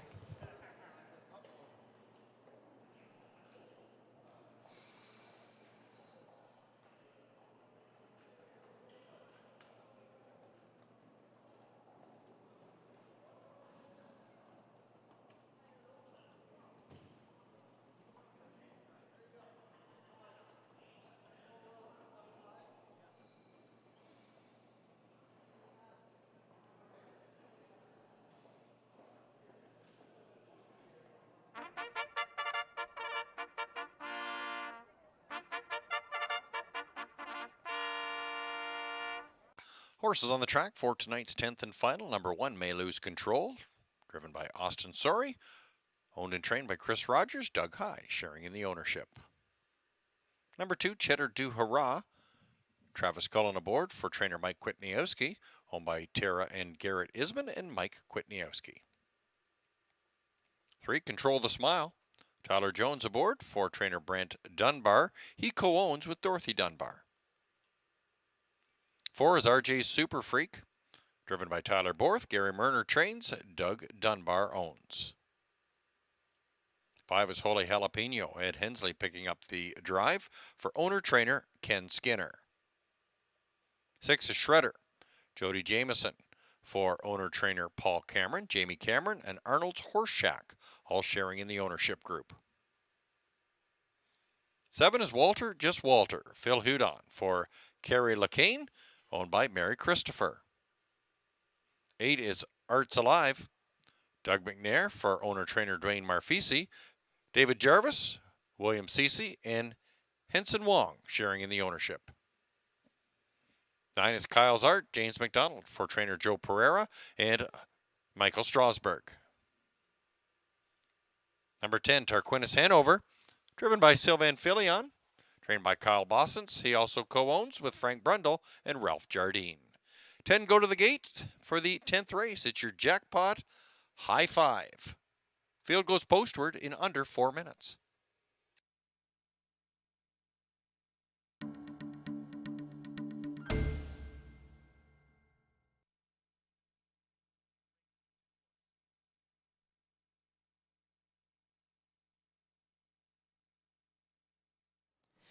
We're going to take a look at some of the major players that we think will be here to help you out for the Jackpot High Five, starting with this 2-horse Cheddar Du Hurrah. You know, I like this guy. I love the way he raced last start out when he closed.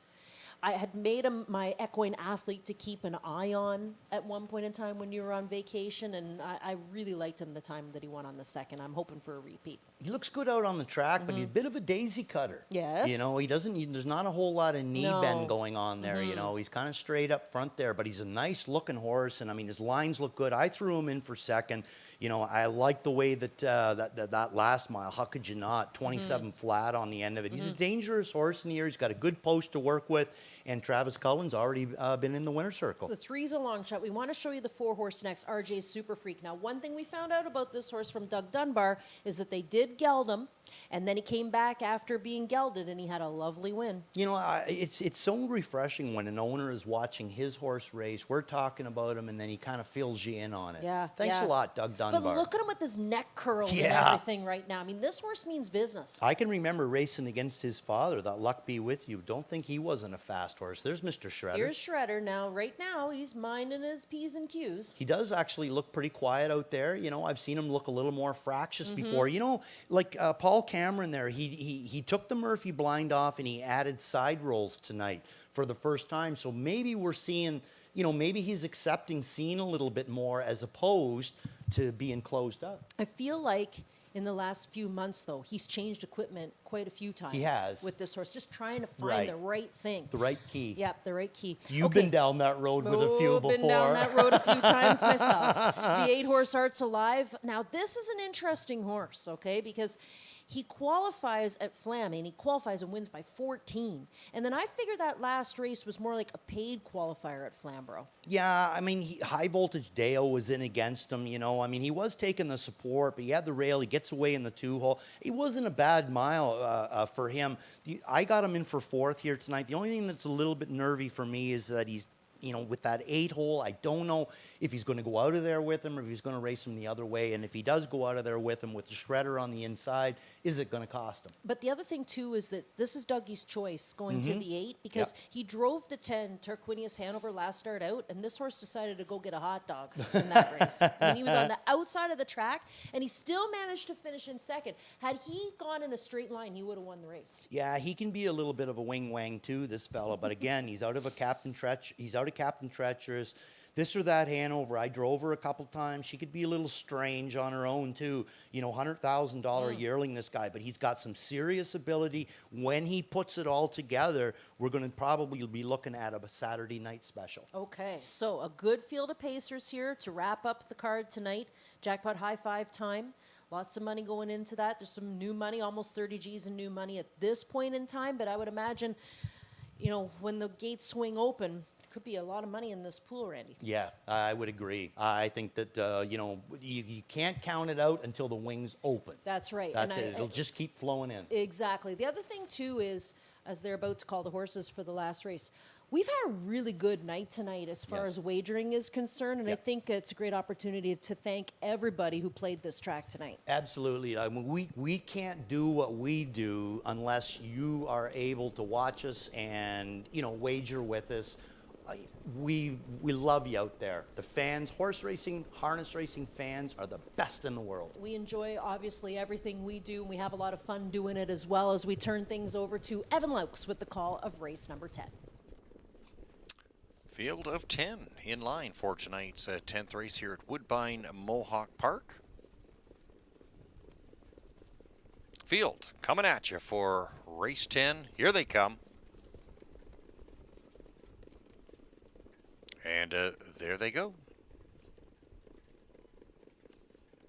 And they're off and pacing it from the 8-hole. That's Arts Alive getting a nice start from the middle. It's a Shredder and RJ's Super Freak. Control the Smile is away in 4th and 5th. That's Holy Jalapeno. May Lose Control is 6th. Cheddar Du Hurrah is away in 7th as they move into that turn. Walter, Just Walter, Kyle's Art, and Tarquinius Hanover.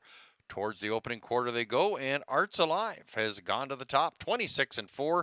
Lively first quarter. Arts Alive by a length and a half over Shredder. RJ's Super Freak is gapped in third. Control the Smile sitting in fourth. Shredder wants to lead back, and there's a battle up front. Shredder retakes over Arts Alive. Four back, RJ Super Freak, Control the Smile, followed by Holy Jalapeno, and May Lose Control is sixth. In seventh, that's a Cheddar Do Hurrah, Walter Just Walter, Kyle's Art, and Tarquinius Hanover now starting to make some moves from the back of the pack. Shredder all alone by about 3 lengths, 55-3 to the halfway point, and Shredder is in command.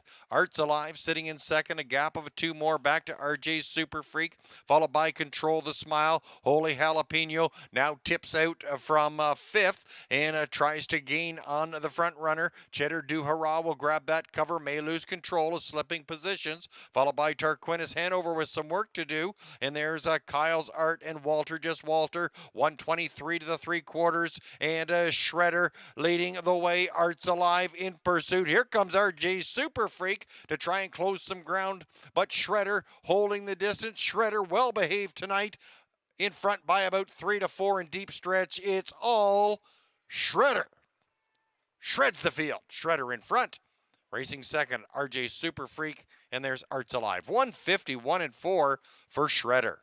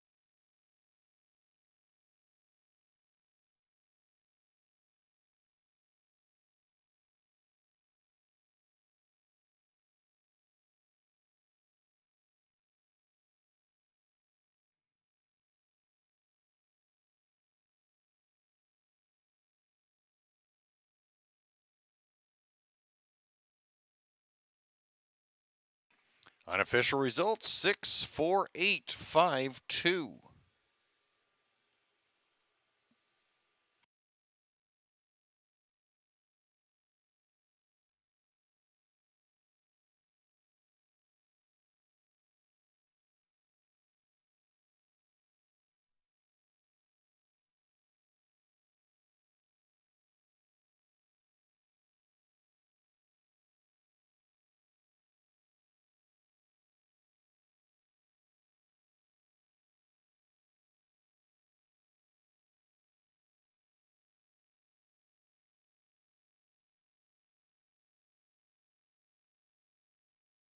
Unofficial results, 6-4-8-5-2. Jody Jameson, he's got the hot mitts tonight. Picks up his third winning drive of the evening with number 6, Shredder. The 2-5 favorite, and 4-year-old gelding by Better Than Cheddar out of the Big Jim mare, Heather's Loves New York. Owned by Paul and Jamie Cameron, Arnold Horseshack. Paul Cameron trains. Jody Jameson, he's got the slick hands tonight. Picks up his third winning drive. Shredder, 151-4 for a season's best time and second win in 8 starts this season.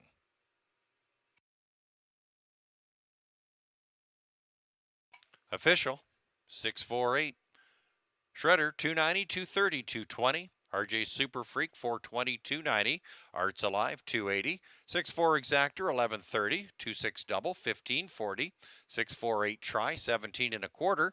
6-4-8 Super, 6-4-8-5 Superfecta, 58.50. There's your swinger payouts. Your $1 high five ticket of 64852 returned $220.70, and your high five carryover $251,769.81. Your $1 pick 3 726 returning $48.65. Your late pick 4, 6726, 164.95, and your late pick 5, 167, 2 and 6. That ticket will pay $726.05. And with that 10th race, we've been to a close. Another card of harness racing excitement here at Woodbine Mohawk Park. We trust you've enjoyed yourselves, whether online or in person here at the track. Our next card resumes Monday night. Post time set to go for 7:10. Until then, Evan Laux signing off from Woodbine Mohawk Park. Good night. Drive safe.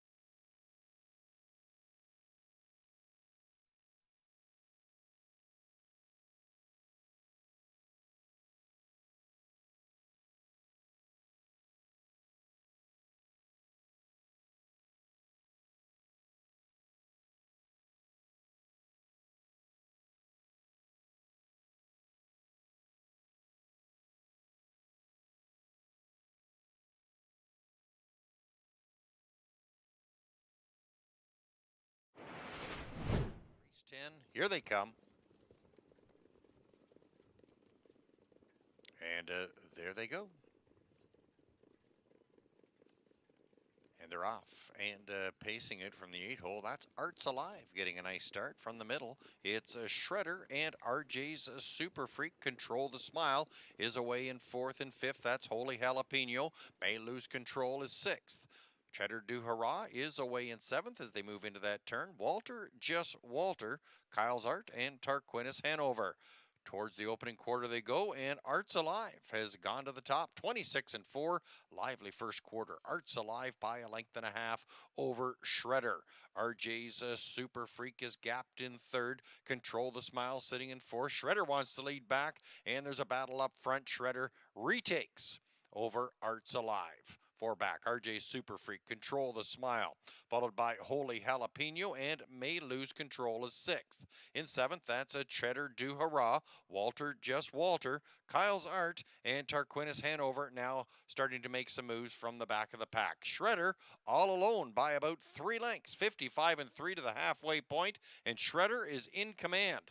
Arts Alive sitting in 2nd, a gap of 2 more back to RJ's Super Freak, followed by Control the Smile. Holy Jalapeno now tips out from 5th and tries to gain on the front runner. Cheddar Du Hurrah will grab that cover. May Lose Control is slipping positions, followed by Tarquinius Hanover with some work to do. And there's Kyle's Art and Walter, Just Walter, 123 to the 3/4, and Shredder leading the way. Arts Alive in pursuit. Here comes RJ Super Freak to try and close some ground, but Shredder holding the distance. Shredder well behaved tonight, in front by about 3 to 4 in deep stretch. It's all Shredder.